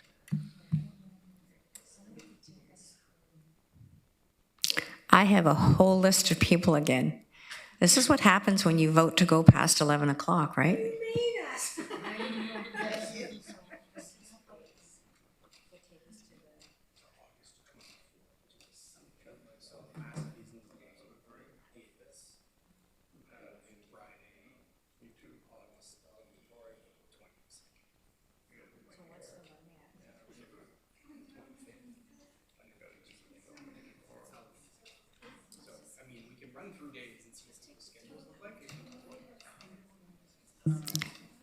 Councillor James, I have you back on top. Listen, I don't know what is going on. You never took her off before. She never took it off. Okay, Councillor Vanovich. So then, just on the issue of running again, and I get that we can't require the candidates to commit, but we certainly can ask the question, and they would make a public statement that if they didn't uphold that in the future, they would have to answer that for that potentially. Correct? Okay, thank you. Councillor Foxton. Thank you, Chair. I just worry that if we go past the 60 days, we allow candidates to dispute what we've picked because we haven't followed legislation. I think we put ourselves in a legal situation. Can we look at the week of the 12th to the 15th? I think that's one of our best bets, is just do it that time frame. Councillor Foxton, I would agree with you. I see no reason to stretch the limits. I mean, the legislation's very clear. And What's wrong with 12? I'm sorry. What are we talking about, the 12th? Yeah, we've got committee that day.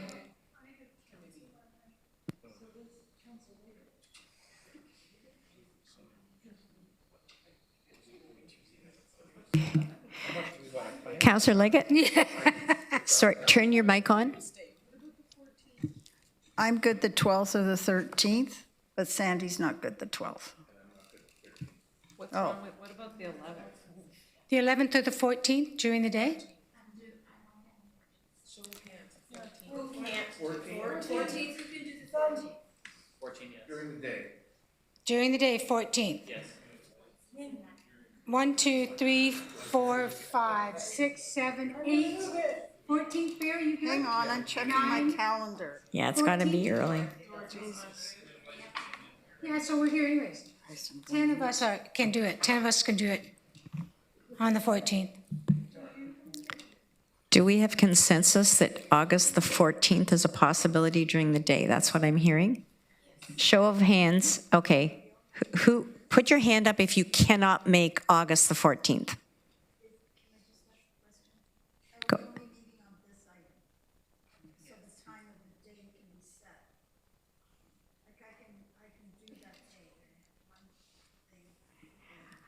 So I think the anomaly that we don't have is how many applications we may have.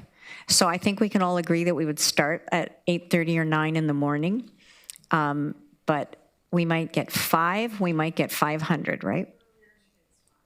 Okay. Councillor McCabe?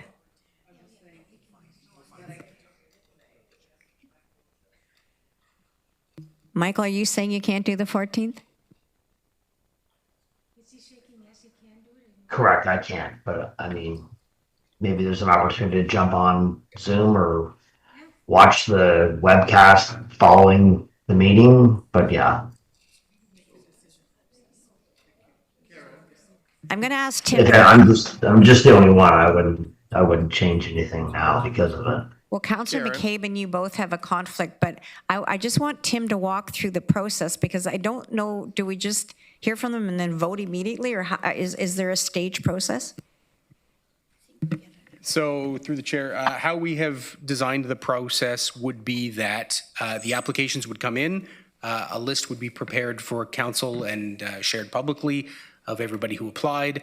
Everyone who would apply would be given 5 minutes to speak to council and explain why they should be chosen. At which point councillors would be able to ask them questions, much like delegations. We would not allow any other delegations.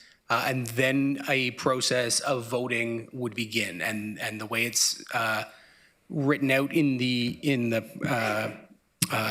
document is such that we would do council would do rounds of voting until one of the individuals received at least 8 votes. So again, that would depend on how many there were and how long that would take to go through. Can I ask a question? Councillor Bravanovich? So did the 13th work for other people? Yep. Put your hand up if August the 13th does not work. Does not work. Oh, okay. Oh, Natasha? Like, and I'm, Michael? I could make it, okay, I could have made it work till 3. Yeah, that's like 3 people now instead of 2. We haven't looked at the Monday, August 11th yet. Yeah, the council made a decision. Kitchener has council. August the 11th is the City of Kitchener Council Day? I'm good any day. So, Councillor Saladin. Can we just go back, who's not available on the 21st? Me. And Chantel's not, okay. 2 people, 3 people? And Doug's not, okay. So it's looking like then the 14th has the least amount of people who aren't available? Does that make sense? I think it does. I don't want to sort of deny the democratic right of 2 colleagues. Can you live with not being here? Are you able to join virtually? No, Dorothy? Okay. And Michael, would you be able to join virtually? Yeah, I'm up by north that week, but you know what? There may be a chance for sure to be able to join virtually, and likely be there for a vote following. So put me on that TBD. Okay. Chair, if I may, one more option, because of the statutory holidays, we could go to the 25th. Is that an option that works for everybody? Fiona, Monday, do the 2 statutory holidays give us 2 extra days, or in your view not? If they're after the first day you started calculating the time, the 2 statutory holidays, you could add the time. So that's the 25th, which is Wait, hold on, I got a solution. If people can live being here for another 29 minutes, we're actually on the next calendar day. To be fair, that was the next point I was going to ask. Sorry, just trying to be helpful. So if we were to go to the 25th of August, which is a Monday, put your hand up if you cannot be here.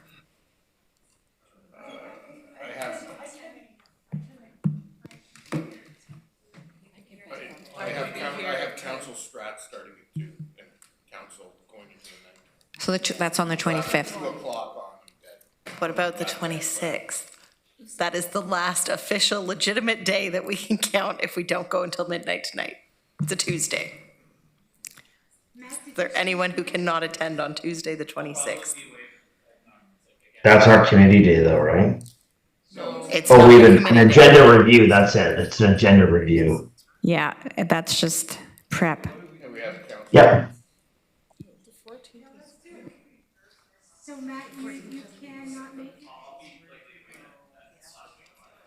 And what about you, Sandy? Did you say you can't?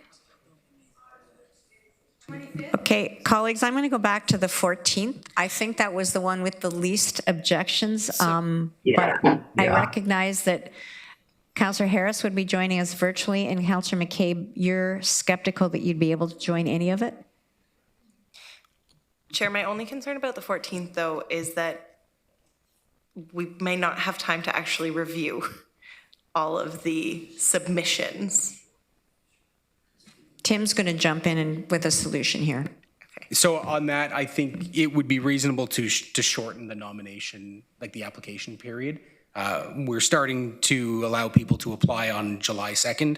I think it would be reasonable if we shortened up the deadline by a week, and then the release of the nominations also by a week.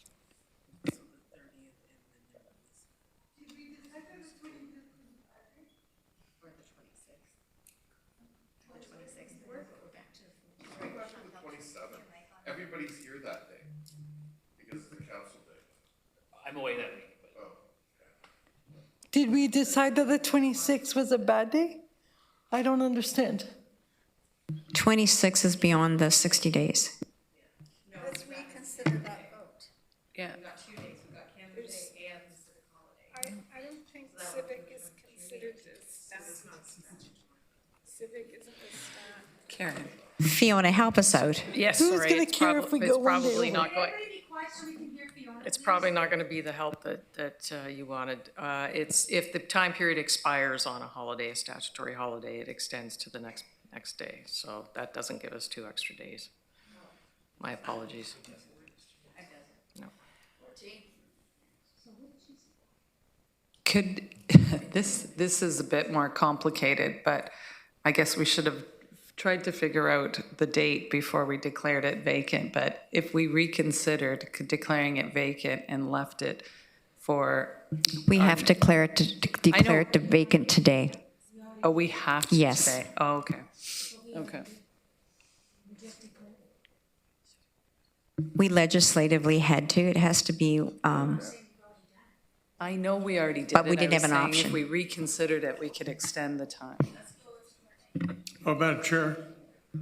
Councillor Craig. No, thank you. I think we need to come to a decision, and I think the only way to do that is to ask the regional chair to take in all the information that's been provided about who can be here and who can't on all the different days. Have the regional chair just declare what day it will be, or we're going to be here all night mulling around. Well, then we're getting it tabled. Yeah. Okay, the 14th has been moved and seconded, acknowledging that that isn't 100% good for everybody, but that was the date I would have chosen, so I thank you for the support. Please cast your ballot.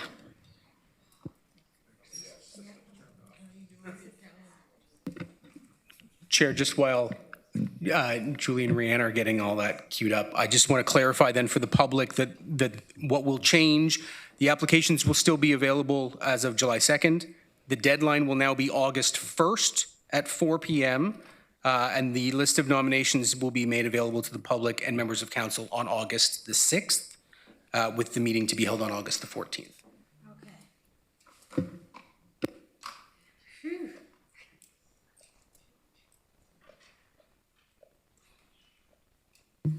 I have to say, I think one of the most innovative suggestions was Councillor Ravanovich that we just keep talking till midnight. That doesn't help because now we can't use the holidays. I know, but it was creative.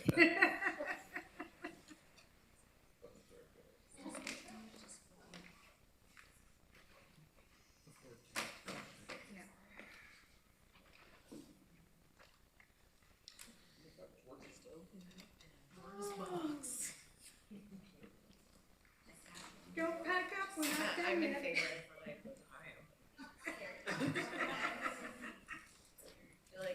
Colleagues, that is carried. So we will now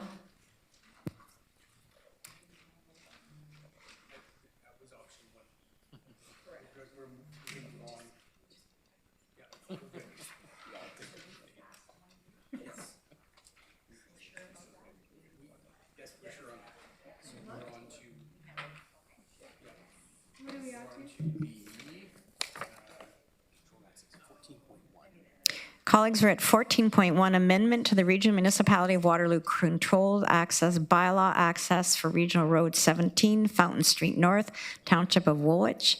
I will now call on Commissioner Regier to introduce this. Thank you, Chair Redmond. This is a request to approve access to Fountain Street to allow for an emergency access to the Mad West subdivision in Breslau. We've had extensive conversations with staff in transportation and water services around the location and the design, and we're seeking council approval to move forward with this, and I apologize to Amanda and Cheryl for keeping them here this long. Amanda, I feel like we should ask you a question because you've hung in this long. Is it good enough if we just feel guilty that we're not asking you? Is there somebody prepared to move this? Councillor Hunick, seconded by Councillor Schatz. Please cast your ballot with e-scribe.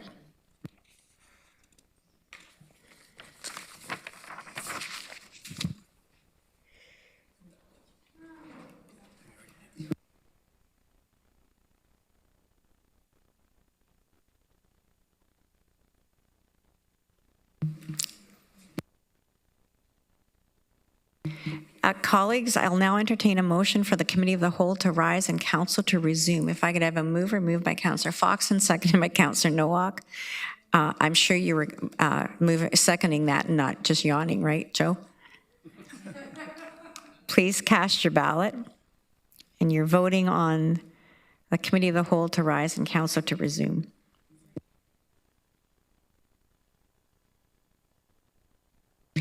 Is anybody opposed? That has been carried unanimously. Next, we need a motion to adopt the proceedings of the Committee of the Whole. If I could have a mover, moved by Councillor Rodriguez, seconded by Councillor Schatz. Is there anybody opposed?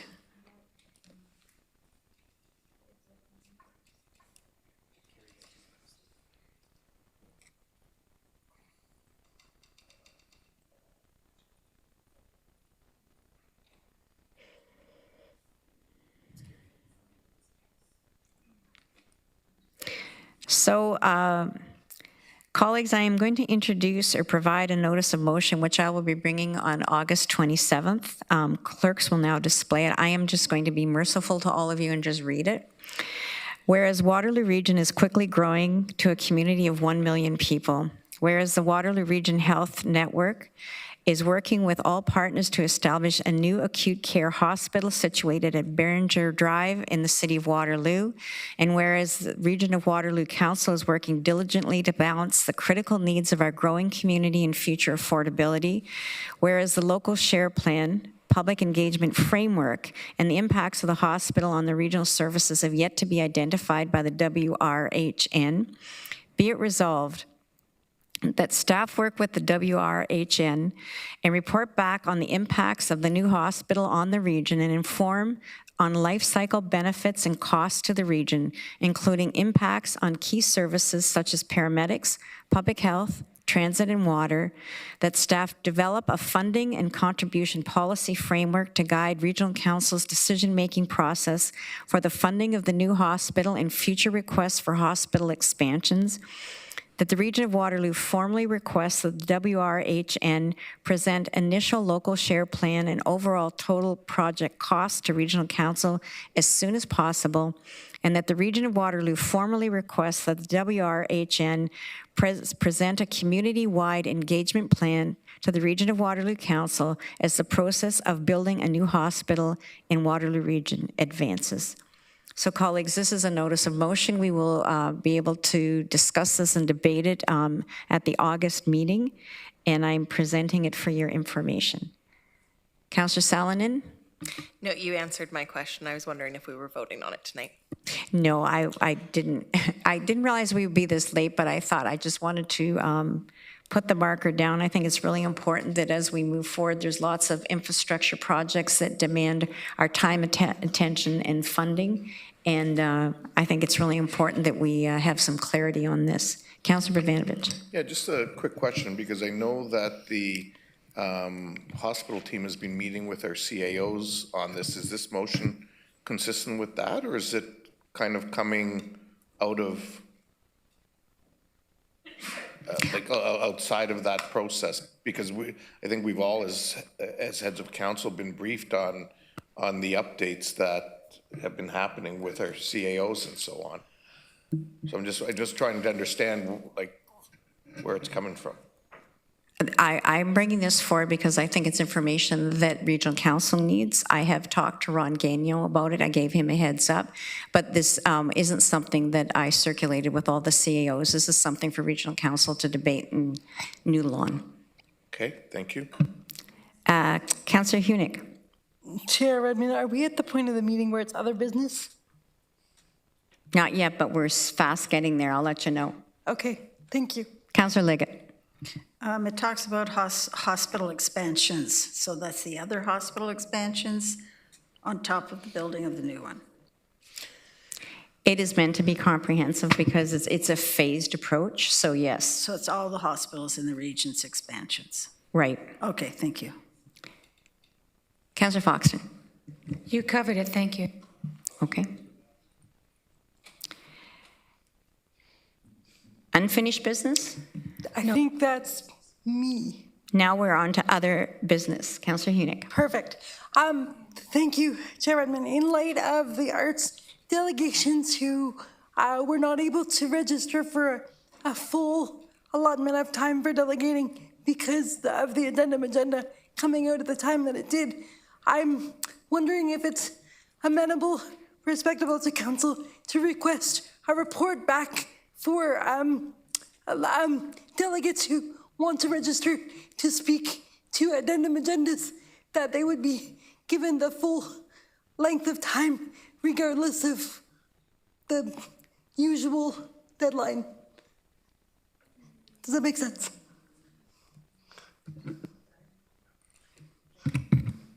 Through the chair, as a part of our regular cycle of reviewing the procedure bylaw, we can add that as something to consider for that review, which I believe is coming in the fall. Awesome, thank you. Is it? Sorry, it will be coming before the municipal election. Not this fall, but potentially in the spring. I'm just curious then, like in terms of if there are future items that are on addendum agendas, how do delegates register for the full length of time? That's a fair question, and we're happy to take that away and come back. And if it's the will of council, we can bring that back earlier than our regular procedure bylaw review, if that's what council would like. Thank you. I don't know what the will of council is, but it would be my will that we make sure that's equitable. Councillor James. Now I'm in the queue. Thank you, Chair, through you.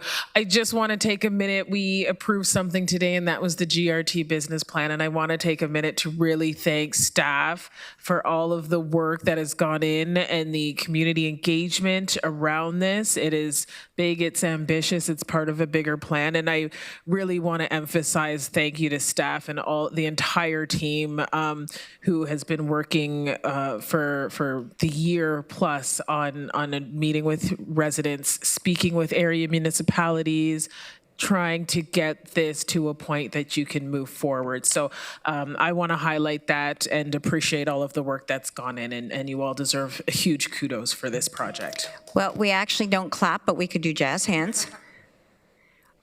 Well done, Doug and team. Councillor Salonen.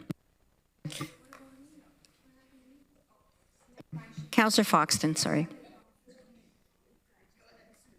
I was just going to bring up a situation that happened in North Dumfries in this past week. So a lot of you may or may not know that the bridge over the 401 on Roseville Road has been down for almost 2 years now. Sometime in the last week, a few of the farms got noticed that New Dundee Road was going to be closed. So this basically landlocked the farms and the businesses in the area. 3 days notice. Roseville Estates, some of you may know of Roseville Estates, had 5 weddings. They didn't get any notice, even though they're in that area, and their garbage man told them their road was going to be closed and they'd have no access. I got a hold of Jennifer Rose right away. She got her staff onto it right away, and they worked out and talked to the resident. I greatly appreciate that. But do we have a noticing, like giving notice to people in due time, and also making sure we hit everybody? Because I'm still getting emails from people saying, I'm told my road's closed, and I'm sending them to Jennifer's staff every day. So this was really done poorly. But Jennifer, do you want to just speak to, are we reviewing the policy of notice? Was it our onus to know, or I guess I'll just say, what is our policy for notice? Yes, thank you. Thank you for the question. And through the chair, this situation that happened in North Dumfries was unfortunate. We did miss the rural component of the impact of the road closure. This, I think, is just due to the fact that the region is growing, and the work that we were doing is to support the urban area in the city of Kitchener. So we have a policy. We have a procedure, an extensive communications plan that we worked on over the last year, and as part of our continuous improvement, we're going to make sure that all impacted areas are given notification in a lengthy period of time, so that this doesn't happen again. But we are, of course, truly sorry for the impact that we had and the stress that we caused on the rural community in North Dumfries. Could I also request that notice be given to our township? Because that is the township's area. And is there any way we can defer this project? With the 401 bridge being out at the same time and it's being done in November, if we could defer it to so that we can have complete access in one road would be great. Yeah, so through the chair to the councillor, this project, we've been working very closely with the city of Kitchener. They have a development or a number of developments that are further along that road, where we are supporting growth. So we are installing underground infrastructure for that development. So any delay in this project may impact houses being built in the city of Kitchener. So we would have to go back to the city of Kitchener staff to see what impact that would have. However, I just wanted to assure the councillor and this council that we have been working very closely with our contractor to make sure there's two-way traffic on that road so that the road will not be closed and will accommodate the farm vehicles that go down that road. So we are working very closely also with the farmers to understand the size of the vehicles and the space they need to safely make their way through this construction site. So as you stated, it's a possibility that we're working with the city of Kitchener, it can be deferred. So could you please reach out with Kitchener and work with them? Yes, we can reach out to Kitchener. There's also we've also awarded the contract to the contractor, so there may be some delay claims associated with that if we don't do the work. So I will also speak to my colleagues in procurement. I want to thank you and your staff for dealing with this situation right away. They really did. The day that the complaints got in, the day that the notice happened, her staff were out to those farms and those businesses and talking to them, although they still haven't hit all, because I got new ones yesterday and today. So I do commend you for taking these steps. A deferral would be wonderful, and if not, see, the farm vehicles take up 2.5 lanes. And the staff originally had them going down residential streets, and they would wipe out cars and sidewalks and everything, so it didn't make a lot of sense. So they went out and they actually measured the combines and stuff today, and the staff was shocked at how big they are. So thank you. Thank you for that. I'm going to acknowledge we have 2 more speakers, and we're hard on running out of time before midnight. So Councillor Salonen and then Councillor Hunick. Councillor Salonen. Thank you, through you, Chair. Councillor Foxton, there might be a motion there because I know Baden had not quite to the same extent as you guys, but we have 3 of our main roads into our 1 intersection blocked off right now due to regional construction.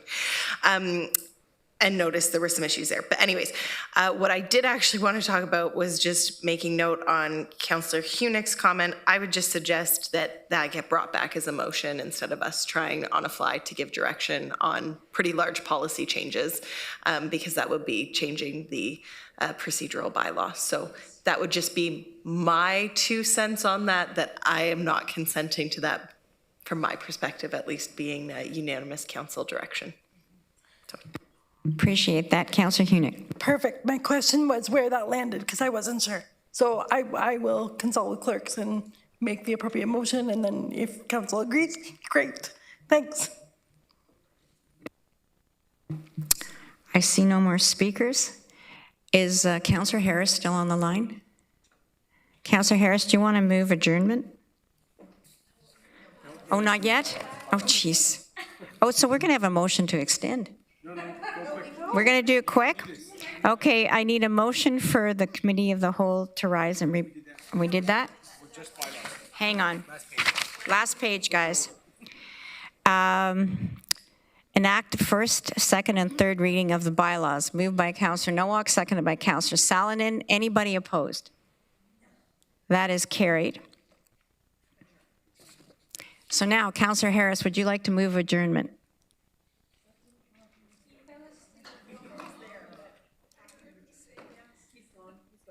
Oh, he's gone? Okay.